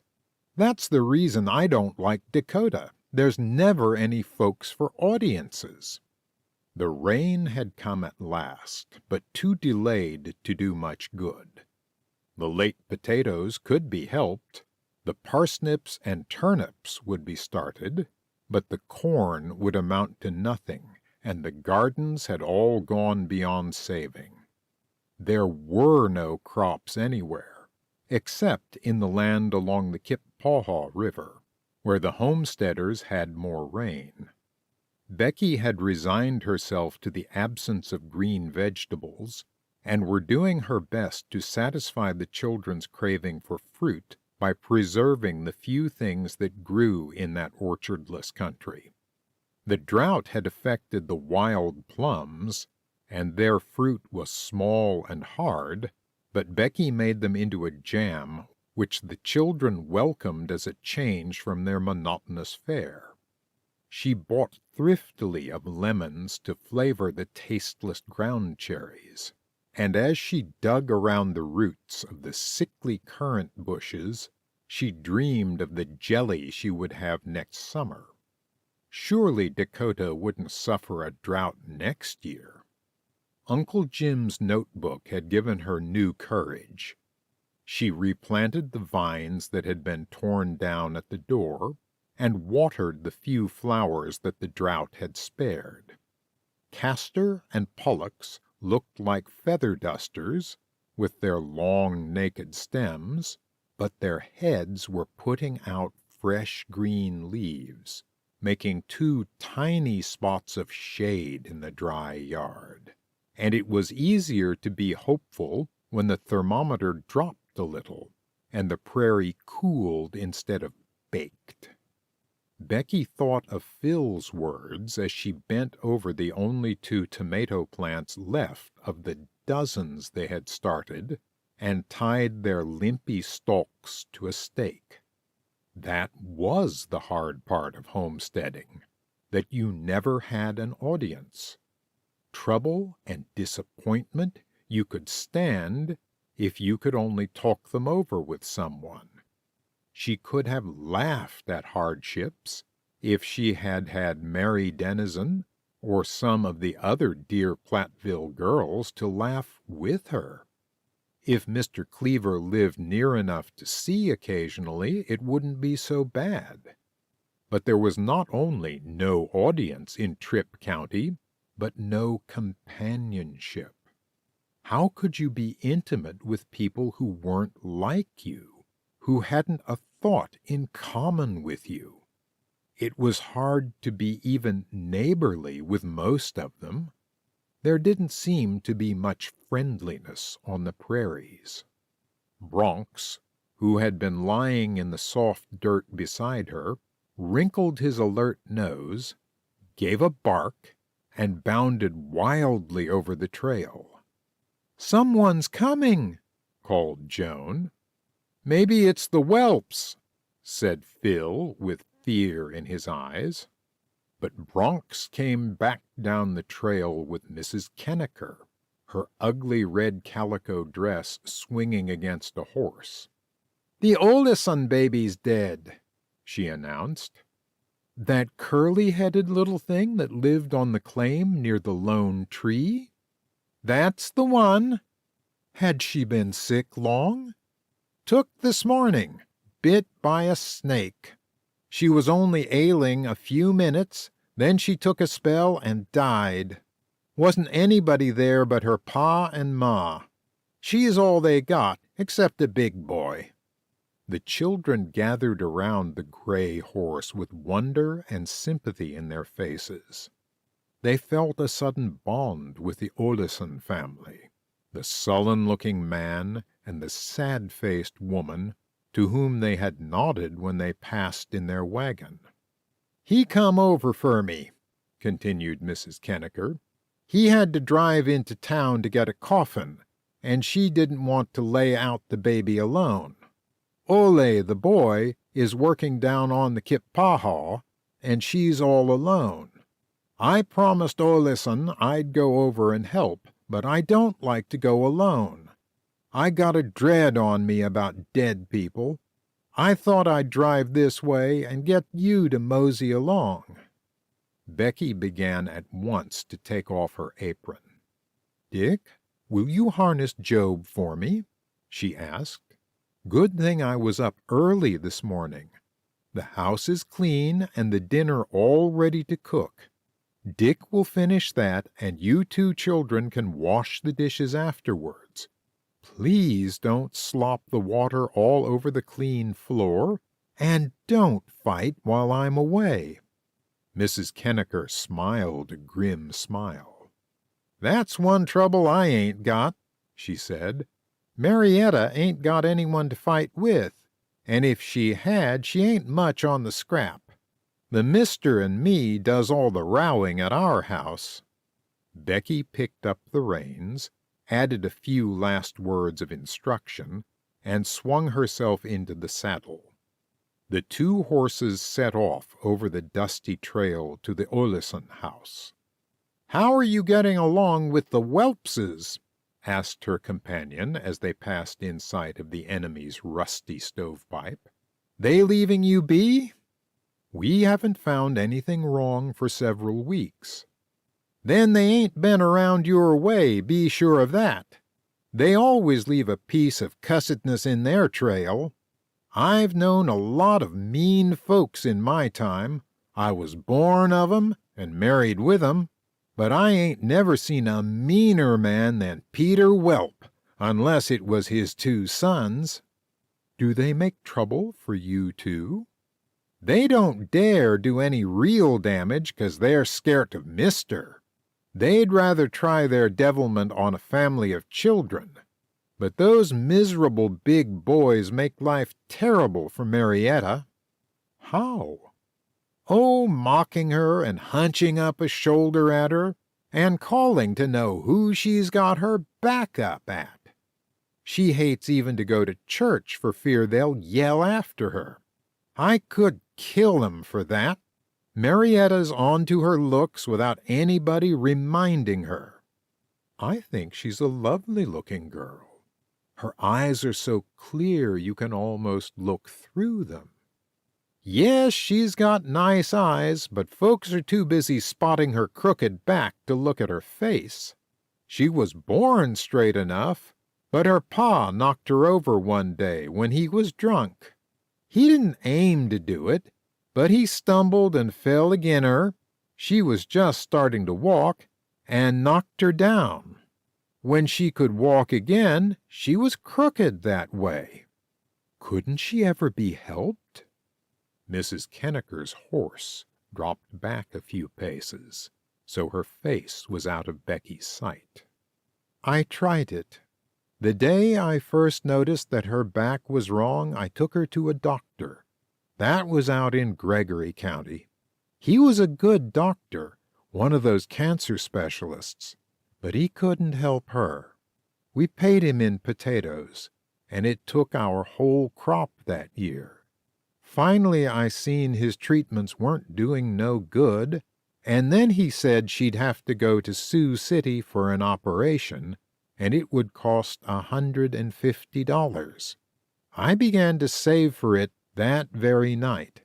I laid 18 cents in a tea box in my pantry as soon as I got home, and whenever I got a little egg money, I'd put a few cents to it. But every time I got a little scraped together, Marietta'd be sick, and I'd have to spend it. She was such a pindling baby that she caught everything that came along. I had $90 saved the time she had typhoid, and it all went. After she was well, I began to save again.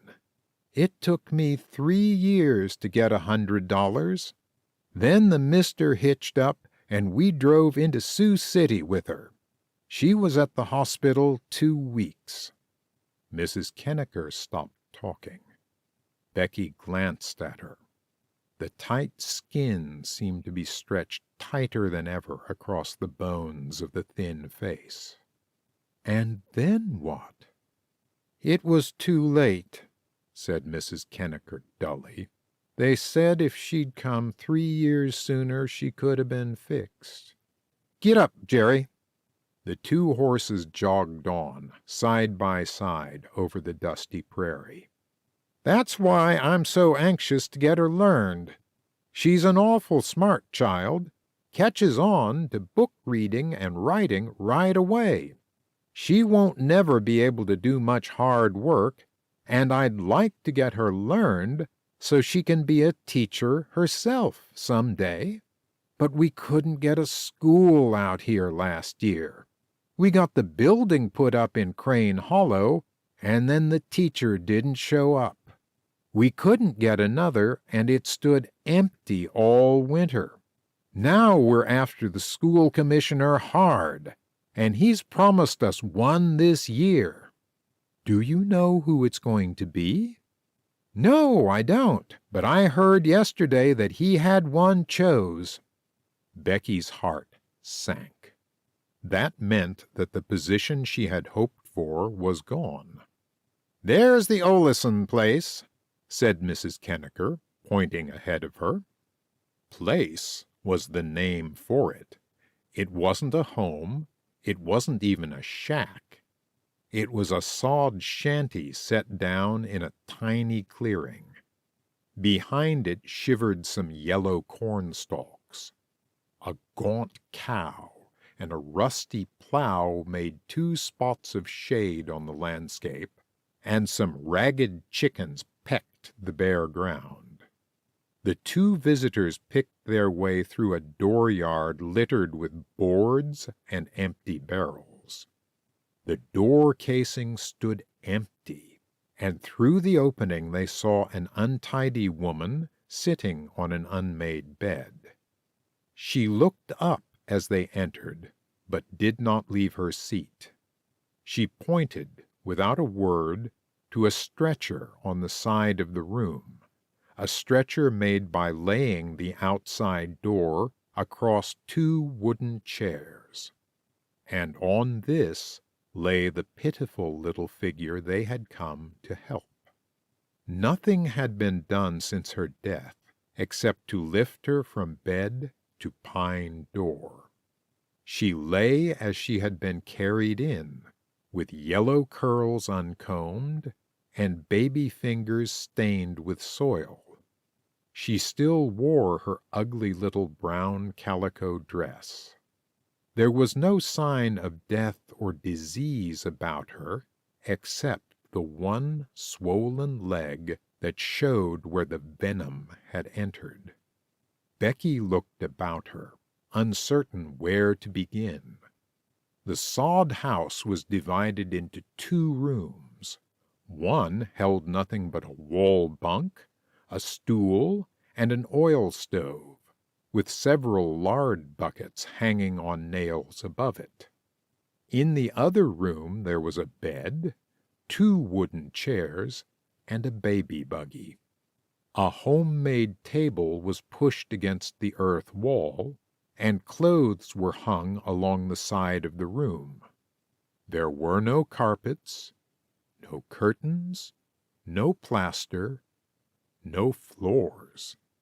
The sunlight blazed in through open window and door, chickens pecked the earth floor, and flies buzzed everywhere. Mrs. Kenniker drove the chickens out of the house and barred their entrance with boards, while Becky heated water in the lard pails that seemed to be the only kitchen utensils. Then they washed the little child and brushed her fair hair. Of linen there was nothing in the house, no sheets, no towels, no clean cloths even. When they asked for underwear, the woman brought out a pair of dark calico bloomers. "Ain't you got any white cloth in the house?" asked Mrs. Kenniker. Mrs. Olison went to a pine box in the room and produced 2 flour sacks, with traces of the flour inside. They washed them in a lard pail and dried them in the hot sunshine. From the 2 pieces of coarse cloth, Mrs. Kenniker fashioned a white slip, which they put on the baby.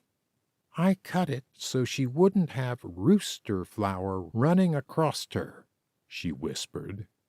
Becky looked at the dull calico dress, the clumsy bloomers, the dark tan stockings which the mother had laid out. "Don't put them on yet," she whispered to Mrs. Kenniker. "I'll go over home and pick up a few clothes. I'm sure I can find something better for the little thing. I can't bear to put that caliker dress on that baby." "Neither can I." "Marietta's got a white dress. It's the apple of her eye, but I think she'd give it up. In a case of need like this now." "Don't ask her for it till I see what I have."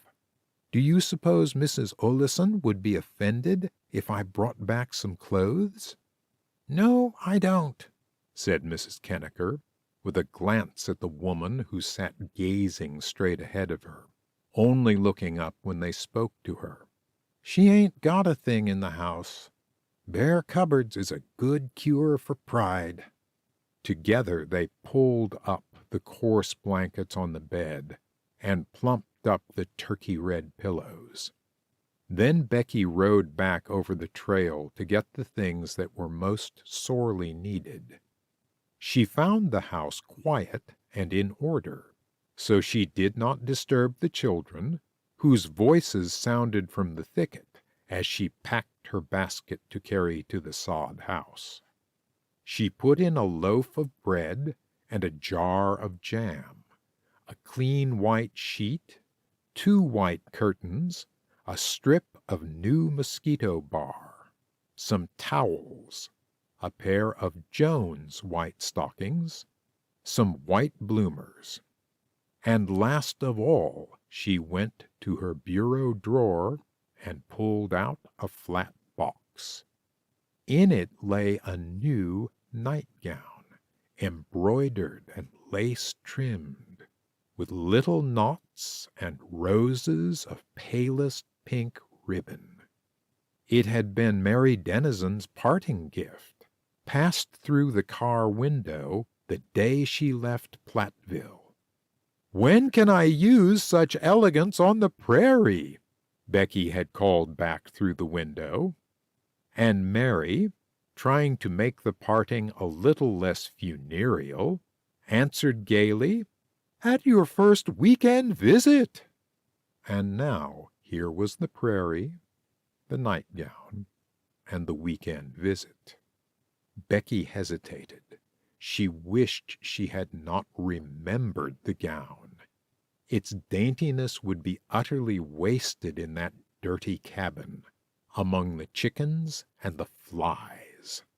That sullen, slovenly woman, who had left the 2-year-old baby exposed to snake bite, certainly deserved no such consideration. Besides, Becky wanted that nightgown herself. From the moment she had seen its sheer folds, its laciness, it had been the apple of her eye. That was what Mrs. Kenniker had called Marietta's white dress. And yet Marietta would have given up her one and only white gown, and Mrs. Kenniker, who had but one Marietta and no money to buy her another gown, would have been willing. In a case of need like this now, Becky hesitated no longer. She laid the box on top of the basket and set out on her 3rd trip across the trail. It seemed to her as she entered the open doorway that she had never known what real poverty was until then. Mrs. Oleson still sat at the table, looking into nothingness. Mrs. Kenniker was clearing away the untasted meal. "No use in coaxing her," she murmured to Becky. "We just got to wait until her crying time comes. Then she'll eat." Her eyes opened at the sight of the soft white gown. "You ain't intending to cut that up?" she whispered. Becky nodded. "It's a shame to spoil a lovely thing like that. I'll ride home and get Marietta's dress. That's got the new wore off of it. No, you start at this. If you cut it out, I can help with the sewing." Becky turned her face as Mrs. Kenniker's scissors slashed through the gown. "I'll be putting the house in order," she said. She covered the bed with the sheet and laid a clean white cloth over the staring red pillows. She put away the food and stretched a white towel across the table. She washed the window tacked mosquito bar on the outside, and hung the snowy curtains from the sash before she sat down to her sewing. Mrs. Oleson sat on the stool, not offering to help, and looking at her hands with unseeing eyes. When the gown was finished, the two visitors dressed the baby, pulled on the clean white stockings, and smoothed the yellow curls. Then they lifted the little body and laid it on the white bed, covered with the new white mosquito bar, while they put the door back on its hinges and drove out the flies. One by one the neighbors began to drift in. They brought supplies with them, butter and ham and eggs, baked beans, cake, and doughnuts. They brought offers of help, of mourning bonnets, of wagons for the funeral. 3 men came with spades to dig the little grave in the soil of the Oleson claim. A neighboring homesteader started out on a 10-mile trip to engage a preacher. Another drove to Winner to send the sad news to the boy down near the Kippawhaw River. When, at nightfall, the father drove up the trail with a tow-headed boy on the seat beside him, and a little coffin wrapped in burlap on the wagon floor, there were willing hands waiting to carry in the light burden, to unharness and feed the horses, and to do the evening chores. Becky helped with the supper before she left. Then she went to take a last look at the dead child. In the only white bed in which she had ever been laid, the baby was sleeping, her chubby little hands curled against the lace and the pink ribbons, her yellow curls touching the pink roses. Beside the coffin stood Ole, his long wrists hanging from his flannel shirt, his pale blue eyes looking down at his little sister. He glanced at his mother, sitting humped over on the low stool. "Come here, Ma," he urged. Mrs. Oleson did not answer. She twisted her gnarled brown hands on her knees and kept her eyes on them. "Come on," he said awkwardly. "You ought to see how sweet she's sleepin'." The mother slowly left her stool and looked down at the little girl. Her eyes traveled over the whiteness and the daintiness below. Then the tears came, and the sobs shook her work-worn frame.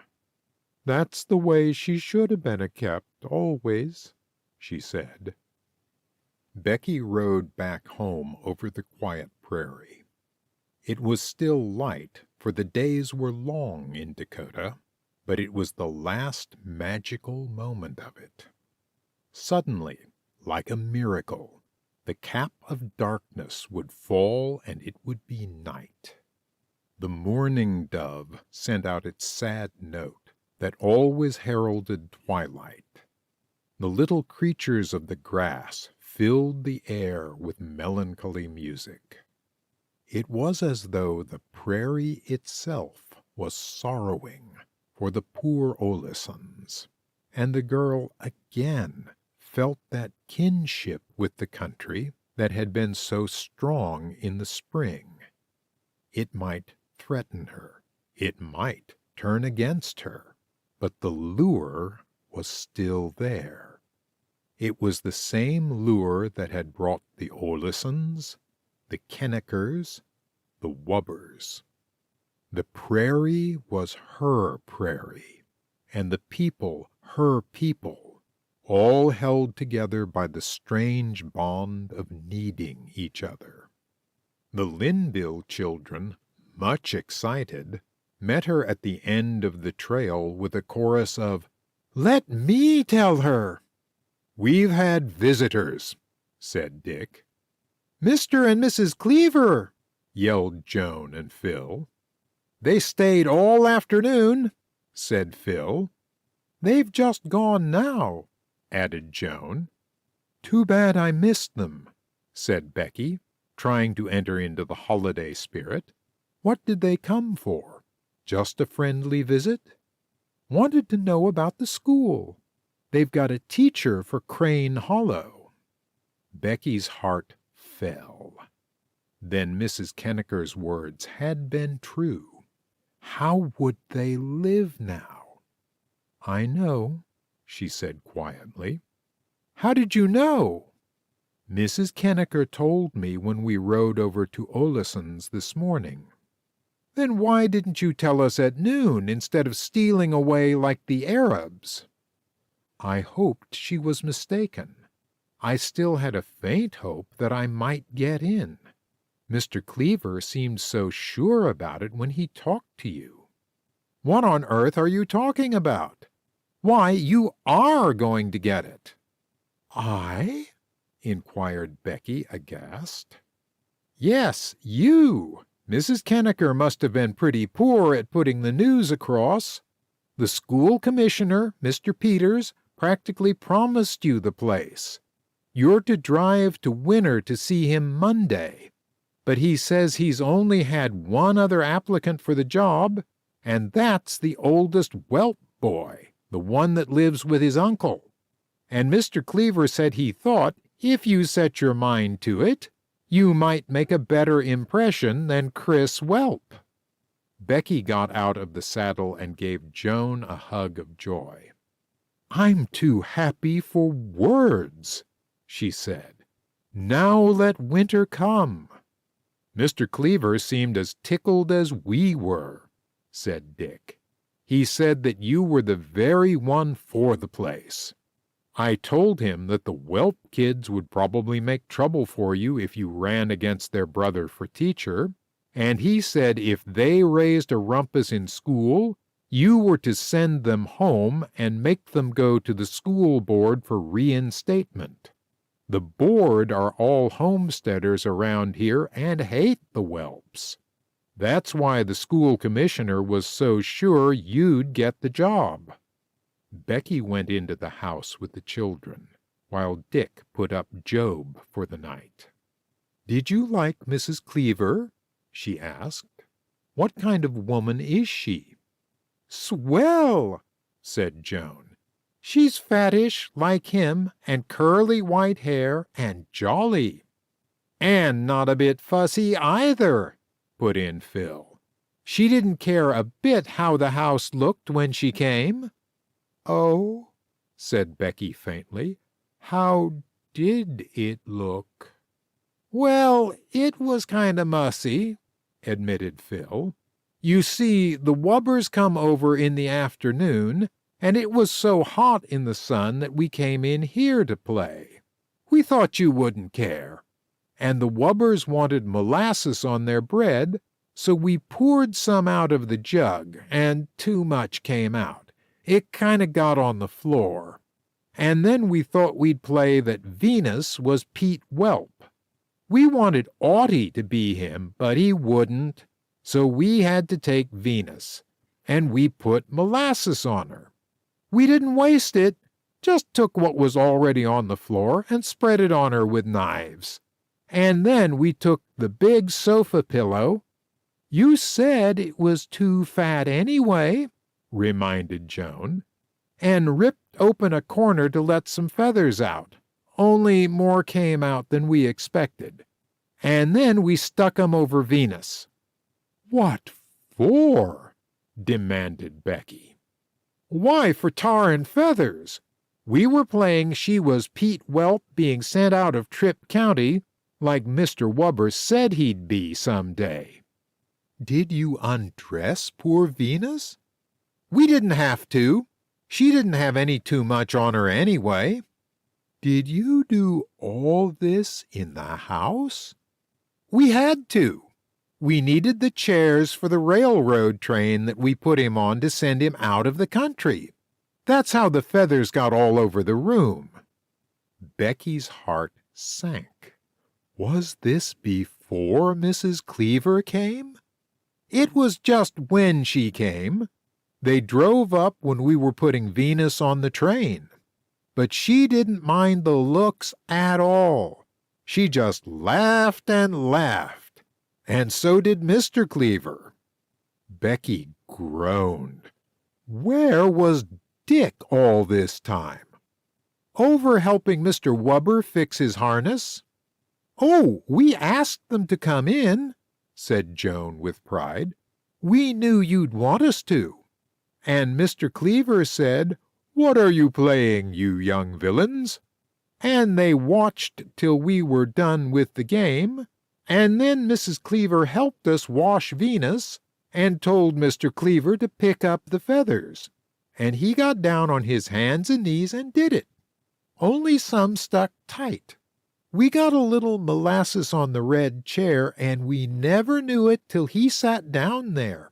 And then Dick came home and invited them to stay for supper, and they did.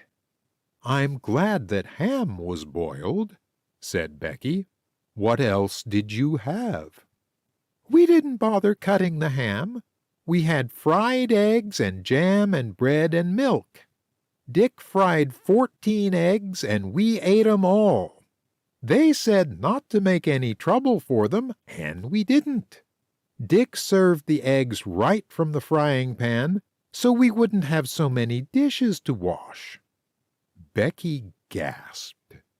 Knowing her family, she felt sure that her picturization of the scene of hospitality was unerring. Why didn't you get our regular kind of a meal?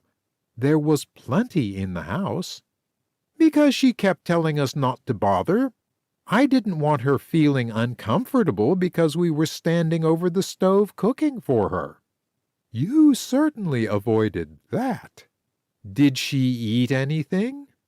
She ate 3 eggs, said Joan, and a lot of bread and butter, and she asked who made that delicious jam. She said we were to tell you that she didn't know when she'd laughed so much. And she wants us all to come and see them in Dallas. Spend a night with them, she said.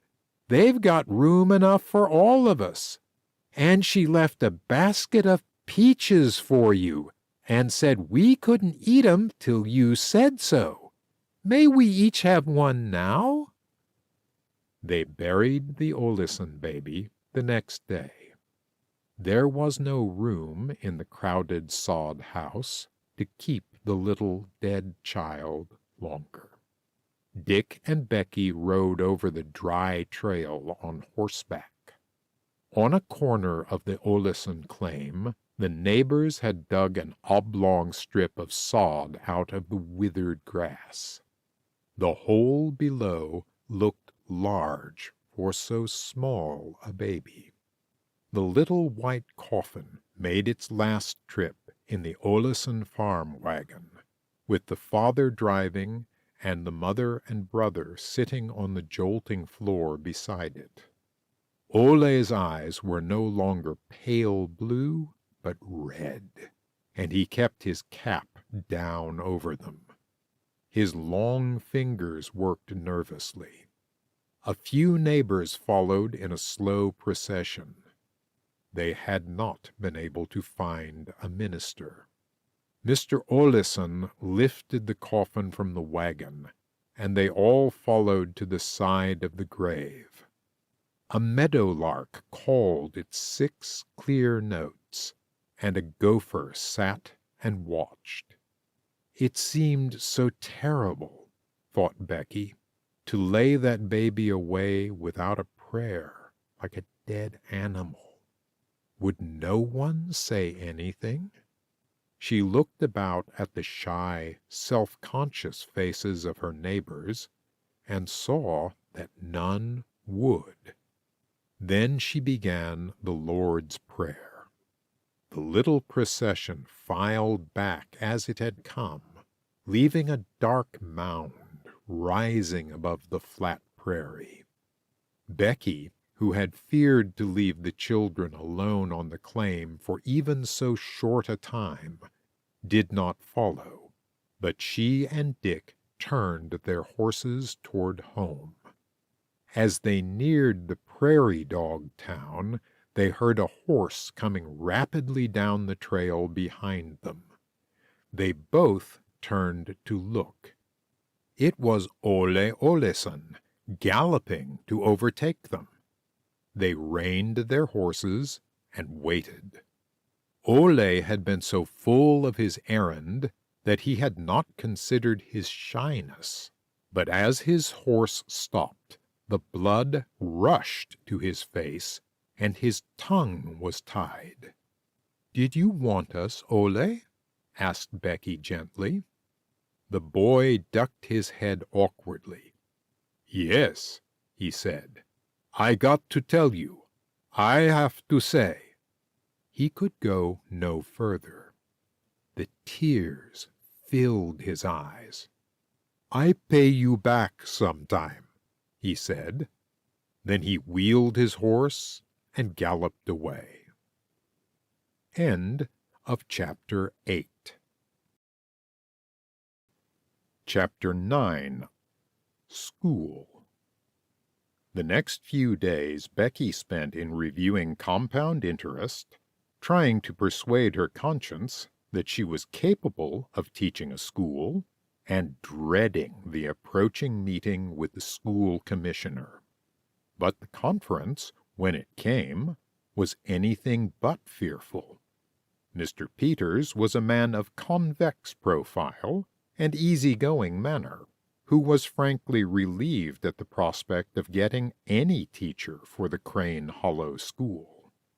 "There never were people who want teaching more than homesteaders," said he, "and there's never a place where you'll find fewer teachers than in homesteading country. That school stayed closed all last winter because I couldn't scare up a soul to take it." "You know I have no teacher's certificate," explained Becky. "I was just ready to enter normal school when we came out here." "Well, according to state law, every teacher has to have a certificate. But a certificate without a teacher isn't as much good as a teacher without a certificate." "In other words," said Becky, dimpling, "I'm better than an empty chair. But do you think I can carry a school?" "If what your school record and Mr. Cleaver says about you is true, you can. He thinks you're about right." "He knows me as a homesteader, not as a school teacher. I suppose I may be better than no teacher at all. The course seems simple enough.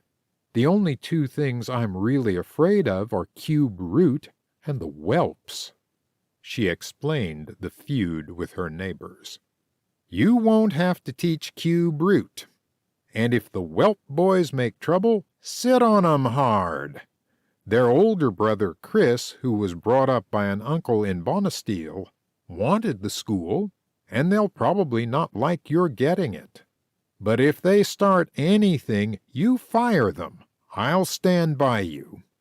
Becky repeated this conversation to her family. Joan especially seemed impressed.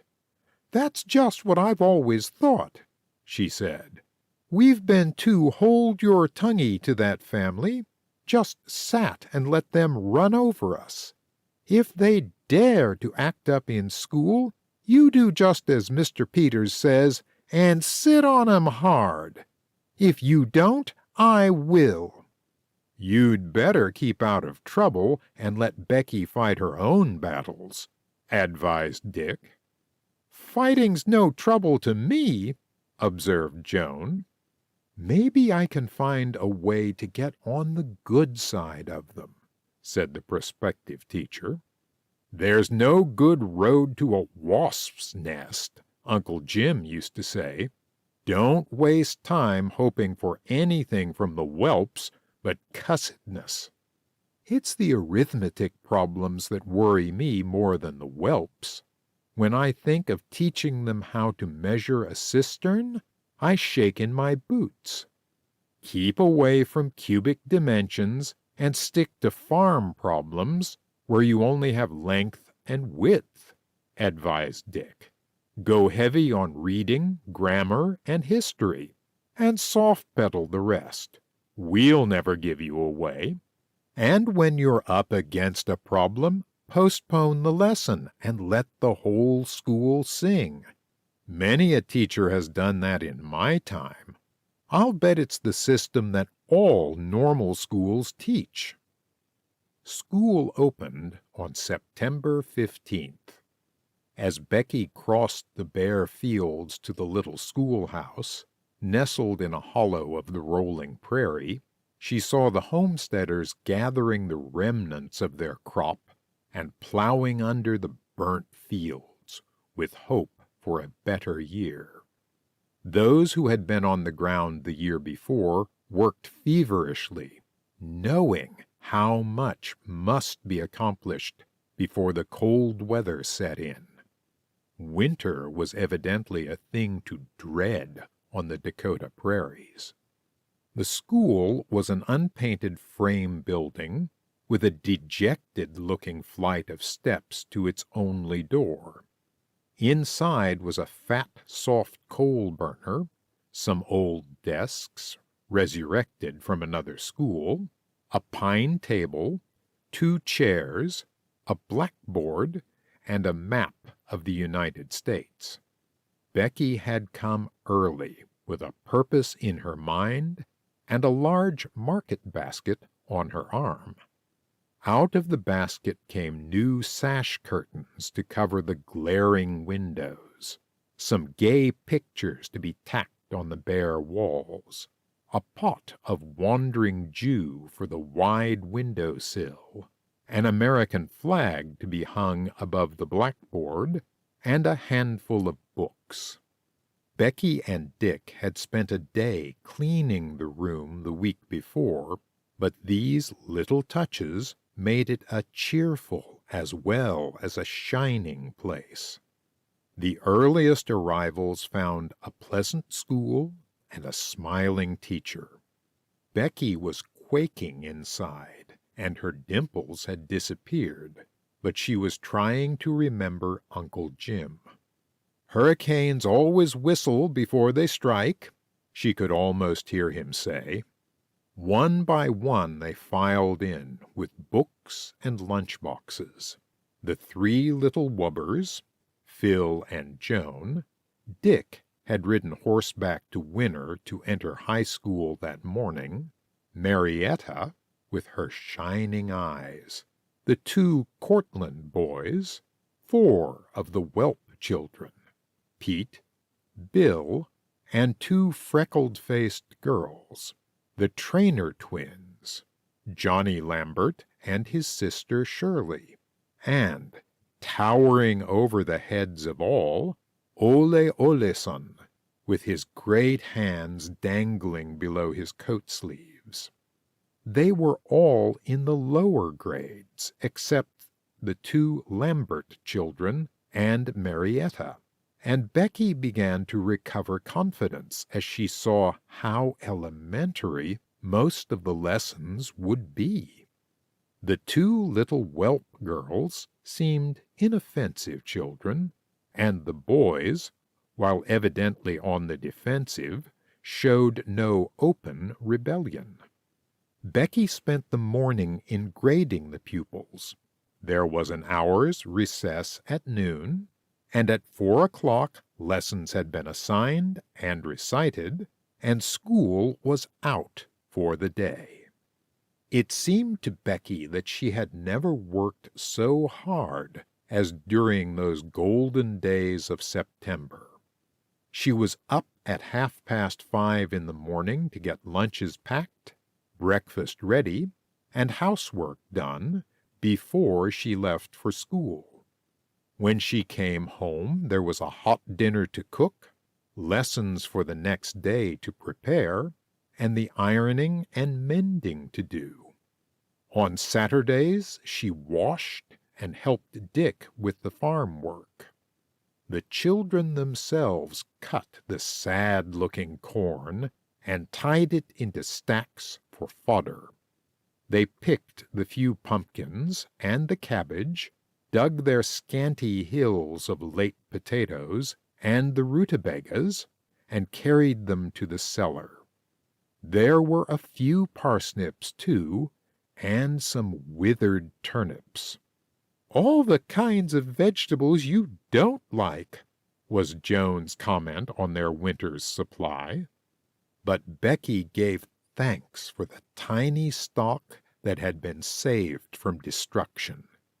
It would help so much to relieve the monotony of canned food.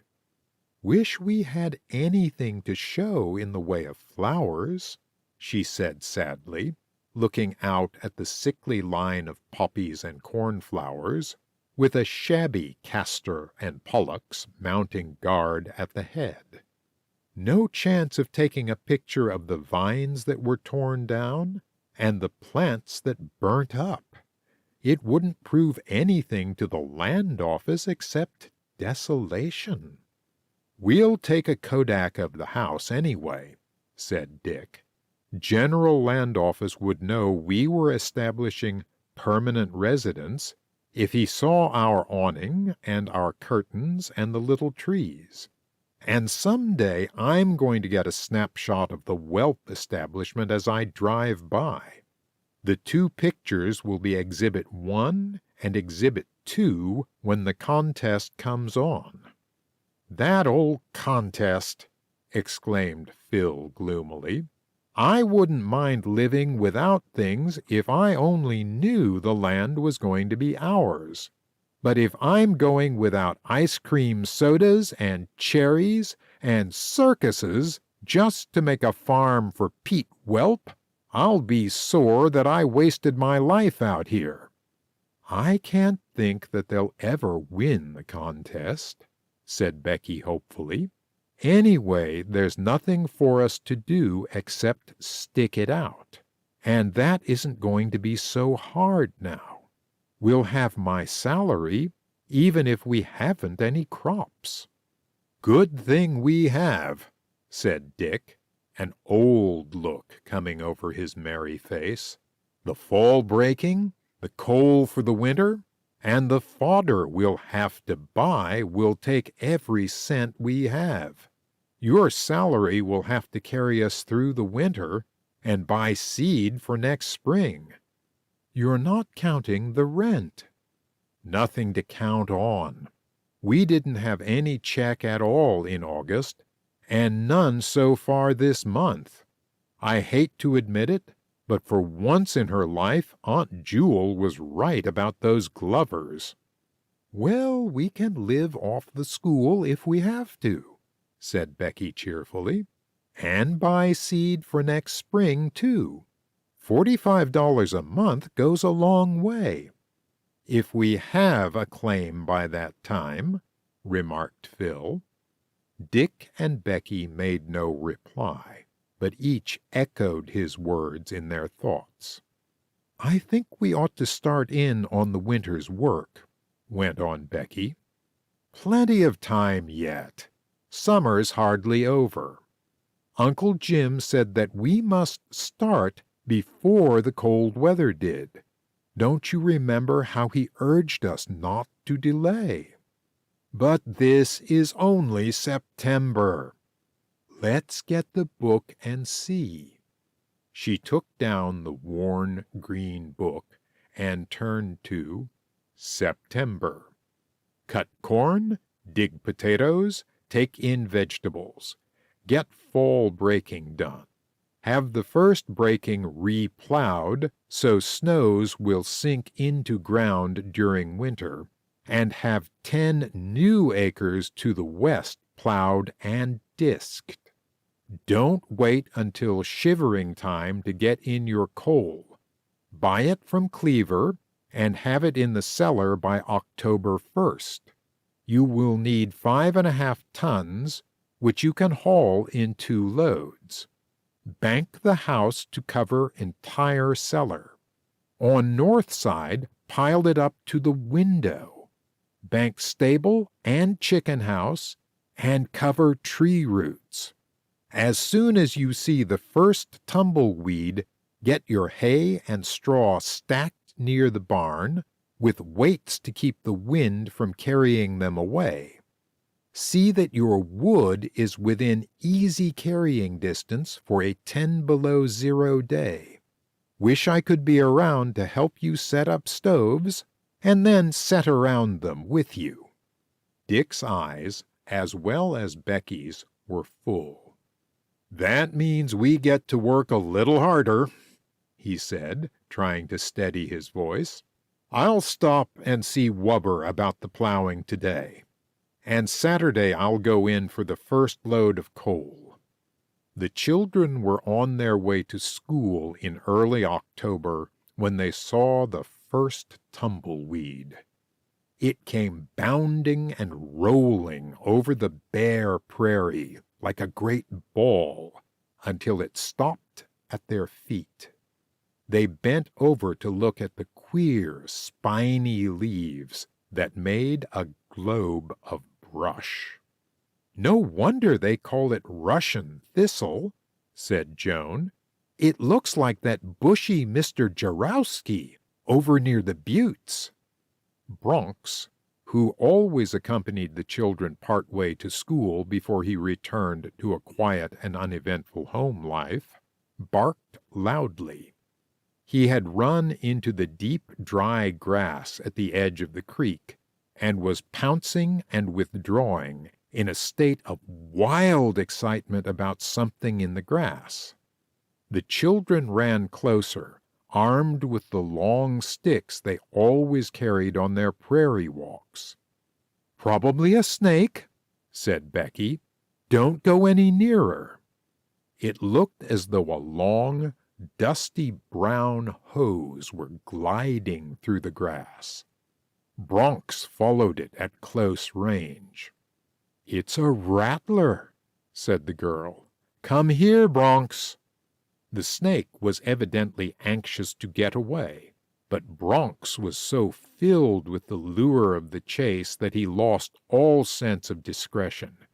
He rounded the snake, going as near as he dared, and far nearer than was safe. "Come back here!" commanded Phil. But Bronx continued to bark wildly and to follow his prey. The rattlesnake coiled its long, dusty body into a loop and raised a wicked-looking head. "Bronx, come back!" Usually, Bronx was an obedient and tractable dog, but he paid no attention to the orders of the children. The end of the snake's tail lifted, and a rattle, as of dry leaves, came from the grass. "He'll be bitten, like the Olison baby," quavered Joan. Becky made a sudden dart at the dog with her lifted stick. Again and again she struck at him savagely. It was not until she had beaten him into submission that he turned tail and left the enemy in the grass. "You saved him that time," said Phil, as the snake glided away toward the dry creek bed, and Bronx returned, chastened, to the fold. "It shows how unsafe it is to go empty-handed on the prairie," said Becky. "Uncle Jim knew what he was doing when he made these snake sticks for us last winter." "You can't argue with the rattlesnake," he had said as he sat by the open fire, stripping the bark off from these very hickory poles, and fitting a brass ferrule onto the end of each. And Becky knew now how right he had been. There was a second battle awaiting Becky at the schoolhouse. The trouble had begun, as the very first trouble in the world began, with an apple. Fresh fruit was next to a miracle in Tripp County, and when the Trainer twins had appeared with a single apple, which they were to share at recess, they were the center of an admiring crowd. Pete Welp had seized the fruit from Essie Trainer's hand, and refused to return it. In their struggles to regain their common property, the second one of the twins had been thrown down, and her head was bleeding. Marietta, the oldest of the children in the group, had remonstrated with Pete. Becky came up just in time to hear her gentle rebuke and his reply. Holding the apple safely inside his sweater, Pete bent his back in imitation of Marietta's pathetic curve and called, "What you got to say about it, camel?" He did not see Becky till she was quite upon him. "Peter, you must give back the apple," she said when she had heard the story. Pete's reply was to bury his teeth in the fruit and take a huge bite. "You must give Essie the apple and apologize to Marietta." "He'd better give her back the bite," put in Joan. Pete took another mouthful. There was no time for Becky to consider what was the best discipline. Another bite of that size, and Essie's apple would be beyond recovery. She stepped to Pete's side and tried to take the fruit from his hand. The boy resisted. Bill, his younger brother, watched the struggle with delight. "Don't leave her take it, Pete!" he yelled, jumping up and down with excitement. Becky was still armed with her snake stick, but she did not intend to use it except as a final resort. "If you don't give up the apple, you may not go into school," she said, trying to keep her breath and her dignity. "I'd like to see you keep me out," said Pete. He dodged her outstretched hand and took the last of the apple in one huge bite. Becky hesitated a moment. On her next move hung the success of her winter's school. If she used that hickory stick that fitted so invitingly in her hand, she might add fuel to the smoldering wrath of the whelps. It might be used against her in the land contest. She thought with fear of the little boys strung up on the hillside, but with righteous indignation, too. If she let this rebellion go by, the discipline of her school was lost. Pete towered above her, a broad-shouldered, muscular boy, and she knew that she would be worsted in a physical contest. But if she stopped now, she could never command respect or obedience again. She raised the hickory stick. "Look out, Pete! She's aiming for you!" warned his brother. But the hickory was not needed. Ole, tow-headed Ole, who had just come into the schoolyard, set down his dinner pail and approached the group. He was in time to see Pete pull Becky's straw hat off her head and toss it toward the well. "You leave your hands off the teacher," warned Ole. "What's it to ye?" demanded Pete. "I'll show you what," drawled Ole. "Get out of the way thar," he warned the other children. Pete did not wait for Ole's attack. He struck out and caught the tall Swede on the chin with his fist. The two boys clinched. Becky stepped to one side, uncertain as to what to do.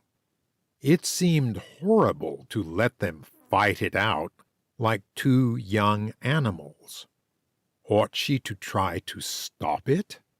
Then she decided that force was the only language that Pete Whelp could understand. "Don't try to talk French to the Fijis," Uncle Jim used to say.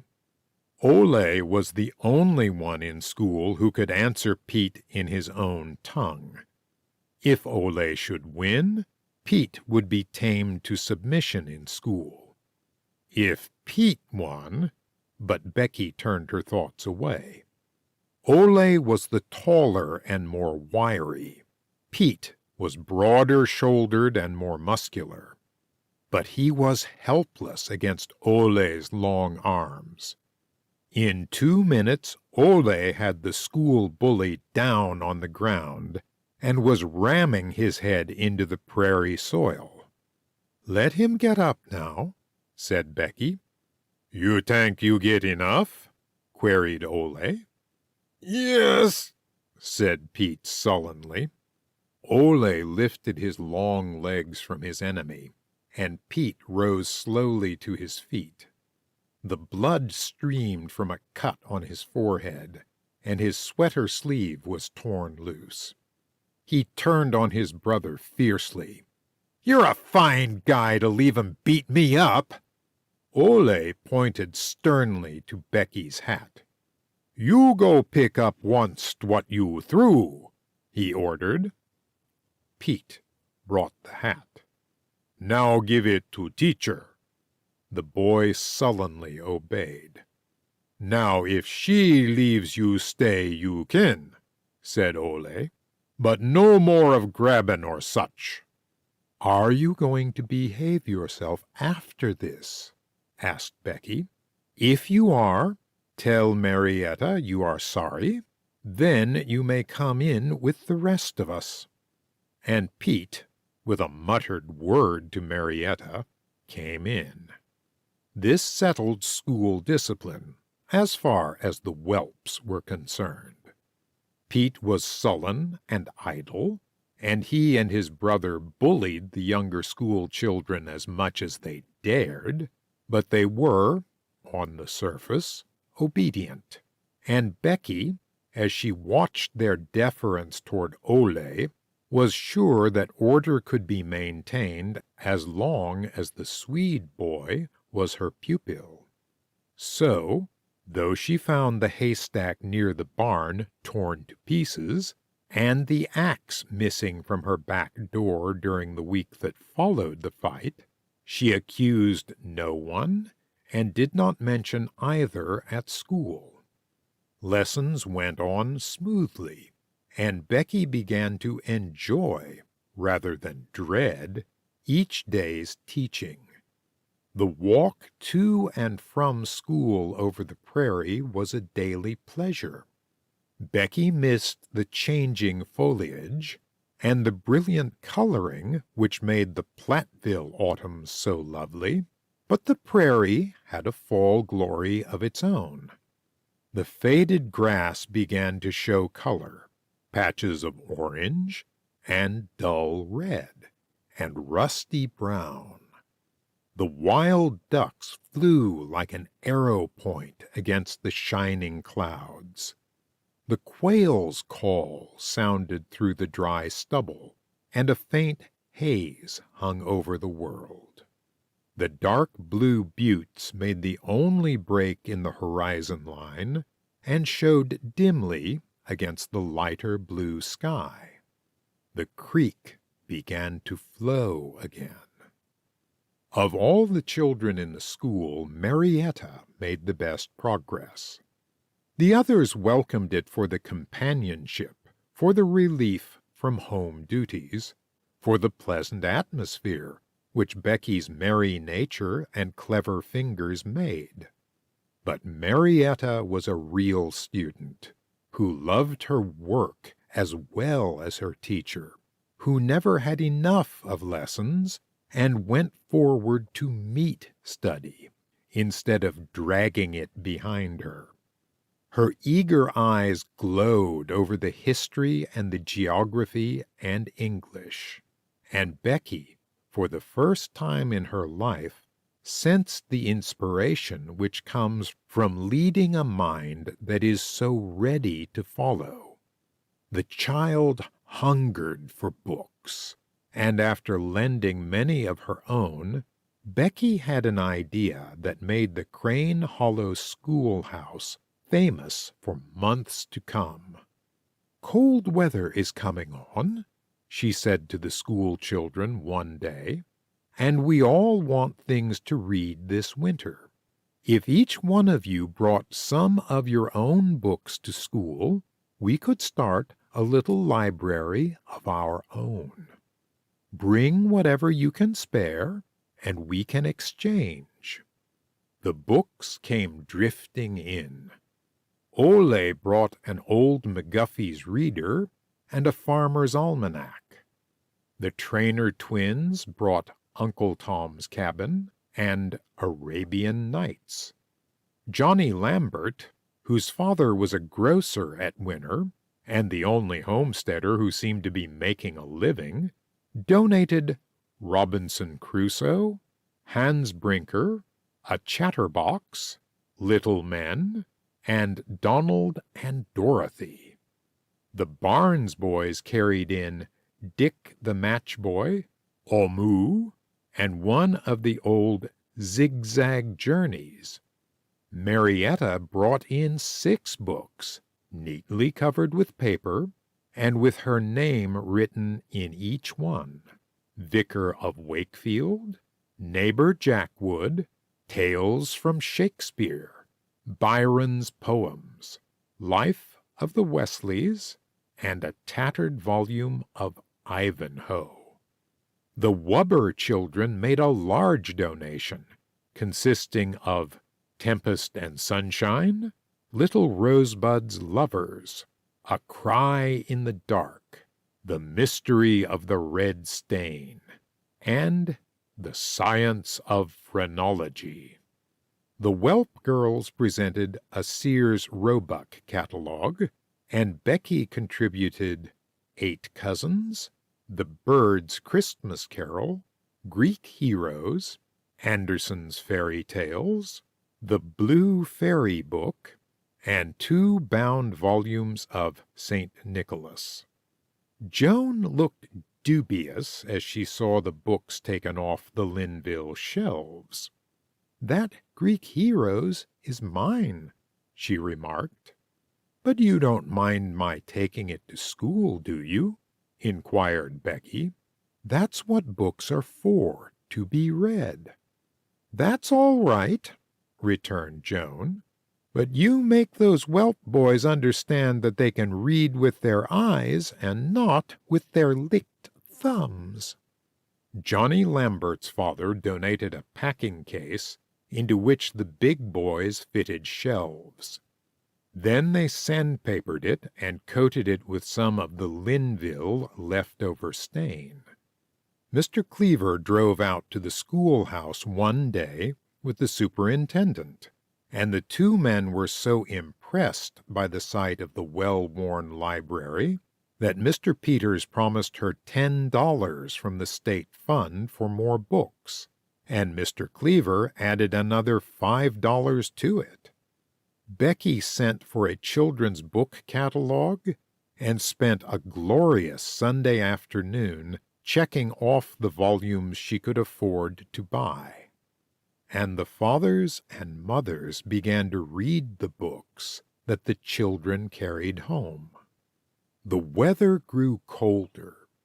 The children who came barefooted to school used to stop on their way, now and then, to squat down to warm their cold feet against their warm bodies. The honk of wild geese became less frequent. The creek had a thin glaze of ice over its surface each morning. The Linvilles set up their base burner, and the red fire glowed a welcome through its isinglass doors to the children at night. Becky, realizing the discomforts of soft coal, which made a raging fire one moment and no fire at all the next, appreciated the luxury of the steady warmth, and thanked Uncle Jim time and again for the purchase of that dear hard coal stove. She had to rise early to get the lunches packed before she left home, and the school fire started before the pupils arrived. The walk to the schoolhouse grew bleaker as the days went by. The wandering Jew in the window froze, and the schoolroom was icy in the early morning. But there was fun as well as work during sessions. The days went swiftly by, and when night came there was always the warm house and the cheerful glow of the waiting fire. The canned goods, ordered and paid for by Uncle Jim last spring, arrived and were brought out from Dallas by Dick. Mr. Wubber finished the fall breaking, and the barn was stacked with all the fodder it could hold. The awning and the screens were taken down, and the house banked with manure and earth. The Linvilles were ready for winter by the time that snow fell. It came at first with a few light flakes that starred the frozen ground, then a less doubtful dust, then a business-like downfall that went on all night. The prairie dogs took to their holes, the rabbits disappeared from the corn stubble, and on starlit nights the coyotes howled from the hill where the watermark stood. Day by day the three children walked the 4 miles of the round trip from home to school. After snow fell, Dick was warned to stay over the night in winter if there was any prospect of a storm. Becky had heard enough of Dakota blizzards to be fearful of them. But the weather was mild enough, except for the biting wind. The children soon learned that frosted ears and noses came from wind rather than cold, and protected their faces from the worst of the blasts. And Becky rejoiced, in spite of the hardships, that the family was well, and that the Crane Hollow School was hers. The whelp boys, though openly tractable, were capable of all the small meannesses in which they were not afraid of exposure. At the noon period the children gathered around the school stove to eat their lunches, while they warmed their hot drinks on the flat surface near the pipe. On one of the winter days, Becky, returning from the cellar, saw Pete Whelp lean forward from the front of the stove and take a sandwich off the desk that Audie Wubber had vacated for a moment. He opened the bread and quickly peppered the filling, giving a furtive glance at the 2 nearest boys. Then he laid it back on Audie's desk with an innocent expression. Becky was just about to pounce upon him when she caught Johnny Lambert's dancing eyes over Pete's shoulder. Johnny laid his finger on his lip, and Becky held her tongue, waiting to see what the boy would do.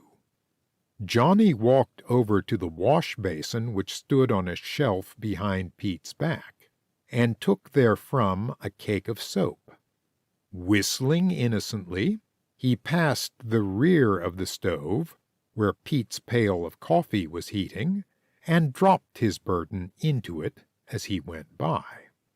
Presently Pete went for his coffee. "Trade ye sandwiches," said Johnny to Audie in a low voice.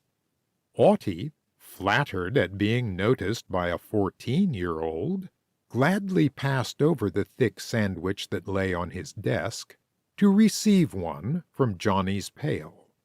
Pete watched and waited, but nothing happened. He saw Audie eat his sandwich with unusual relish. Then he lifted his pail to drink the sweetened, creamy, foamy draught that was always the favorite part of his lunch. It was months before the children stopped the motion of hand-washing every time that Pete approached. It took One more lesson to put the whelp boys in their proper place. And that lesson was not given by Ole or Johnny, but by one of the thin-legged, freckled-faced primary children that the whelp boys designated as the babies. On the hillside back of the schoolhouse, the children gathered to slide during the noon recess. Little Kate Whelp had pulled her shabby sled to school one day for the sake of a few rides, and her brother Bill had promptly taken it away from her. "You give that sled back to your little sister," called Joan from the bottom of the slope. "What you got to say about it, Skinny? You give it back or you'll find out. Like to see you make me, or anyone else," said Bill. He threw himself on the sled, lying flat on his stomach, and went down the incline, turning the sled as he went so it would run into the group of small children at the bottom of the hill. But Joan was not in the group when he arrived. She had run up behind him, and before he had time to rise, had mounted his long frame from the rear. She sat down astride of him with no gentle motion, no ladylike grace. Once, twice, thrice she raised herself in the air and came down on the delicate region above the stomach with jounces that threatened to remove all the breath within him. "That's what you get, Bill Whelp," said his torturer. "Mr. Peters said we could come down hard on you if you acted up." Nothing was said about the occurrence in the schoolroom. Becky noticed that Bill had come in from his sleighing somewhat chastened in manner, and green about the lips. She intercepted several baleful glances that afternoon between him and Joan, but on the theory that it was best to let sleeping dogs lie, asked no questions. 2 days later in Joan's class she assigned, as a language lesson, an essay on a bad boy, and it was from her little sister's paper that she learned Joan's version of the story. The bad boy. Once there was a bad boy. They called him Bad Boy, and he was the worst boy in school. His name was Bill. He had no friends. Once he took his sister's sled, and she said, "Please give me my sled," and he said, "I'd like to see you make me."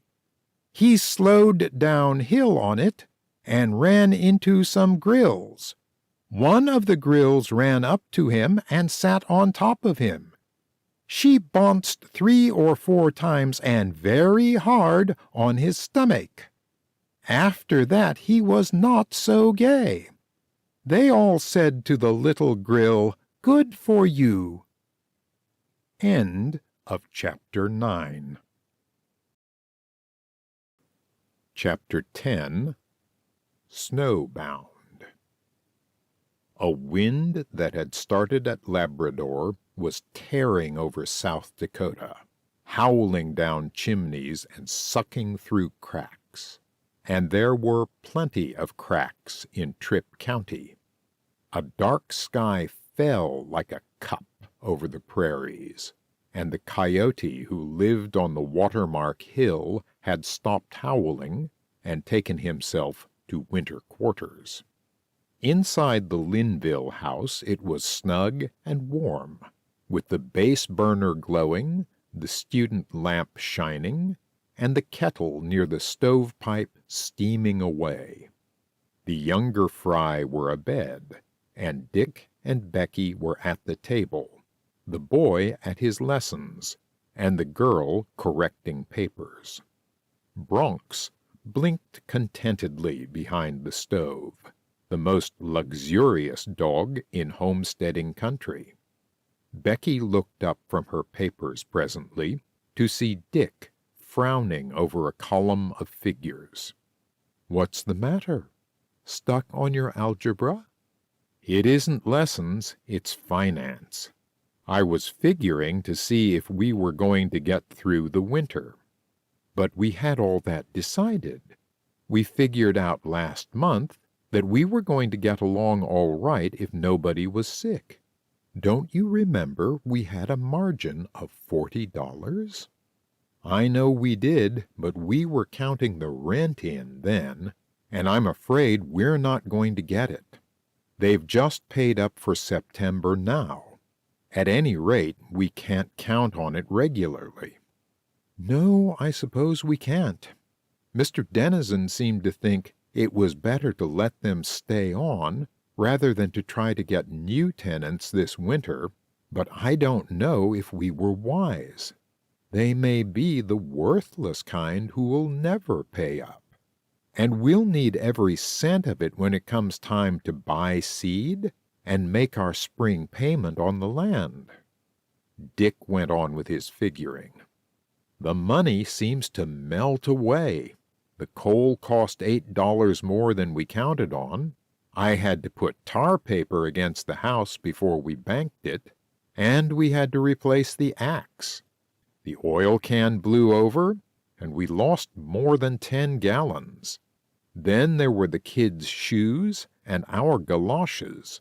If expenses go on in this way, we won't have enough left of that $40 margin to cast a shadow. I don't know what we'd do if you didn't have the school." "Well, we won't go hungry, and thank goodness we don't need many clothes out here." "Except shoes." "And overalls. Phil's like the woman Uncle Jim used to tell about, who bragged of her son's clothes. Just pants and pants and pants." Dick grinned at the family joke, but his face dropped back into worried lines. "Well, I know that we can't spend a cent that we don't have to spend." "Christmas is coming, too," said Becky. "Swell chance we'll get of a celebration. If we get a good Christmas dinner, I'll be satisfied." "The kids won't. They've been counting on it for weeks. Look at Joan's list. I found it in her spelling book last Monday. Dear Santa Claus, please don't forget to give Bronx a present. What I want for Christmas: handkerchiefs, doll, books, games, a pencil, candy, a doll's trunk, wristwatch, past, a little pillow for the doll." "What's a pillow?" inquired Dick. "Something you sleep on, of course. I can provide that easily enough, and the pencil, and perhaps the paste, but I'm afraid she can't count on a trunk, much less the watch." "They'll have to do what I'm doing, count without getting any answer. 6 months into $300 doesn't leave much when you subtract for seed, and payment on land, and insurance, and food." Becky bent her eyes on her brother as he went back to his figures. Dick had certainly changed in the last 7 months. When he left Wisconsin, he had been a careless, happy-go-lucky boy, whose interests were football and skating and the running high jump, who never had a cent in his pocket nor a worry in his head. And now he was spending the evening over family accounts. He had altered physically, too. His freckles and his rebellious reddish hair were unchanged, but his shoulders had broadened. His merry brown eyes were soberer and steadier, and his mouth was resolute. Tripp County had made Dick a man. "Well, we are going to have a Christmas," said the girl, such as it is. I have 2 blouses for Phil and 2 aprons for Joan cut out for a start, and I've already sent Mary Denizen some money for a game and a book apiece. I'll make some candy and some popcorn balls, and perhaps we can buy a few oranges. That would be a real treat for them. As for you, Dickie, you'll have to take my blessing and a new pair of suspenders. Cut out the suspenders and apply the money on the garden seeds next spring. I plan to subscribe to a couple of magazines for you, but you won't even get the funny page of the Omaha Bee now. Funny how little you care for the unnecessaries out here. In fact, I never knew what the necessaries were until I tried homesteading. Food, clothing, and shelter, quoted Dick. And easy on the clothing, too. All you need is enough to keep heat off in summer and cold off in winter. If I went to town wrapped in meal sacks, I don't think anybody would look at me twice. $4 of this month's salary has to go to the school children, went on Becky. I've sent for a box of crayons and some candy for each one. I'd have a tree for them if there were evergreens within reach of us. I don't think one of them, except the Lamberts, ever had a Christmas. You ought to hear the questions they ask about it. Venus asked me yesterday if Santa Claus would come if you wrote to Sears Roebuck about it. I don't suppose the Wubbers ever had a Christmas gift in their lives. It'll be a new thing for Phil and Joan to come down to small pickings. Uncle Jim used to have such a whale of a Christmas for us all. Both children were silent. They could see Uncle Jim standing on the step-ladder, fastening the gold star on the treetop. Uncle Jim sawing away down cellar at the toy boats and doll houses he always produced at Christmas time. Uncle Jim coming in on Christmas Eve with bulging pockets, shining eyes, and flecks of snow powdering his coat. The old Christmases never could come back to Becky and Dick. They would do their best for the younger children, but it was Uncle Jim that had made the holiday for them. The last week of school before vacation was bitterly cold, and it took real heroism to make the 2 daily trips. The whole prairie was changed by the snow. The black line of the creek bed was the only landmark left. The sky seemed to drop lower over the gray waste. The cold bit into fingers, and the snow drove into cheeks like needles. The 2 little whelps came to school with their hands wrapped in cloth, and though Becky longed to give them mittens when she saw their poor frostbitten fingers, she dared not venture.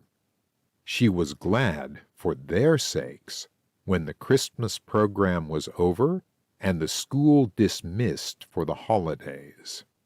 3 days before Christmas, Becky heard a timid knock on her back door and opened it to find Crystal Wubber, breathless, and with a big bundle in each hand.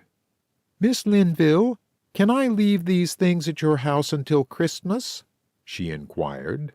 "I've been getting some gifts for the kids, and they mistrust something's going on.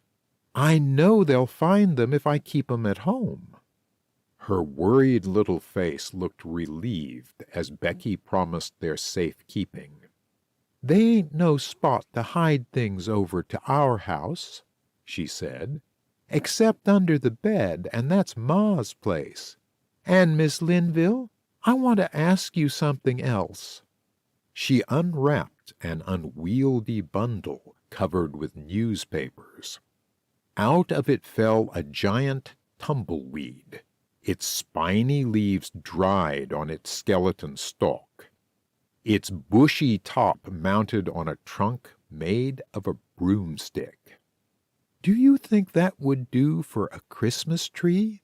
she asked. Becky looked at the dry bush with softened eyes. "I thought maybe I could use some plum brush for a tree," went on the child, "but I just hate the switchy look of 'em for Christmas. So when this whopper tumbleweed come along last fall, it stuck in our chicken wire, and I hung it up in the barn. It dried just that way, and I thought maybe the children would like it for a tree.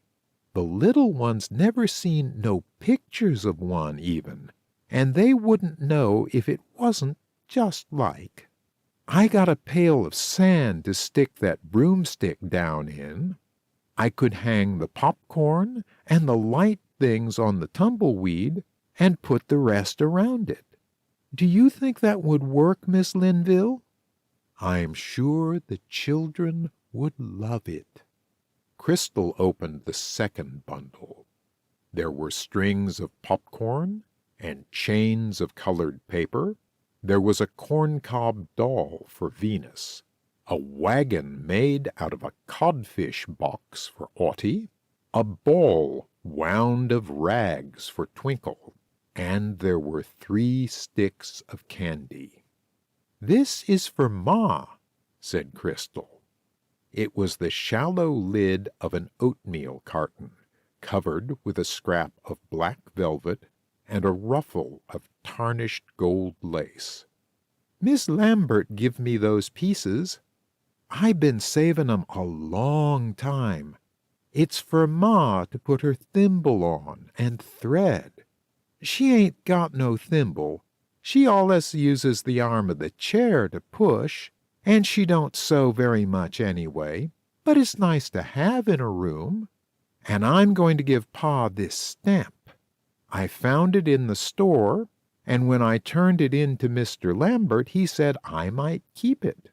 Pa ain't got no folks but us, and he can't but just write his name, but if he had to write a letter, ever, there'd be the stamp." As Becky commended and admired, a plan grew. She could hardly wait until the little girl had gone to tell the rest of the Linvilles about it. Dick and Phil and Joan looked over the pitiful little hoard of gifts, and became, by comparison, not poor homesteaders, but lords and Lady Bountiful. The Wubbers could certainly, surely, have a Christmas. "I'll make one of those boats that you work with a rubber band," said Dick. "I'll give them my flinch game," said Phil. "They can have my jacks," offered Joan, "and I'll put in the glass prism with a thermometer on it for Crystal. You can always be looking at a thermometer in Dakota. Either it's too far up or too far down. And she didn't have one thing saved for herself." During the 3 long winter evenings that followed, the Linville children were busy under the student lamp. Under Becky's deft fingers, a whole family of paper dolls sprang and were costumed. A jumping jack and a jack-in-the-box, as well as the boat, were evolved by Dick, and the 2 younger children traced outline pictures for the Wubber crayons. Becky added a thimble that she felt was large enough to fit Mrs. Wubber's finger, and some popcorn balls and candy from their own store. And on the afternoon before Christmas, when the north wind blew Crystal across the snowy prairie to collect her gifts, she carried away in the big bundles a number of treasures that would be a surprise the next day to the little girl herself. "I'll store 'em in the barn till morning," said Crystal joyously. "Does your mother know about them?" "No, ma'am," responded Crystal. "I asked her about it in the first place, and she said Christmas was just one thing too many for her, so it'll be a surprise on her, too. Thanks, Miss Linville, and Merry Christmas. Ain't that what folks say?" "Merry Christmas to you, dear," said Becky, as she let the little girl out of the door with an affectionate hand on her shoulder. She stood at the window looking at the small figure until it disappeared around a bend in the trail. It was gray and desolate on the prairie. On either side of the road stretched the miles of snow, unbroken except by the shabby corn stalks that made the lonely landscape look still more forlorn. Over the snowy wastes bent the metallic gray sky. Becky's thoughts went back to Platteville as it had been a year ago. The little church, hung with greens and lighted with candles, the jolly crowds in the street, the carols of the children at every door, and Uncle Jim carrying home the Christmas turkey himself, so the delivery boy won't be tempted to abscond, buying new scarlet decorations for the tree. Red's a poor color for a patch, but a good color for candles, Beck. Unpacking Phil's new fire engine. Now, how do you think that will suit our fire chief? All the dear old memories that hung around the holidays came rushing back, the unimportant little speeches and doings that a mind treasures so long after the real things are dust and ashes. Out on the prairie there was no reminder of the day, not a candle in a window, not a wreath at a door, not even a Christmas card in the store at Winter. She had done her best to write things for the children, to help the Wubber family to a Christmas, to bring some little observance of the day into the lives of her pupils. But for herself, she knew that there could be no Christmas without Uncle Jim. She turned away from the window and went back to her work. The 3 children were out in the barn hunting for eggs that had become so scarce since cold weather set in, and the house was so still that the kettle's hum was noisy. She glanced at the dressed chicken that they had sacrificed for tomorrow, at the covered dish that held the popcorn balls, at the little pile of gifts that she had made ready for the children. And then she put her head down on the kitchen table and cried. Not noisy weeping, but dry, broken sobs for the year that had gone and taken Uncle Jim. There was the sound of wheels outside. Broncs barked joyously, and the children shouted with delight. Becky had just time to dry her eyes and push back her hair. There was a great stamping of snow on the back steps, and in came Mr. Cleaver, with Phil and Joan holding a hand apiece, and Dick behind him. "Santa Claus has come!" cried Joan. Red-faced and fur-coated, the guest didn't look unlike that Christmas visitor. "I've come to get instead of to give," he announced. "Mrs. Cleaver has sent me to bring you in to her for Christmas." The children shrieked for joy. "Tomorrow?" asked Becky. "Today. Right now.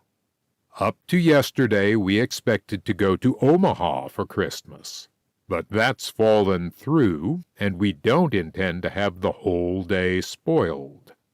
When my wife suggested that we have the fun of 4 kids in the house, I couldn't wait to get started out this way. You're to come back with me, spend the night and tomorrow, and I'll bring you back late Christmas afternoon." "All of us?" The whole bunch, including Bronx. We want to see how it will go to have some kid stockings hanging beside ours. Hustle up and get your duds on.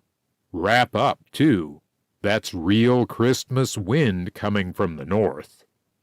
It was queer how that desolate sweep of snowfields lost its lonely look as the big car sped along the trail. The menace disappeared from the sky that hung so low, and there was a hint of holiday in the wind that had seemed so threatening.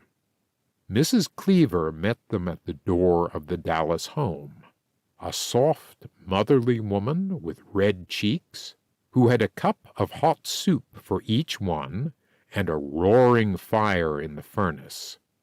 They had an early supper, and while the other children went to a Christmas entertainment with Mr. Cleaver, Mrs. Cleaver took Becky off down Main Street with her.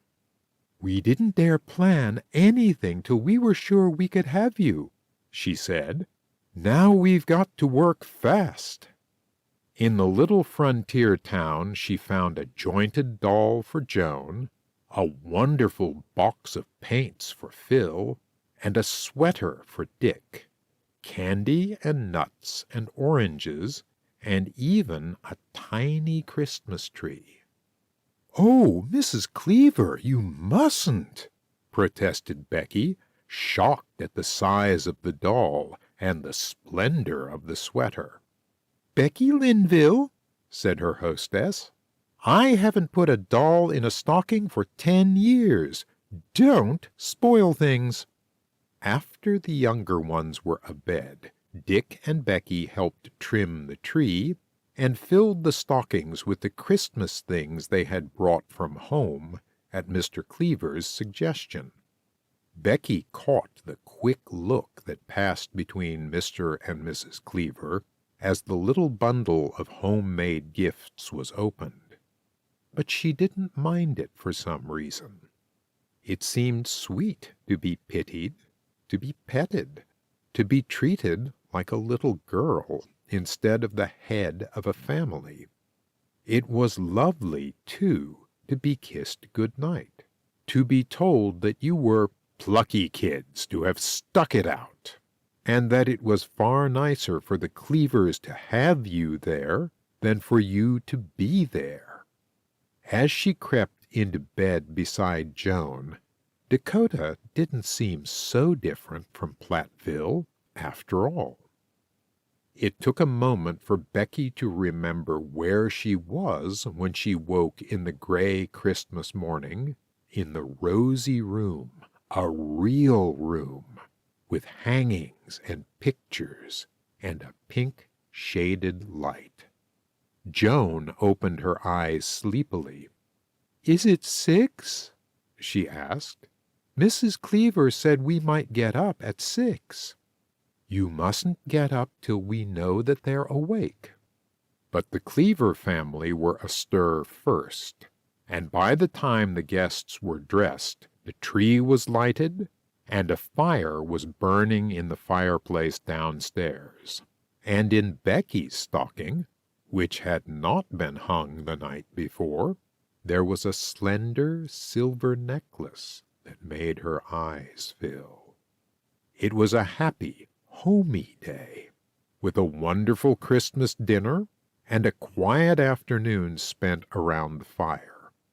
Little by little, most of the story of the lonely year came out, and the children felt cheered and warmed and heartened.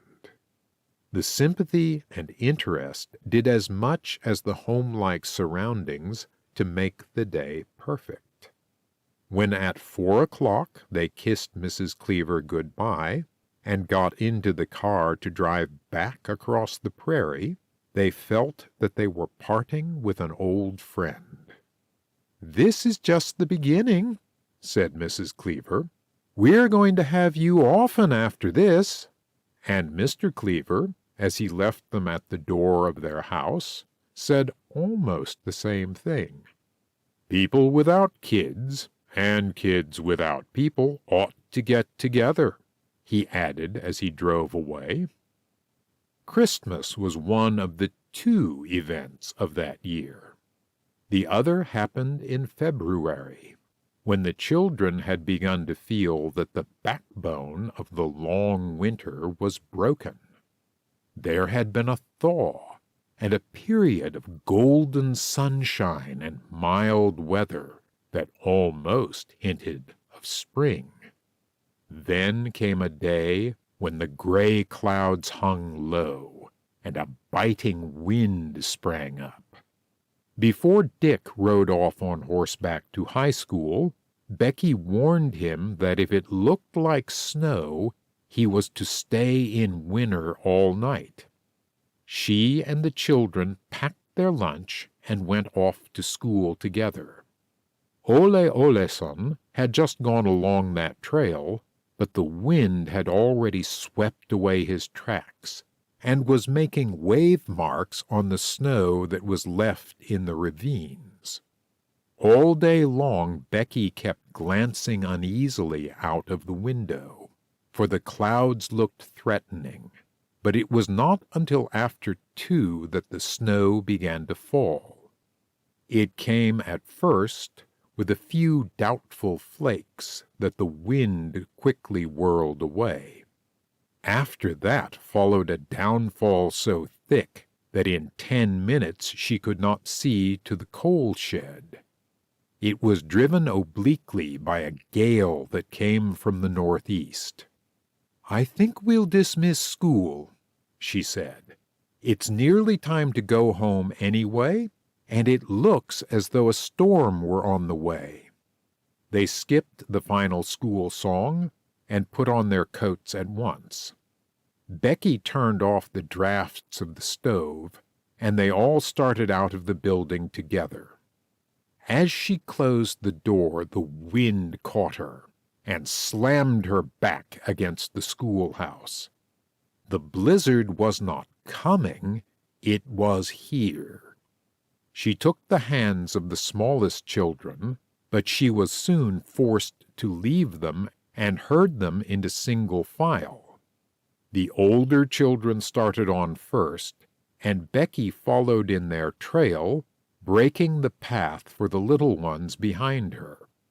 They wavered in the wind and moved slowly along, their heads bent to avoid the biting sweep of the storm.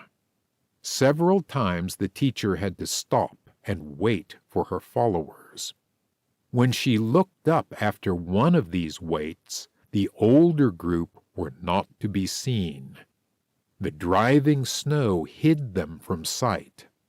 With her were the 3 little wubbers, the 2 whelp girls, Phil and Joan, Shirley Lambert, and the Trainer twins, the babies of her flock.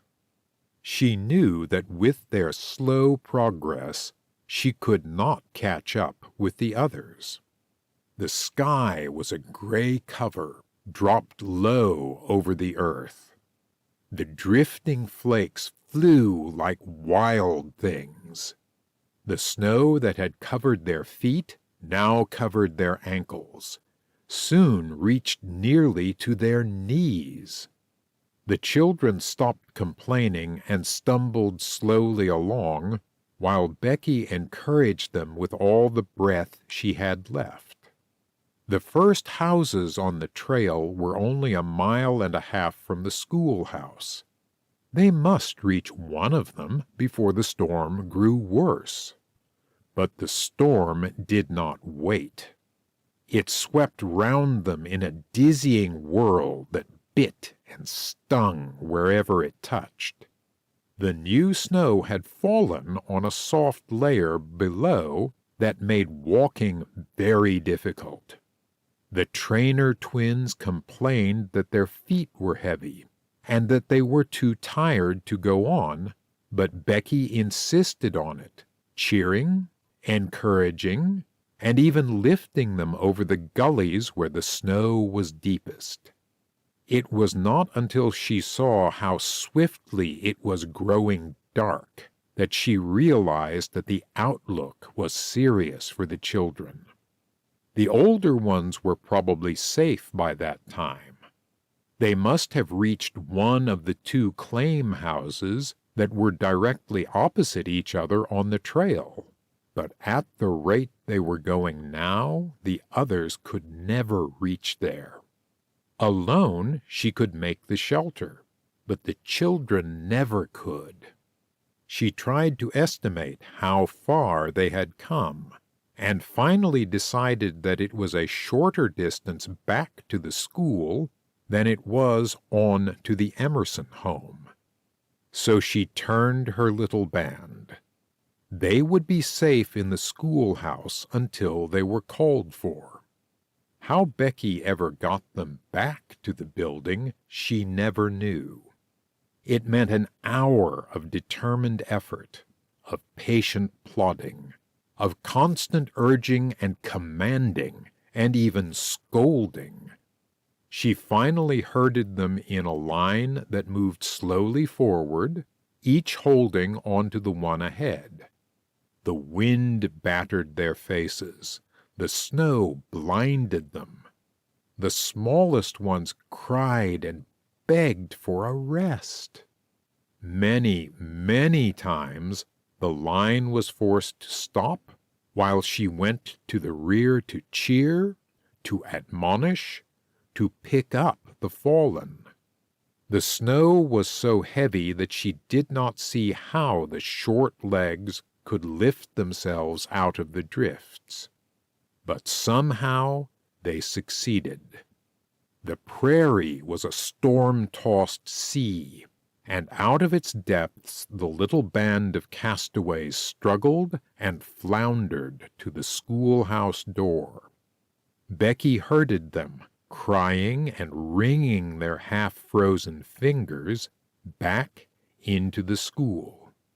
Hobbling about on her stiff feet, she opened the drafts of the stove, and out of blue lips spoke cheerily. "Here is the best place for you until your people come for you. The storm can't get at us here." But as she spoke, she gave an uneasy glance through the window at the whirling snow. Unless they arrived in a few minutes, there would be no coming that night. As the room grew warm, the children began to thaw out. Becky left them to their games while she began to take stock. She would have to prepare for a siege, for if the snow went on, they would have to stay in the schoolhouse all night. That meant fuel, and the soft coal was piled in the shed back of the school. It meant trip after trip through that blizzard to get enough to last all night, for the week's supply had grown low. It didn't seem a possible thing to walk through that driving snow and carry a basket of coal besides, but it must be done, and done soon, too, for it was already dark out of doors. It might be that she could not find her way now through that storm. In the box of shelves that served her for a school cupboard lay a ball of light rope that Becky had used for the curtain at the Christmas program. It was not long enough to reach to the coal shed, but it would help.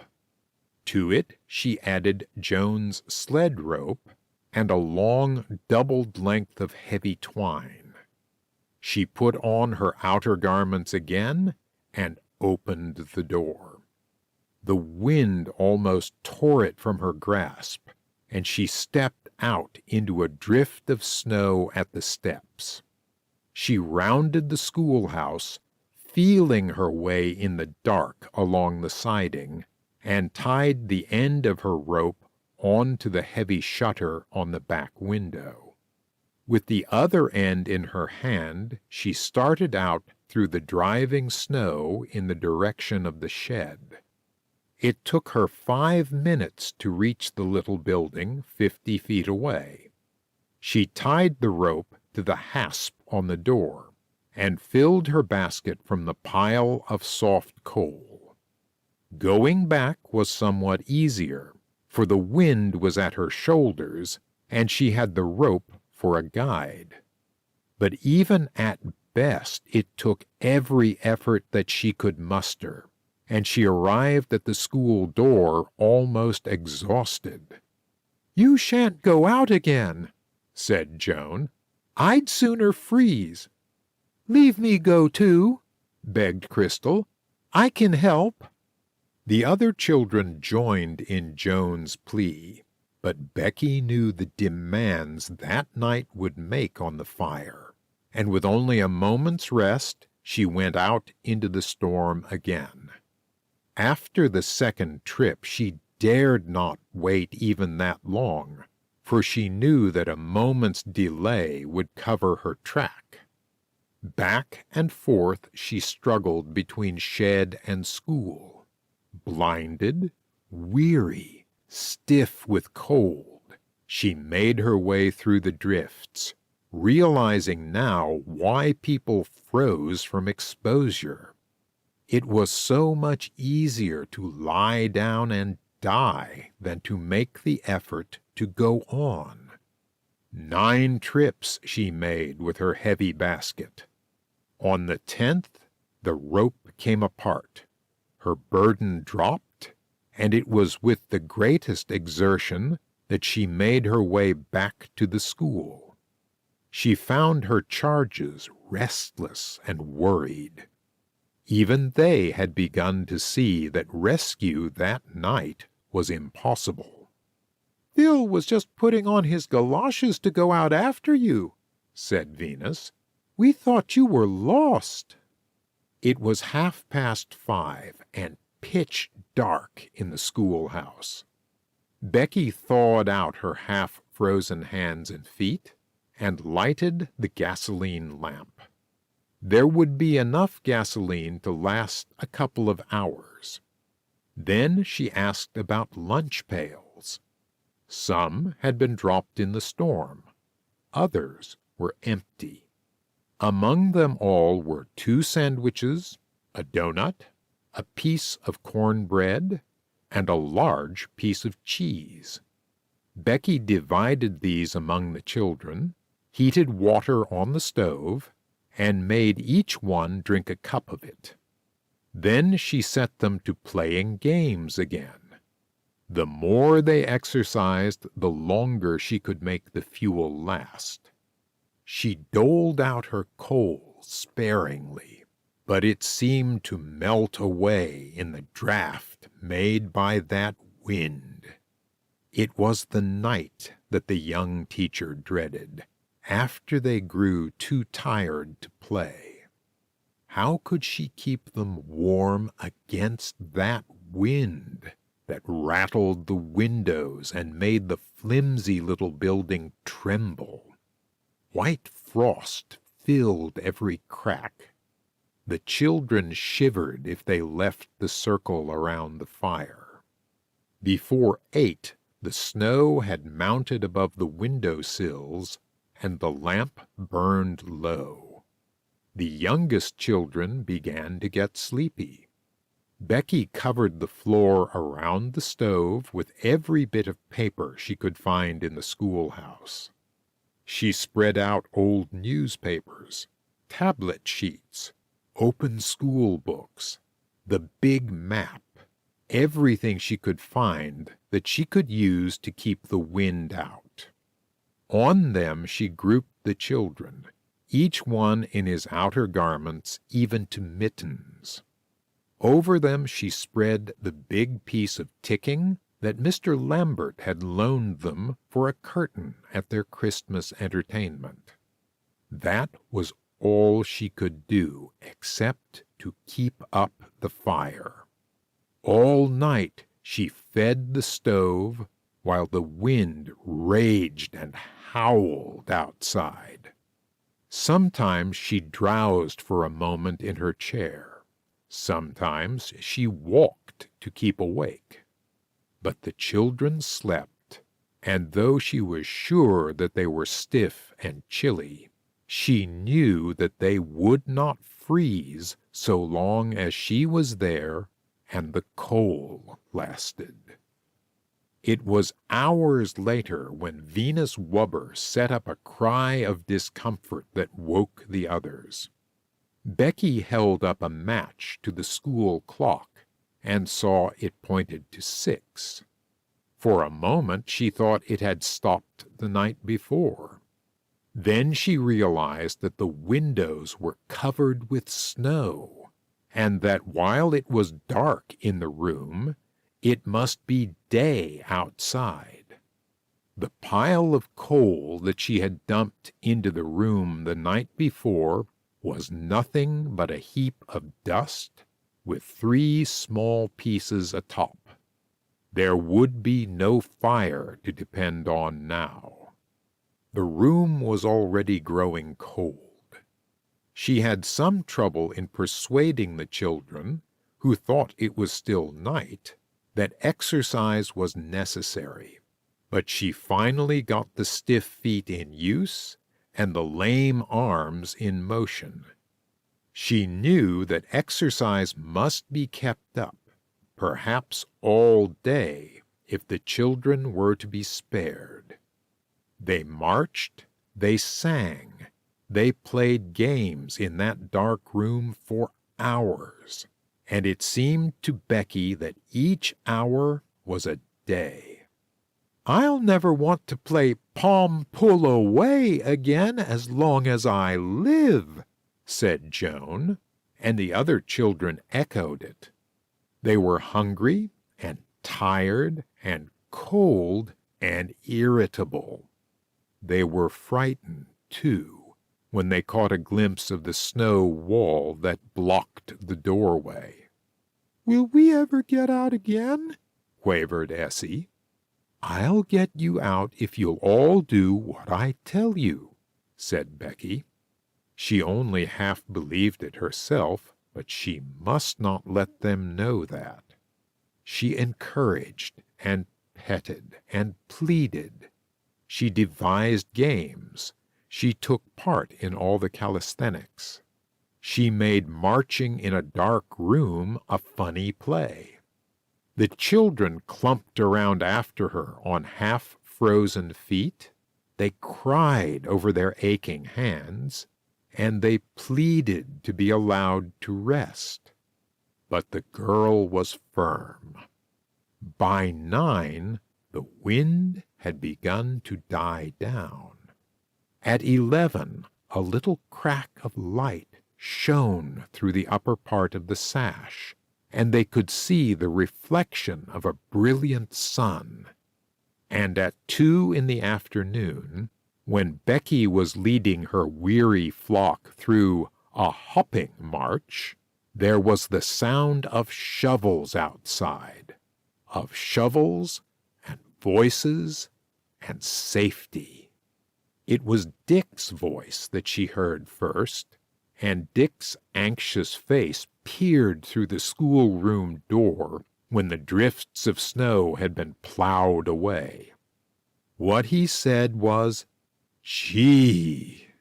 But there was relief and joy enough in that one word for Becky to remember all her days.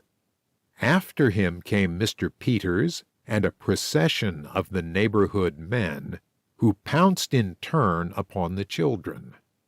Mr. Peters looked around at the cold stove, the cold room, and the blue-faced children. "How did you keep them from freezing?" he asked. "She marched us," said one of the Trainer twins. "She kept us going it all day. We're all in." "How about you?" inquired Mr. Peters, with a keen look at the heavy-eyed teacher. But Becky was not too tired to smile. "All in, but all out," she said. End of Chapter 10. Chapter 11. The Call of the Prairie. The snow melted as rapidly as it fell. 5 days later the roads were clear, and a delegation of homesteaders drove into Winter and visited the Commissioner of Schools. Mr. Cleaver, dropping in for a call at the same place, met a delegation of them filing out. "Who are your friends?" he asked, helping himself to a chair in Mr. Peters' office. "Committee from Crane Hollow. Come in to talk about your protege who's teaching out there. Seems there's one homesteader out that way that's making trouble about her. Man named Whelp." "I know him," said Mr. Cleaver grimly. "Well, he's got a son who wants that school. The Whelp family are low-down, good-for-nothing trash, but the boy's different from the rest. Was brought up by an uncle who gave him quite a bit of schooling. Young Whelp applied for the school last summer, but I gave it to Miss Linville on the ground that she'd had more education. Now the uncle is giving him a year of normal training, which little Miss Linville never had, more's the pity, and old Whelp is talking big about this being her last term, that next year his boy will get the school." "Anything to the talk? You're the one to decide that, I should say." "Well, it's a mean sort of a thing to decide. We're doing our best to raise the standard of teachers out here, and I've talked education for them till I'm blue in the face. Technically, the young man's had the better preparation." "Do the people out that way want him?" "Want him?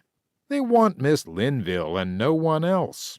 That's what that delegation came in to tell me. They were solid for her before the blizzard. Said she'd done wonders for the whole community as well as the children, but now they're determined to keep her. I don't wonder they are. There wouldn't be any children left to make a school if it hadn't been for her. They would have been frozen stiff, just like that man they found 2 miles away from the schoolhouse the day after the storm." "You haven't any idea of letting her go, have you? You'd be an idiot if you did." "No, I shan't let her go, even if I have to eat my words about raising teaching standards. She may not have had the preparation, but she's a fine girl and a born teacher. We're lucky to have her. No, I wouldn't think of giving the place to Whelp." "Then I suppose the delegation went away satisfied." "Well, partly.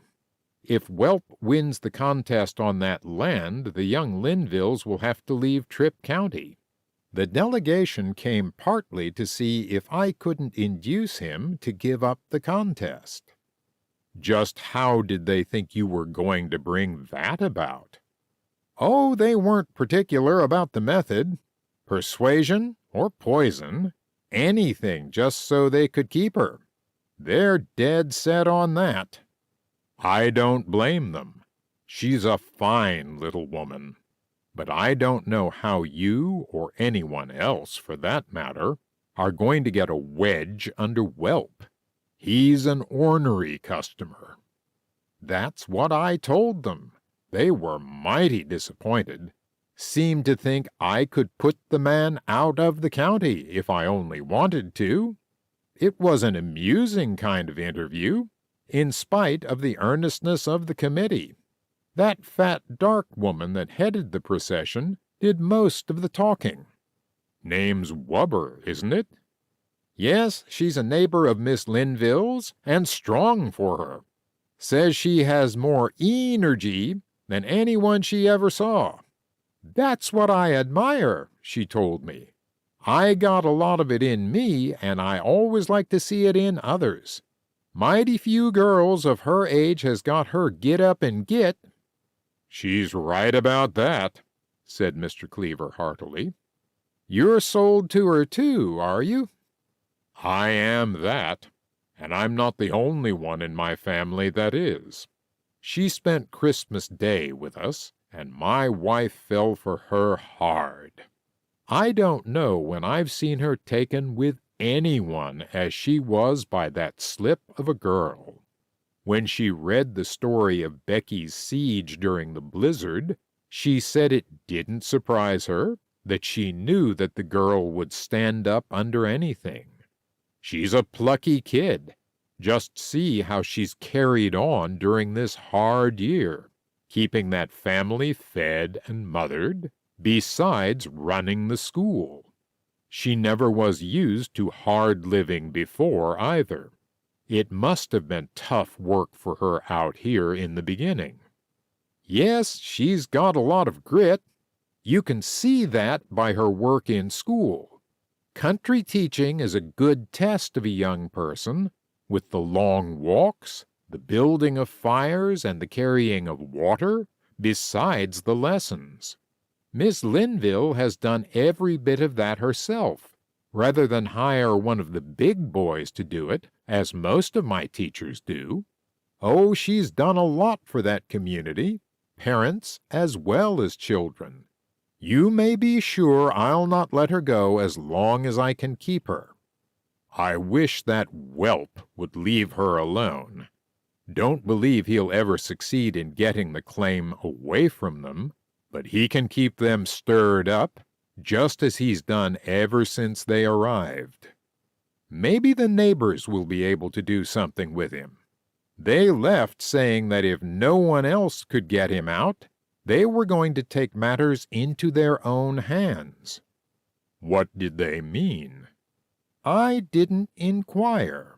Best not to be too inquisitive in a country where the sheriff lives miles away from trouble. You're right about that, said Mr. Cleaver. The same delegation that had waited upon Mr. Peters visited the Crane Hollow School a few days later. It had been a hard day for Becky, for the children had been unusually trying and stupid, and in the absence of Ole, who was out of school for the day, the two whelp boys had been impertinent and disorderly. At the noon period, while the children were out playing with what was left of the snow, Becky was bent over spelling papers. She was smiling as she corrected Jones, who had found time, while waiting for the others to finish, to add to her sheet a few patriotic thoughts. My country is a wee swee land of liberty, of tay I sing. O say can you see by the dancerly light? O beautiful for spacious skies, for am burst wave of grain. 100% on the lesson that she commits to memory, thought Becky. About 6% on the extemporaneous spelling. Which side of her paper is the real test?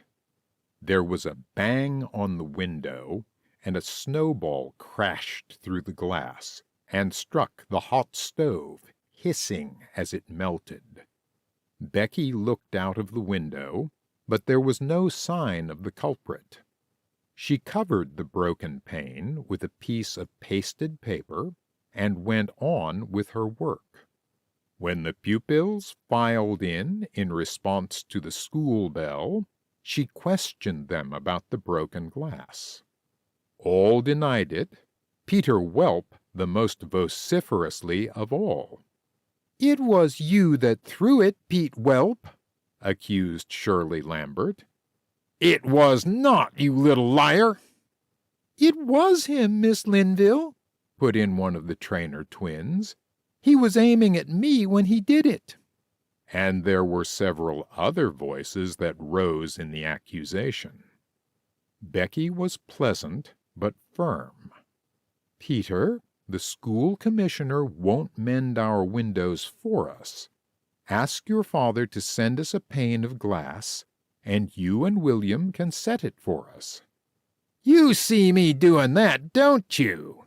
inquired Pete for the benefit of the school. "You can't prove that I broke that window. If you say I did, you're a liar. Whoever says I did it is a liar, and he's got to fight me." "It will be an all-school fight, then," said Becky, trying to smile. "They all seem to think it was you, Peter." "They've got another think coming, then. I'll never pay a cent for that glass, and you can't make me." He approached her in the aisle and glared at her threateningly. "My father'll back me up in it, too. He says if you get too fresh with me, he'll show you what's what." "Take off your cap and go back to your seat, Peter." In the absence of Ole, Peter dared to defy authority. "Nobody's going to make me," he repeated. "You'll either go back to your seat or else you'll go home." "I'll not do neither one." Becky hesitated a moment. She, too, realized that Ole was not there. But she had known for a long time that this conflict was bound to come, and that when it came she would have to meet it. "You'll have to, Peter," she said firmly. Pete had seen the hesitation and knew that Becky was afraid. He advanced a step toward her with clenched fists and cloudy face. Marietta, who was slower than the others, came through the outer door. "You ought to be ashamed of yourself, Pete Whelp," she said. "Your sisters wouldn't be alive if it wasn't for the teacher." Pete curved his backbone in cruel imitation. "Shut up, Crip, or I'll break your humpy back," he growled. All the bottled-up wrath of the past year seethed inside of Becky. She had started school with the idea of letting bygones be bygones with the Whelps, and in all these months she had never let fall any sign of her past resentment.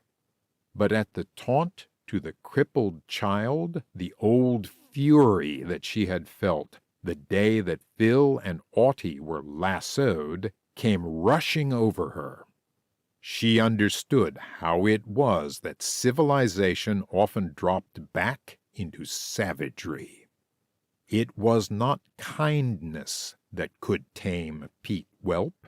It was justice that was needed, a rude, rough justice that he could understand. From that moment she knew that she must win in the battle of wills. But Ole was not there, and Pete towered above her. The teacher would be a child in his hands. Strength could not be allowed to win. It must be a contest of wits. She withdrew a step or two, as though frightened. Peter followed, menacingly. Becky stepped back farther, and again Peter followed. The girl gave a quick glance toward the outside door, now only a yard away. If Marietta had only left it ajar! Step by step she backed toward it, as though intimidated. Step by step Peter followed, his face glowering, his fists ready. The little wubbers shivered in their seats. Becky stretched out her arm behind her and felt for the knob of the door. It was within her grasp. Pete brushed Marietta aside and came closer. Becky swung the door open wide and, wheeling suddenly, gave the half-grown boy a mighty push. He was head and shoulders taller than she, but it was an unexpected assault. He was thrust through the doorway. Before he could turn back to the attack, 20 eager hands had banged the door shut, and Becky turned the key in the lock. Pete pounded at the door, but it stood firm. Becky went directly to the lessons, paying as little attention as possible to the roars and threats outside. She called out a class and began the arithmetic lesson. She felt sure that Pete could not get into the room, and that his brother would not attempt to get out and join him. Bill sat with a tamed expression, and the two little whelp girls cowered shamefacedly in their seats. "Leave me in!" shouted Pete. Becky shook the coal stove vigorously to drown out the noise, but gave no other evidence of attention. "My father will make it hot for you! He'll show you if you can put me out of school!" If your mother were cooking potatoes for your family of 6, and she only had 3 potatoes, how would she divide them? She asked Crystal. "The baby don't eat potatoes," said the little girl. "But suppose they all ate them, and your mother only had 3, what would she do?" Crystal was short on reasoning, but long on economy. "Mash 'em," said she. The schoolroom filled with laughter, which Pete, outside, felt was directed at him. He grew more noisy, and the lesson went on to the accompaniment of shrill catcalls, snowballs, and threats, aimed at both teacher and schoolhouse. Becky tried to act as unconcerned as though that were a part of every day's program, but it was hard to get the children back to work. So it was a relief when wheels sounded outside, the catcalls stopped, and a procession of parents filed into the room. Mrs. Wubber led the way, carrying a large bundle which she set on Becky's table. Becky found chairs and empty desks for the other visitors, but Mrs. Wubber declined a seat. The children looked at her wide-eyed as she stepped to the front of the room, settled her hat more firmly, and addressed those assembled. "Ladies, gentlemen, children, and Miss Linville, when anything happens that is more than of average occurrence, it is quite fitting that it be celebrated in some way. So it is with the 4th of July and Christmas, which, while not much observed in this part of the country, is more observed in some other parts. Especially if there is a brave deed due, we observe it with medals or monuments or other rewards.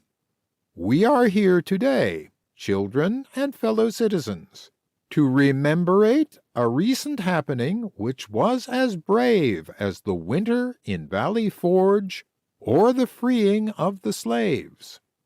I refer, as you all know, to the blizzard in Tripp County, which would have robbed us of our nearest and dearest, if it had not been for the energy, the wisdom, and the courage of one person, also the good horse sense of that person, whom you all know." Becky gave a little gasp. What was coming next?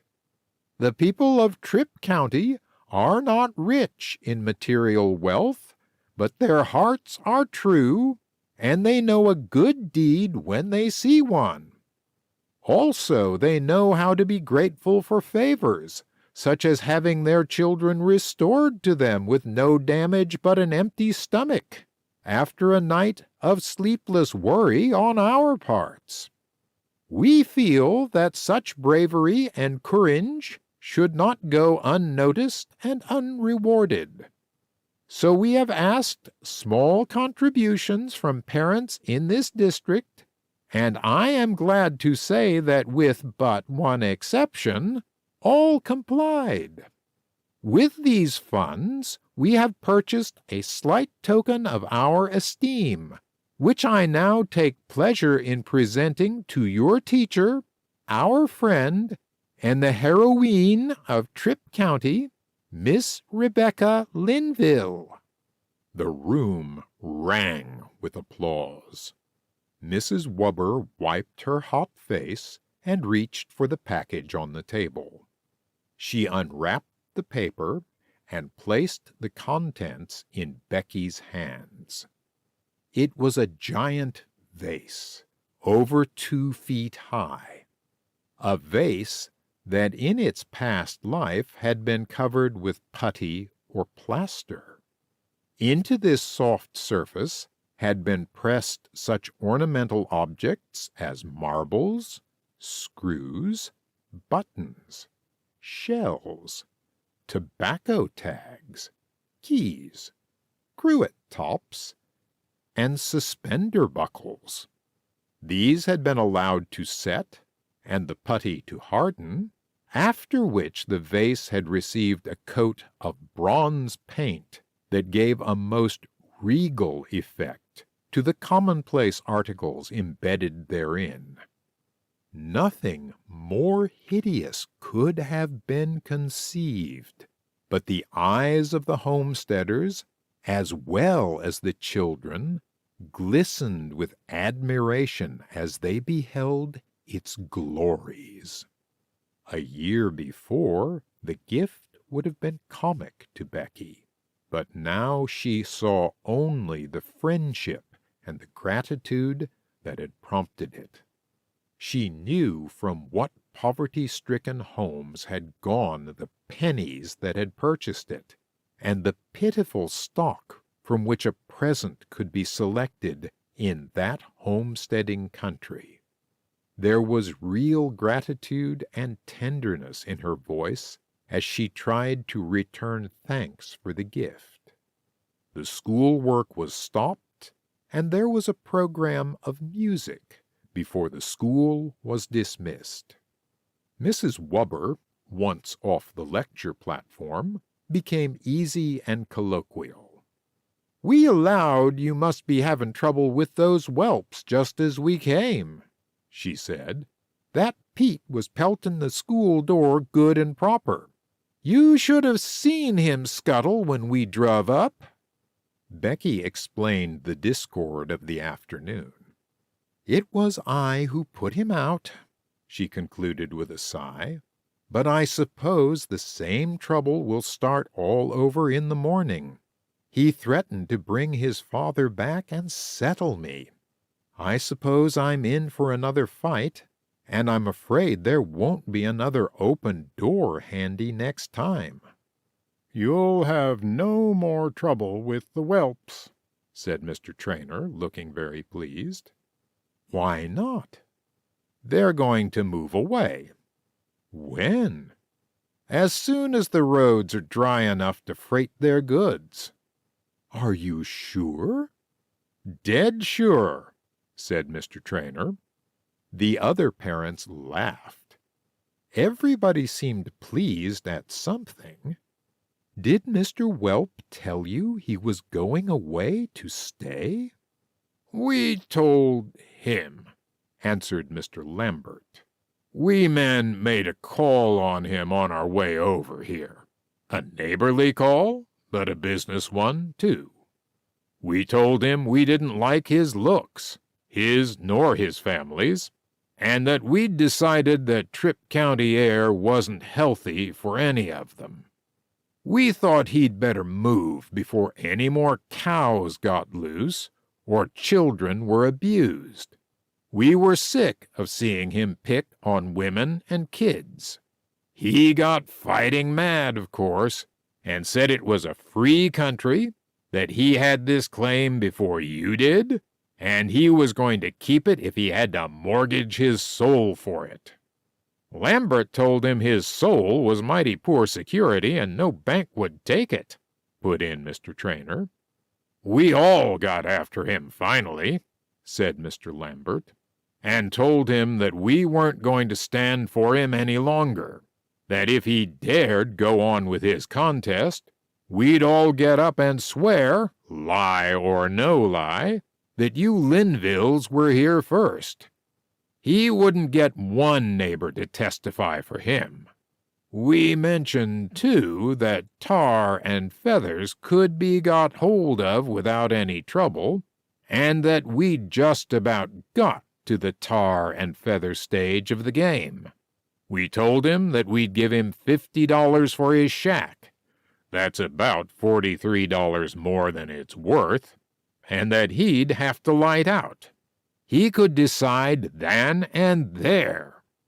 "And what did he do?" asked Becky, breathless with suspense. "Cussed us all round, kicked the cat, and finally growled out that he'd go as soon as the roads dried up. I believe he mentioned something about not caring much for his neighbors either, but we didn't wait for his comments. We picked up our women folks and came over here to celebrate." "It's a wonderful celebration," said Becky. "It's 2 gifts you've brought me, not 1. My, won't the Linvilles sleep well tonight." "A nice, easy feeling all around," said Mr. Traynor. "I guess there ain't much doubt now of our keeping our teacher." The Wubbers offered Becky a seat in their wagon when the party started home, but she was not quite ready to leave. She sent the 2 children with them, waved a grateful good-bye to the committee, and turned back to the schoolroom for a few last duties. She sang as she cleaned the blackboard, pushed back the desks, and picked up the waste paper from the floor. The fear and menace of her life was gone now.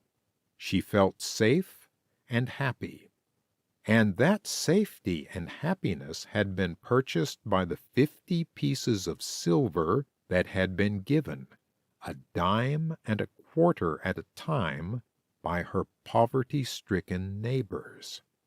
They had come from homes where bread was needed and potatoes, where there was no meat, and not enough heat, and insufficient clothes. Yet it had been given graciously and willingly, a grateful thank-offering from appreciative hearts. Had it ever been that she thought the prairie an unfriendly place? That seemed years ago. It was her school now, her claim. Dakota was her home. As she lifted Joan's spelling book to carry home with her, a paper fell out on the floor. Becky, picking it up, read, "The whelps they are so mean a lot, I wished they'd die upon the spot. Not both the grills that cannot help from being such a thing as whelp, but I would be very, very glad if Bill and Pete would be found dead upon the street." Becky looked and laughed. "There's a better solution than that, Miss Joan," she said to the air. "Just wait till I get home and tell you." Under the prairie winds, the roads dried quickly, and the following Sunday the Cleavers came over the Linville trail to congratulate Becky. She had become famous, said Mr. Cleaver, with a smile that held pride as well as fun.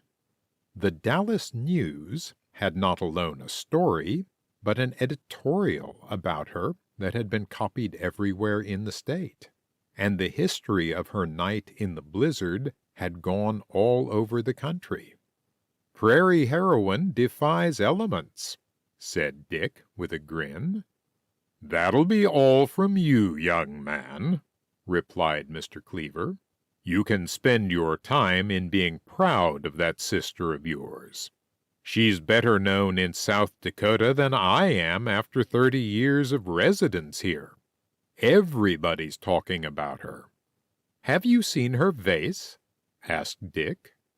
Becky threw a warning glance at him. Not even to the Cleavers would she admit that there was anything unbeautiful in that gift. The children could not wait to tell that the Whelp family were leaving the neighborhood. "That's what we're celebrating today," said Becky. "Dick killed a chicken for us, and we're not going to have turnip or prunes.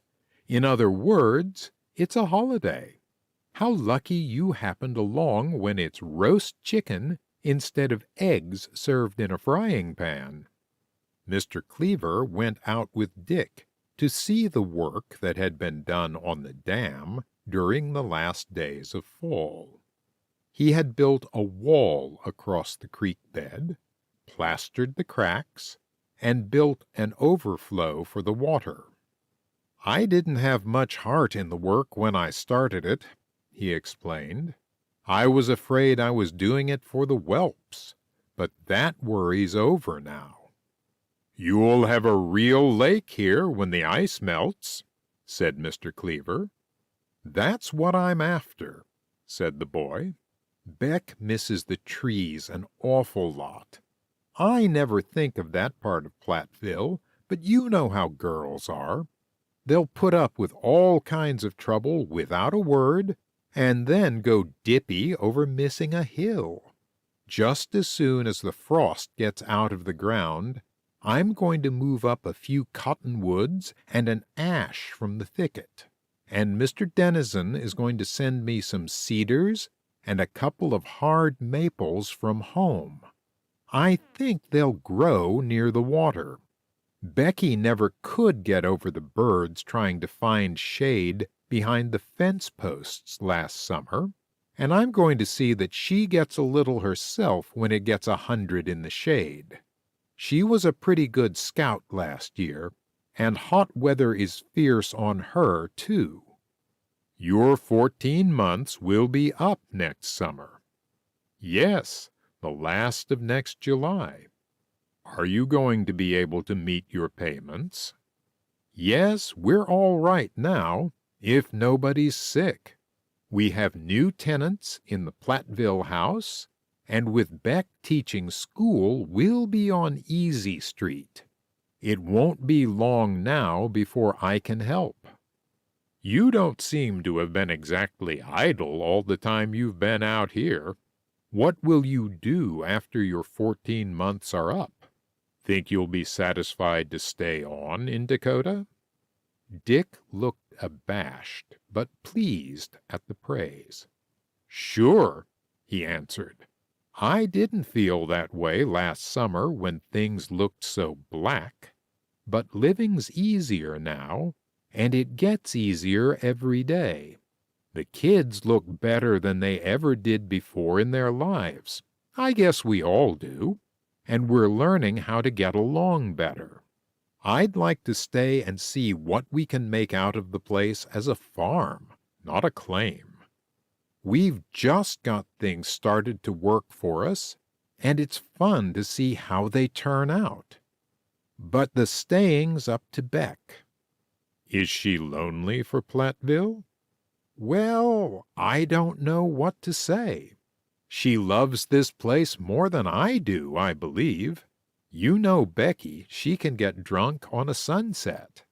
But she doesn't get over Uncle Jim. She says she left him behind in Platteville, that he's never seemed to be out here with us. Of course, she doesn't kick about living here.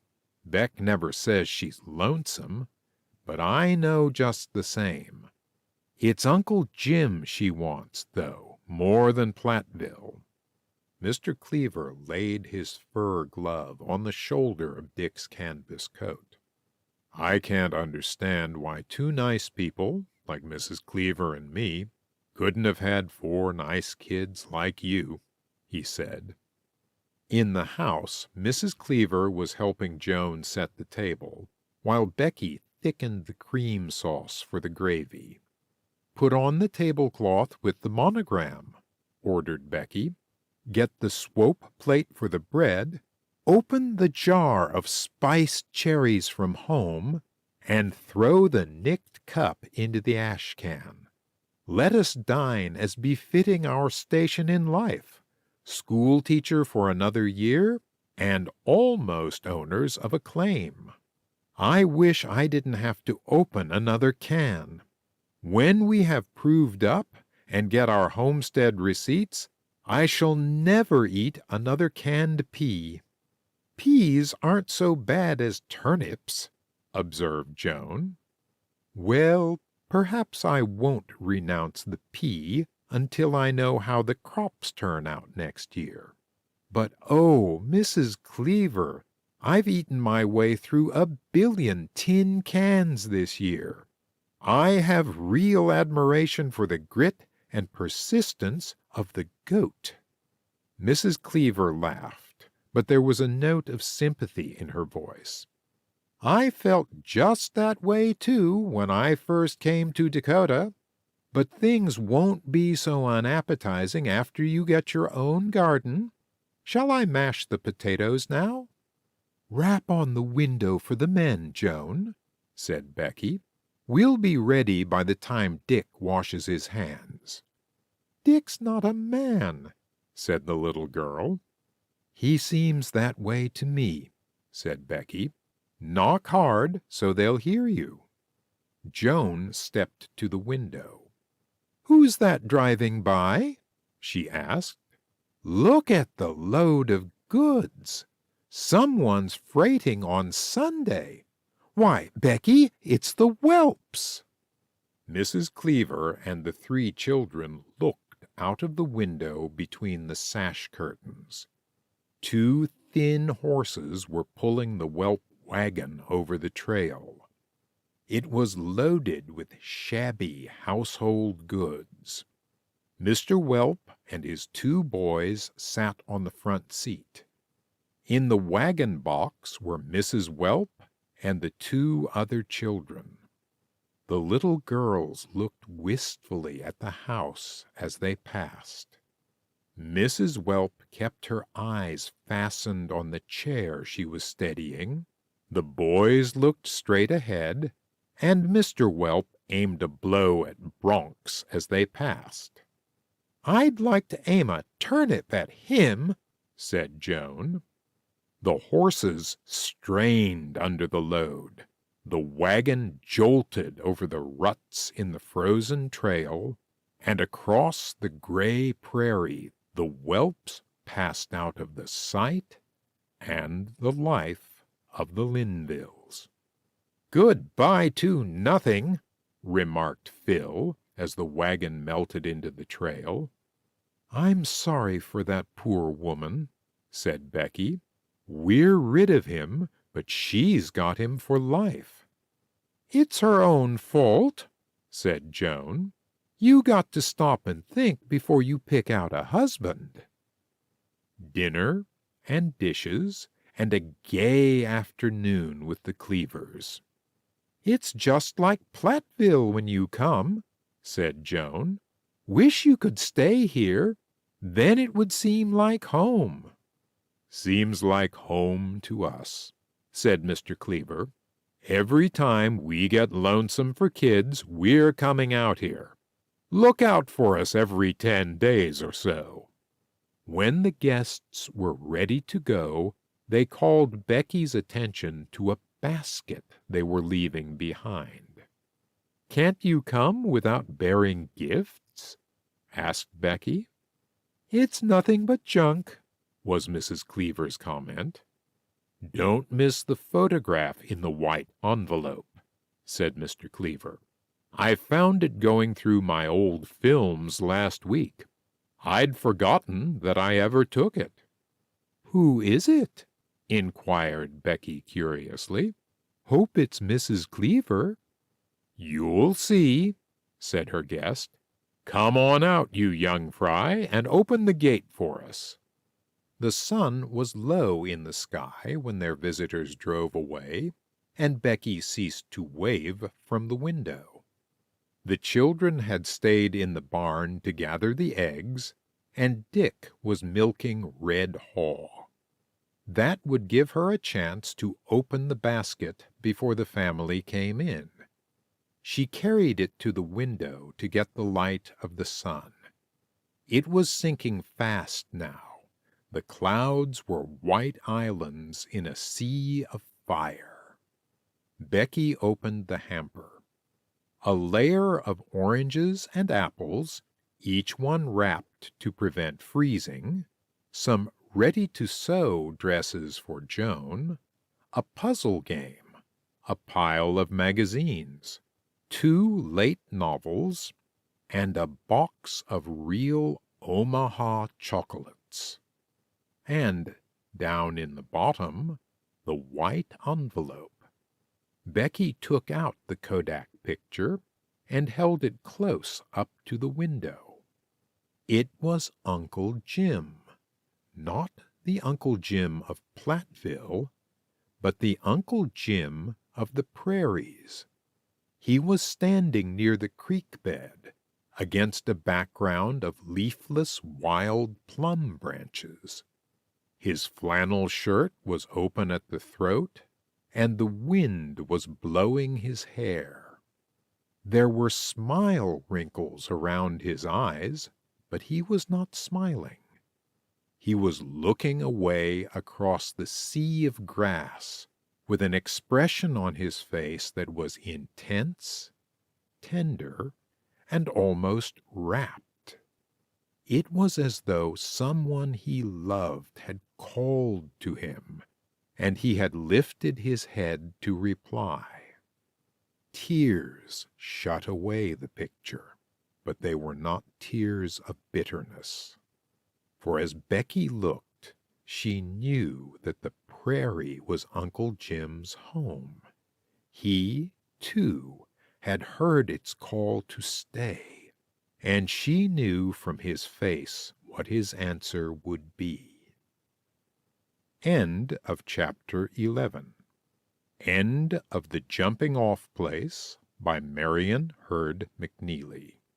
Read by Tom Booker, Knoxville, Tennessee, August 15, 2025.